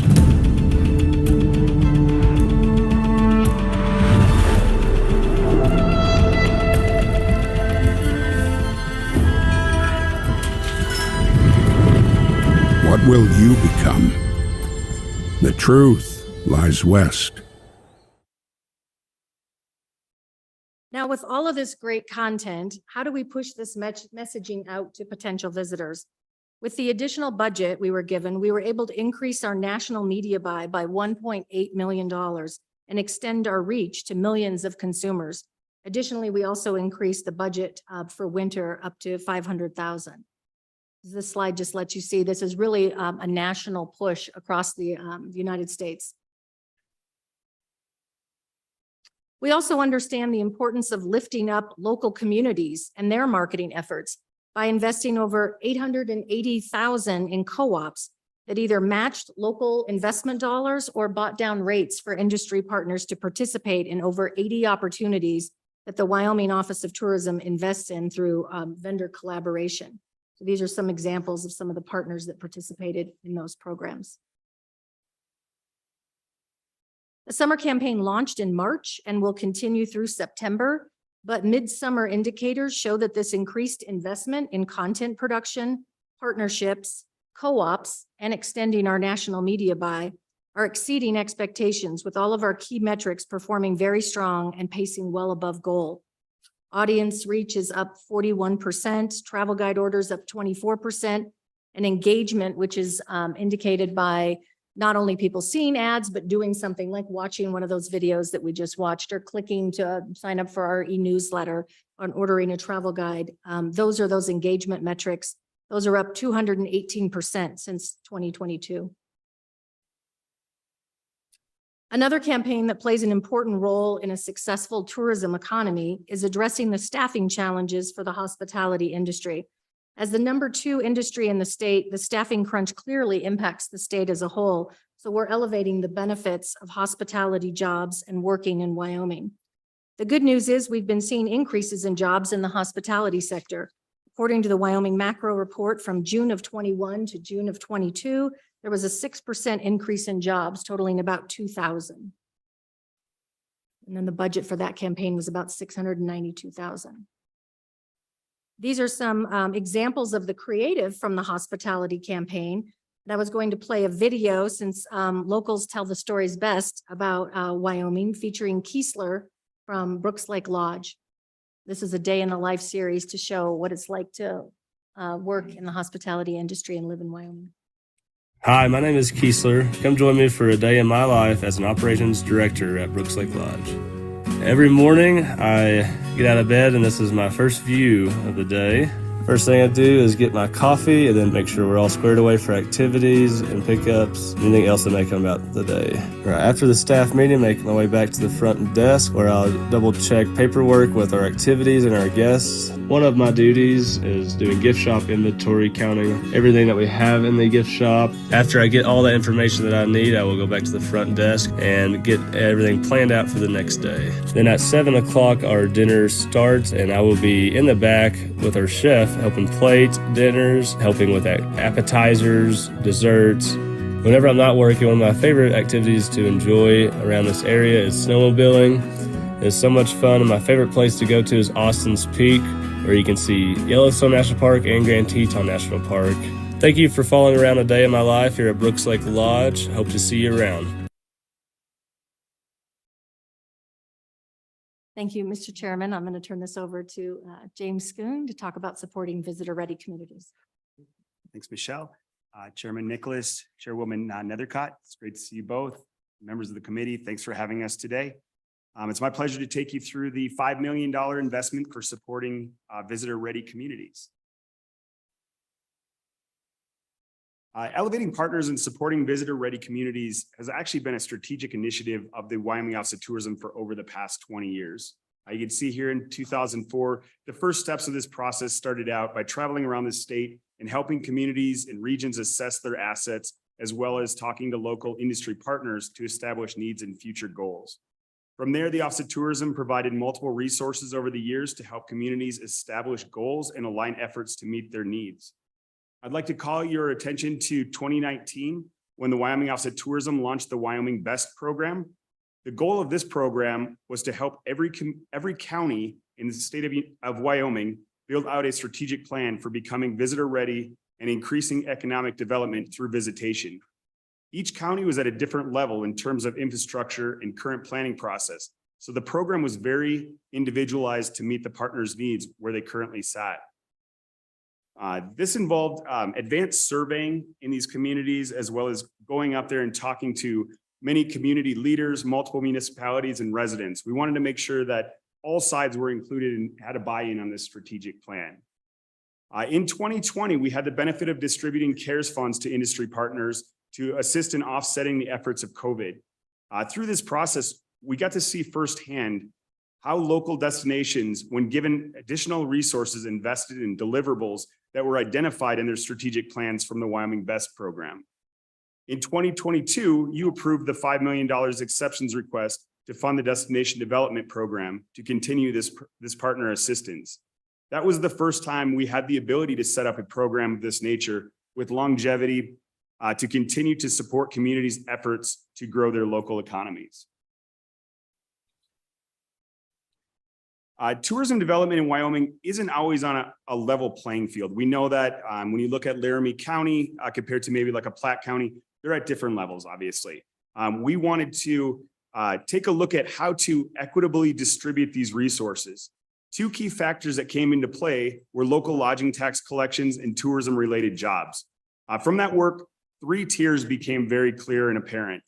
It was decided the best way to distribute these funds would be to work through the established local lodging tax boards, as we had done earlier with the CARES funds. Another parameter was that the lodging tax boards would have to complete the it would have to complete the Wyoming Best program and have a strategic plan in which the funds would be dedicated to achieving those set goals. As you can see here, this is the breakdown of how that was established. So you look at the lodging tax collections, the 3-year average. Tier 1 is over 1.5 million in lodging tax collections and over 2,200 jobs.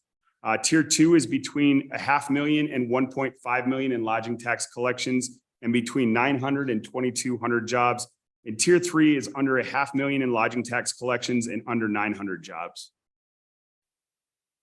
So here's a breakdown of the tiers. Tier 1, you can see, has 4 partners. Tier 2 has 5 partners. And Tier 3 has 14 partners. Tier 1 is going to be made up of mostly our established partners. They have full-time staffs and they've been working off strategic plans for quite some time. Tier 2 is ripe with growth. They have a lot of potential. We feel this is really where we can make the most movement early on. Tier 3 has partners at all different levels. Some of these partners need assistance with staffing, others may need assistance with websites or even base level resources. So a little bit different across all of those tiers. Through multiple education sessions, we informed local lodging tax boards of their tiers and approved dollar amounts. They then submitted the applications that listed programs and projects that they would dedicate the funds towards and entered into a contract with the Wyoming Office of Tourism. Here are a couple of examples of how some of those partners are utilizing the funds. The top one, you're probably familiar here in Laramie County. They're expanding the Hell on Wheels Rodeo Series to develop more tourism demand during the year outside of Cheyenne Frontier Days. You have Goshen, Campbell, and Albany that all needed assistance with staffing that could hopefully keep open their visitor centers, as well as do fulfillment as you have requests throughout the year for brochures. Sheridan County is doing a great incubator. If you are familiar with the one here in Cheyenne and Casper, they worked with either a business that's around already that they can expand or a new business that could come in and fill a void that visitors are looking for. Albany County is looking to build out more transportation and transit to get people around. And Fremont County is working to expand their current events to increase visitation and economic impact. And again, those are just a few of the examples. There are a lot of smart folks out there that we've been working with, and it's going to be exciting to see how those play out. As for deliverables, including in that application that all the lodging tax boards defined, they put their metrics and their deliverables that are very specific to each area.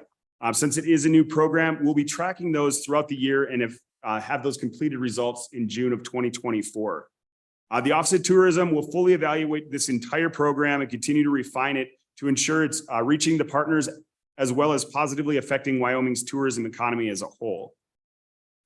Here. And then this last slide, I just put this on here just to give you a visual. This is a map that lays out the partnerships across the state.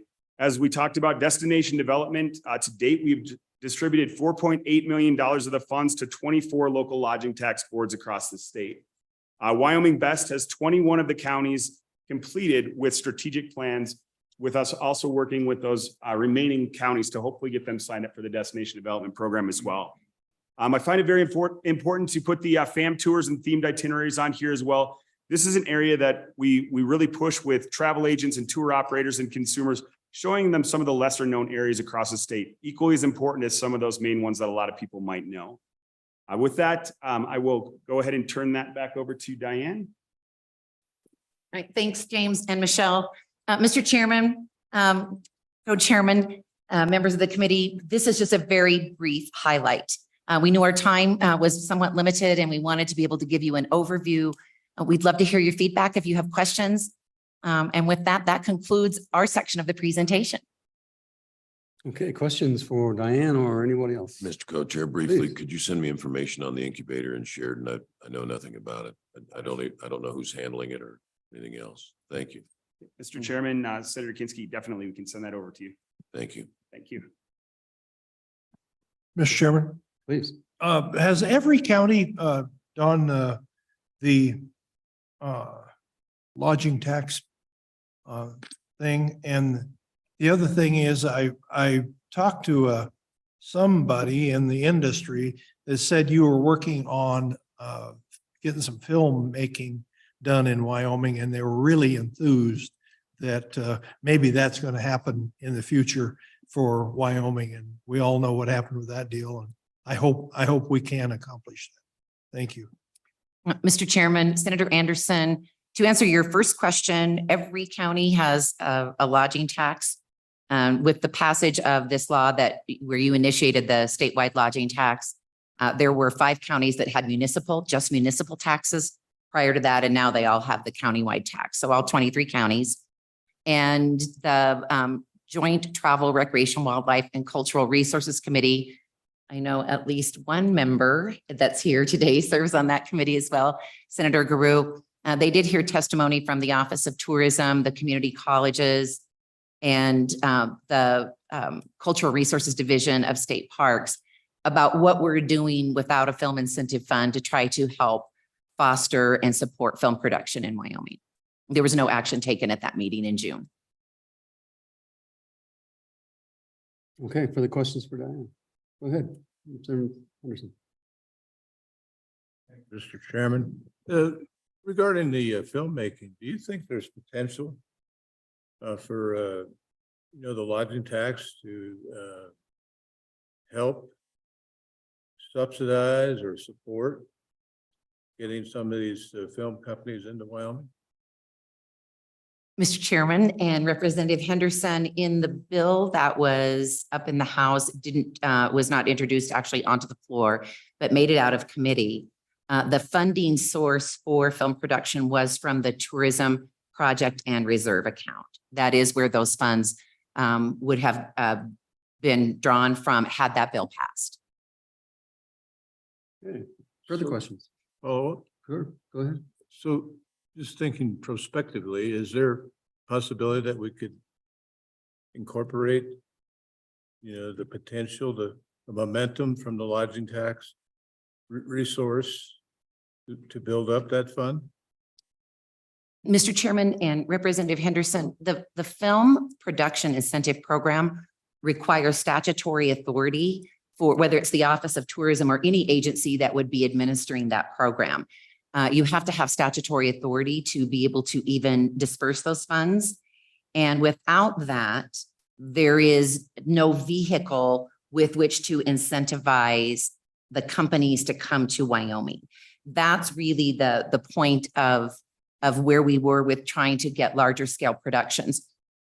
Without going into a lot of detail here today, but there are programs through the Humanities Council and some through the Wyoming Arts Council and even the Cultural Trust Fund for some very small scale productions.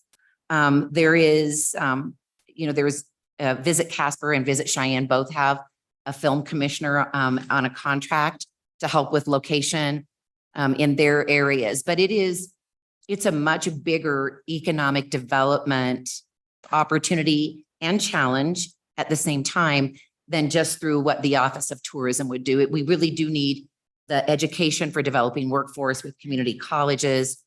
We need a lot of other partners in this endeavor. And so briefly, I'm just sharing with you what we faced, and our office would still always be a strong supporter of that program should there be a desire to bring it forward again. Gotcha. Please. I just asked a memo. The Keys, the ones that already have it, New Mexico, Calgary, Atlanta. Can you give me a list of the films that have been filmed and how many millions of dollars went back to those productions? Because I have people grind hard on me about this. And I said, the prior fund was $3 to $4 million. You're talking about checks for 10, 15, 20, $30 million going back to some of these productions if they're of any consequence. And I'd just like to get a list of the major states that are playing there, what kind of dollars they're playing with. Thank you. Yeah, Mr. Chairman, Senator Kinsky, consider it done. We'll get it to you and we'll share it with all of you too, so that you all have that information. Okay, more questions for Diana? Seeing none? Any public comment on tourism's presentation? Okay, thank you very much. You're welcome. And Mr. Chairman, we'll give you a comprehensive, complete report. It's just easier to show you the work and have a demonstration of what it looks like versus just seeing it, so we wanted to take a brief few moments of your time. Thank you so much. And we look forward to being back with you again. Okay. Thanks a lot. Okay, now, Don. Mr. Chairman, just as a quick wrap up, you considered 7 different topics today. Tomorrow you will have 9 different topics. As a result of your work today, you had 3 bill drafts from the Wyoming Retirement System issues, a bill draft on unemployment insurance trust fund, a bill draft on the workers' comp, and a conceptual framework for moving to the actuarial approach on Wyoming retirement. That means we're going to have 9 bills tomorrow? Possibly. As you go home this evening, you may wish to think about any directives tomorrow for major maintenance. You explored that topic, but there were no additional steps taken, so keep that in mind. And tomorrow is another full day. I don't think any other committee in the legislature deals with the variety of topics that this one does. That's why it's so fun. Okay, thank you. Any other comments? Otherwise, seeing none, we'll adjourn for tomorrow and we'll see you at 8 o'clock.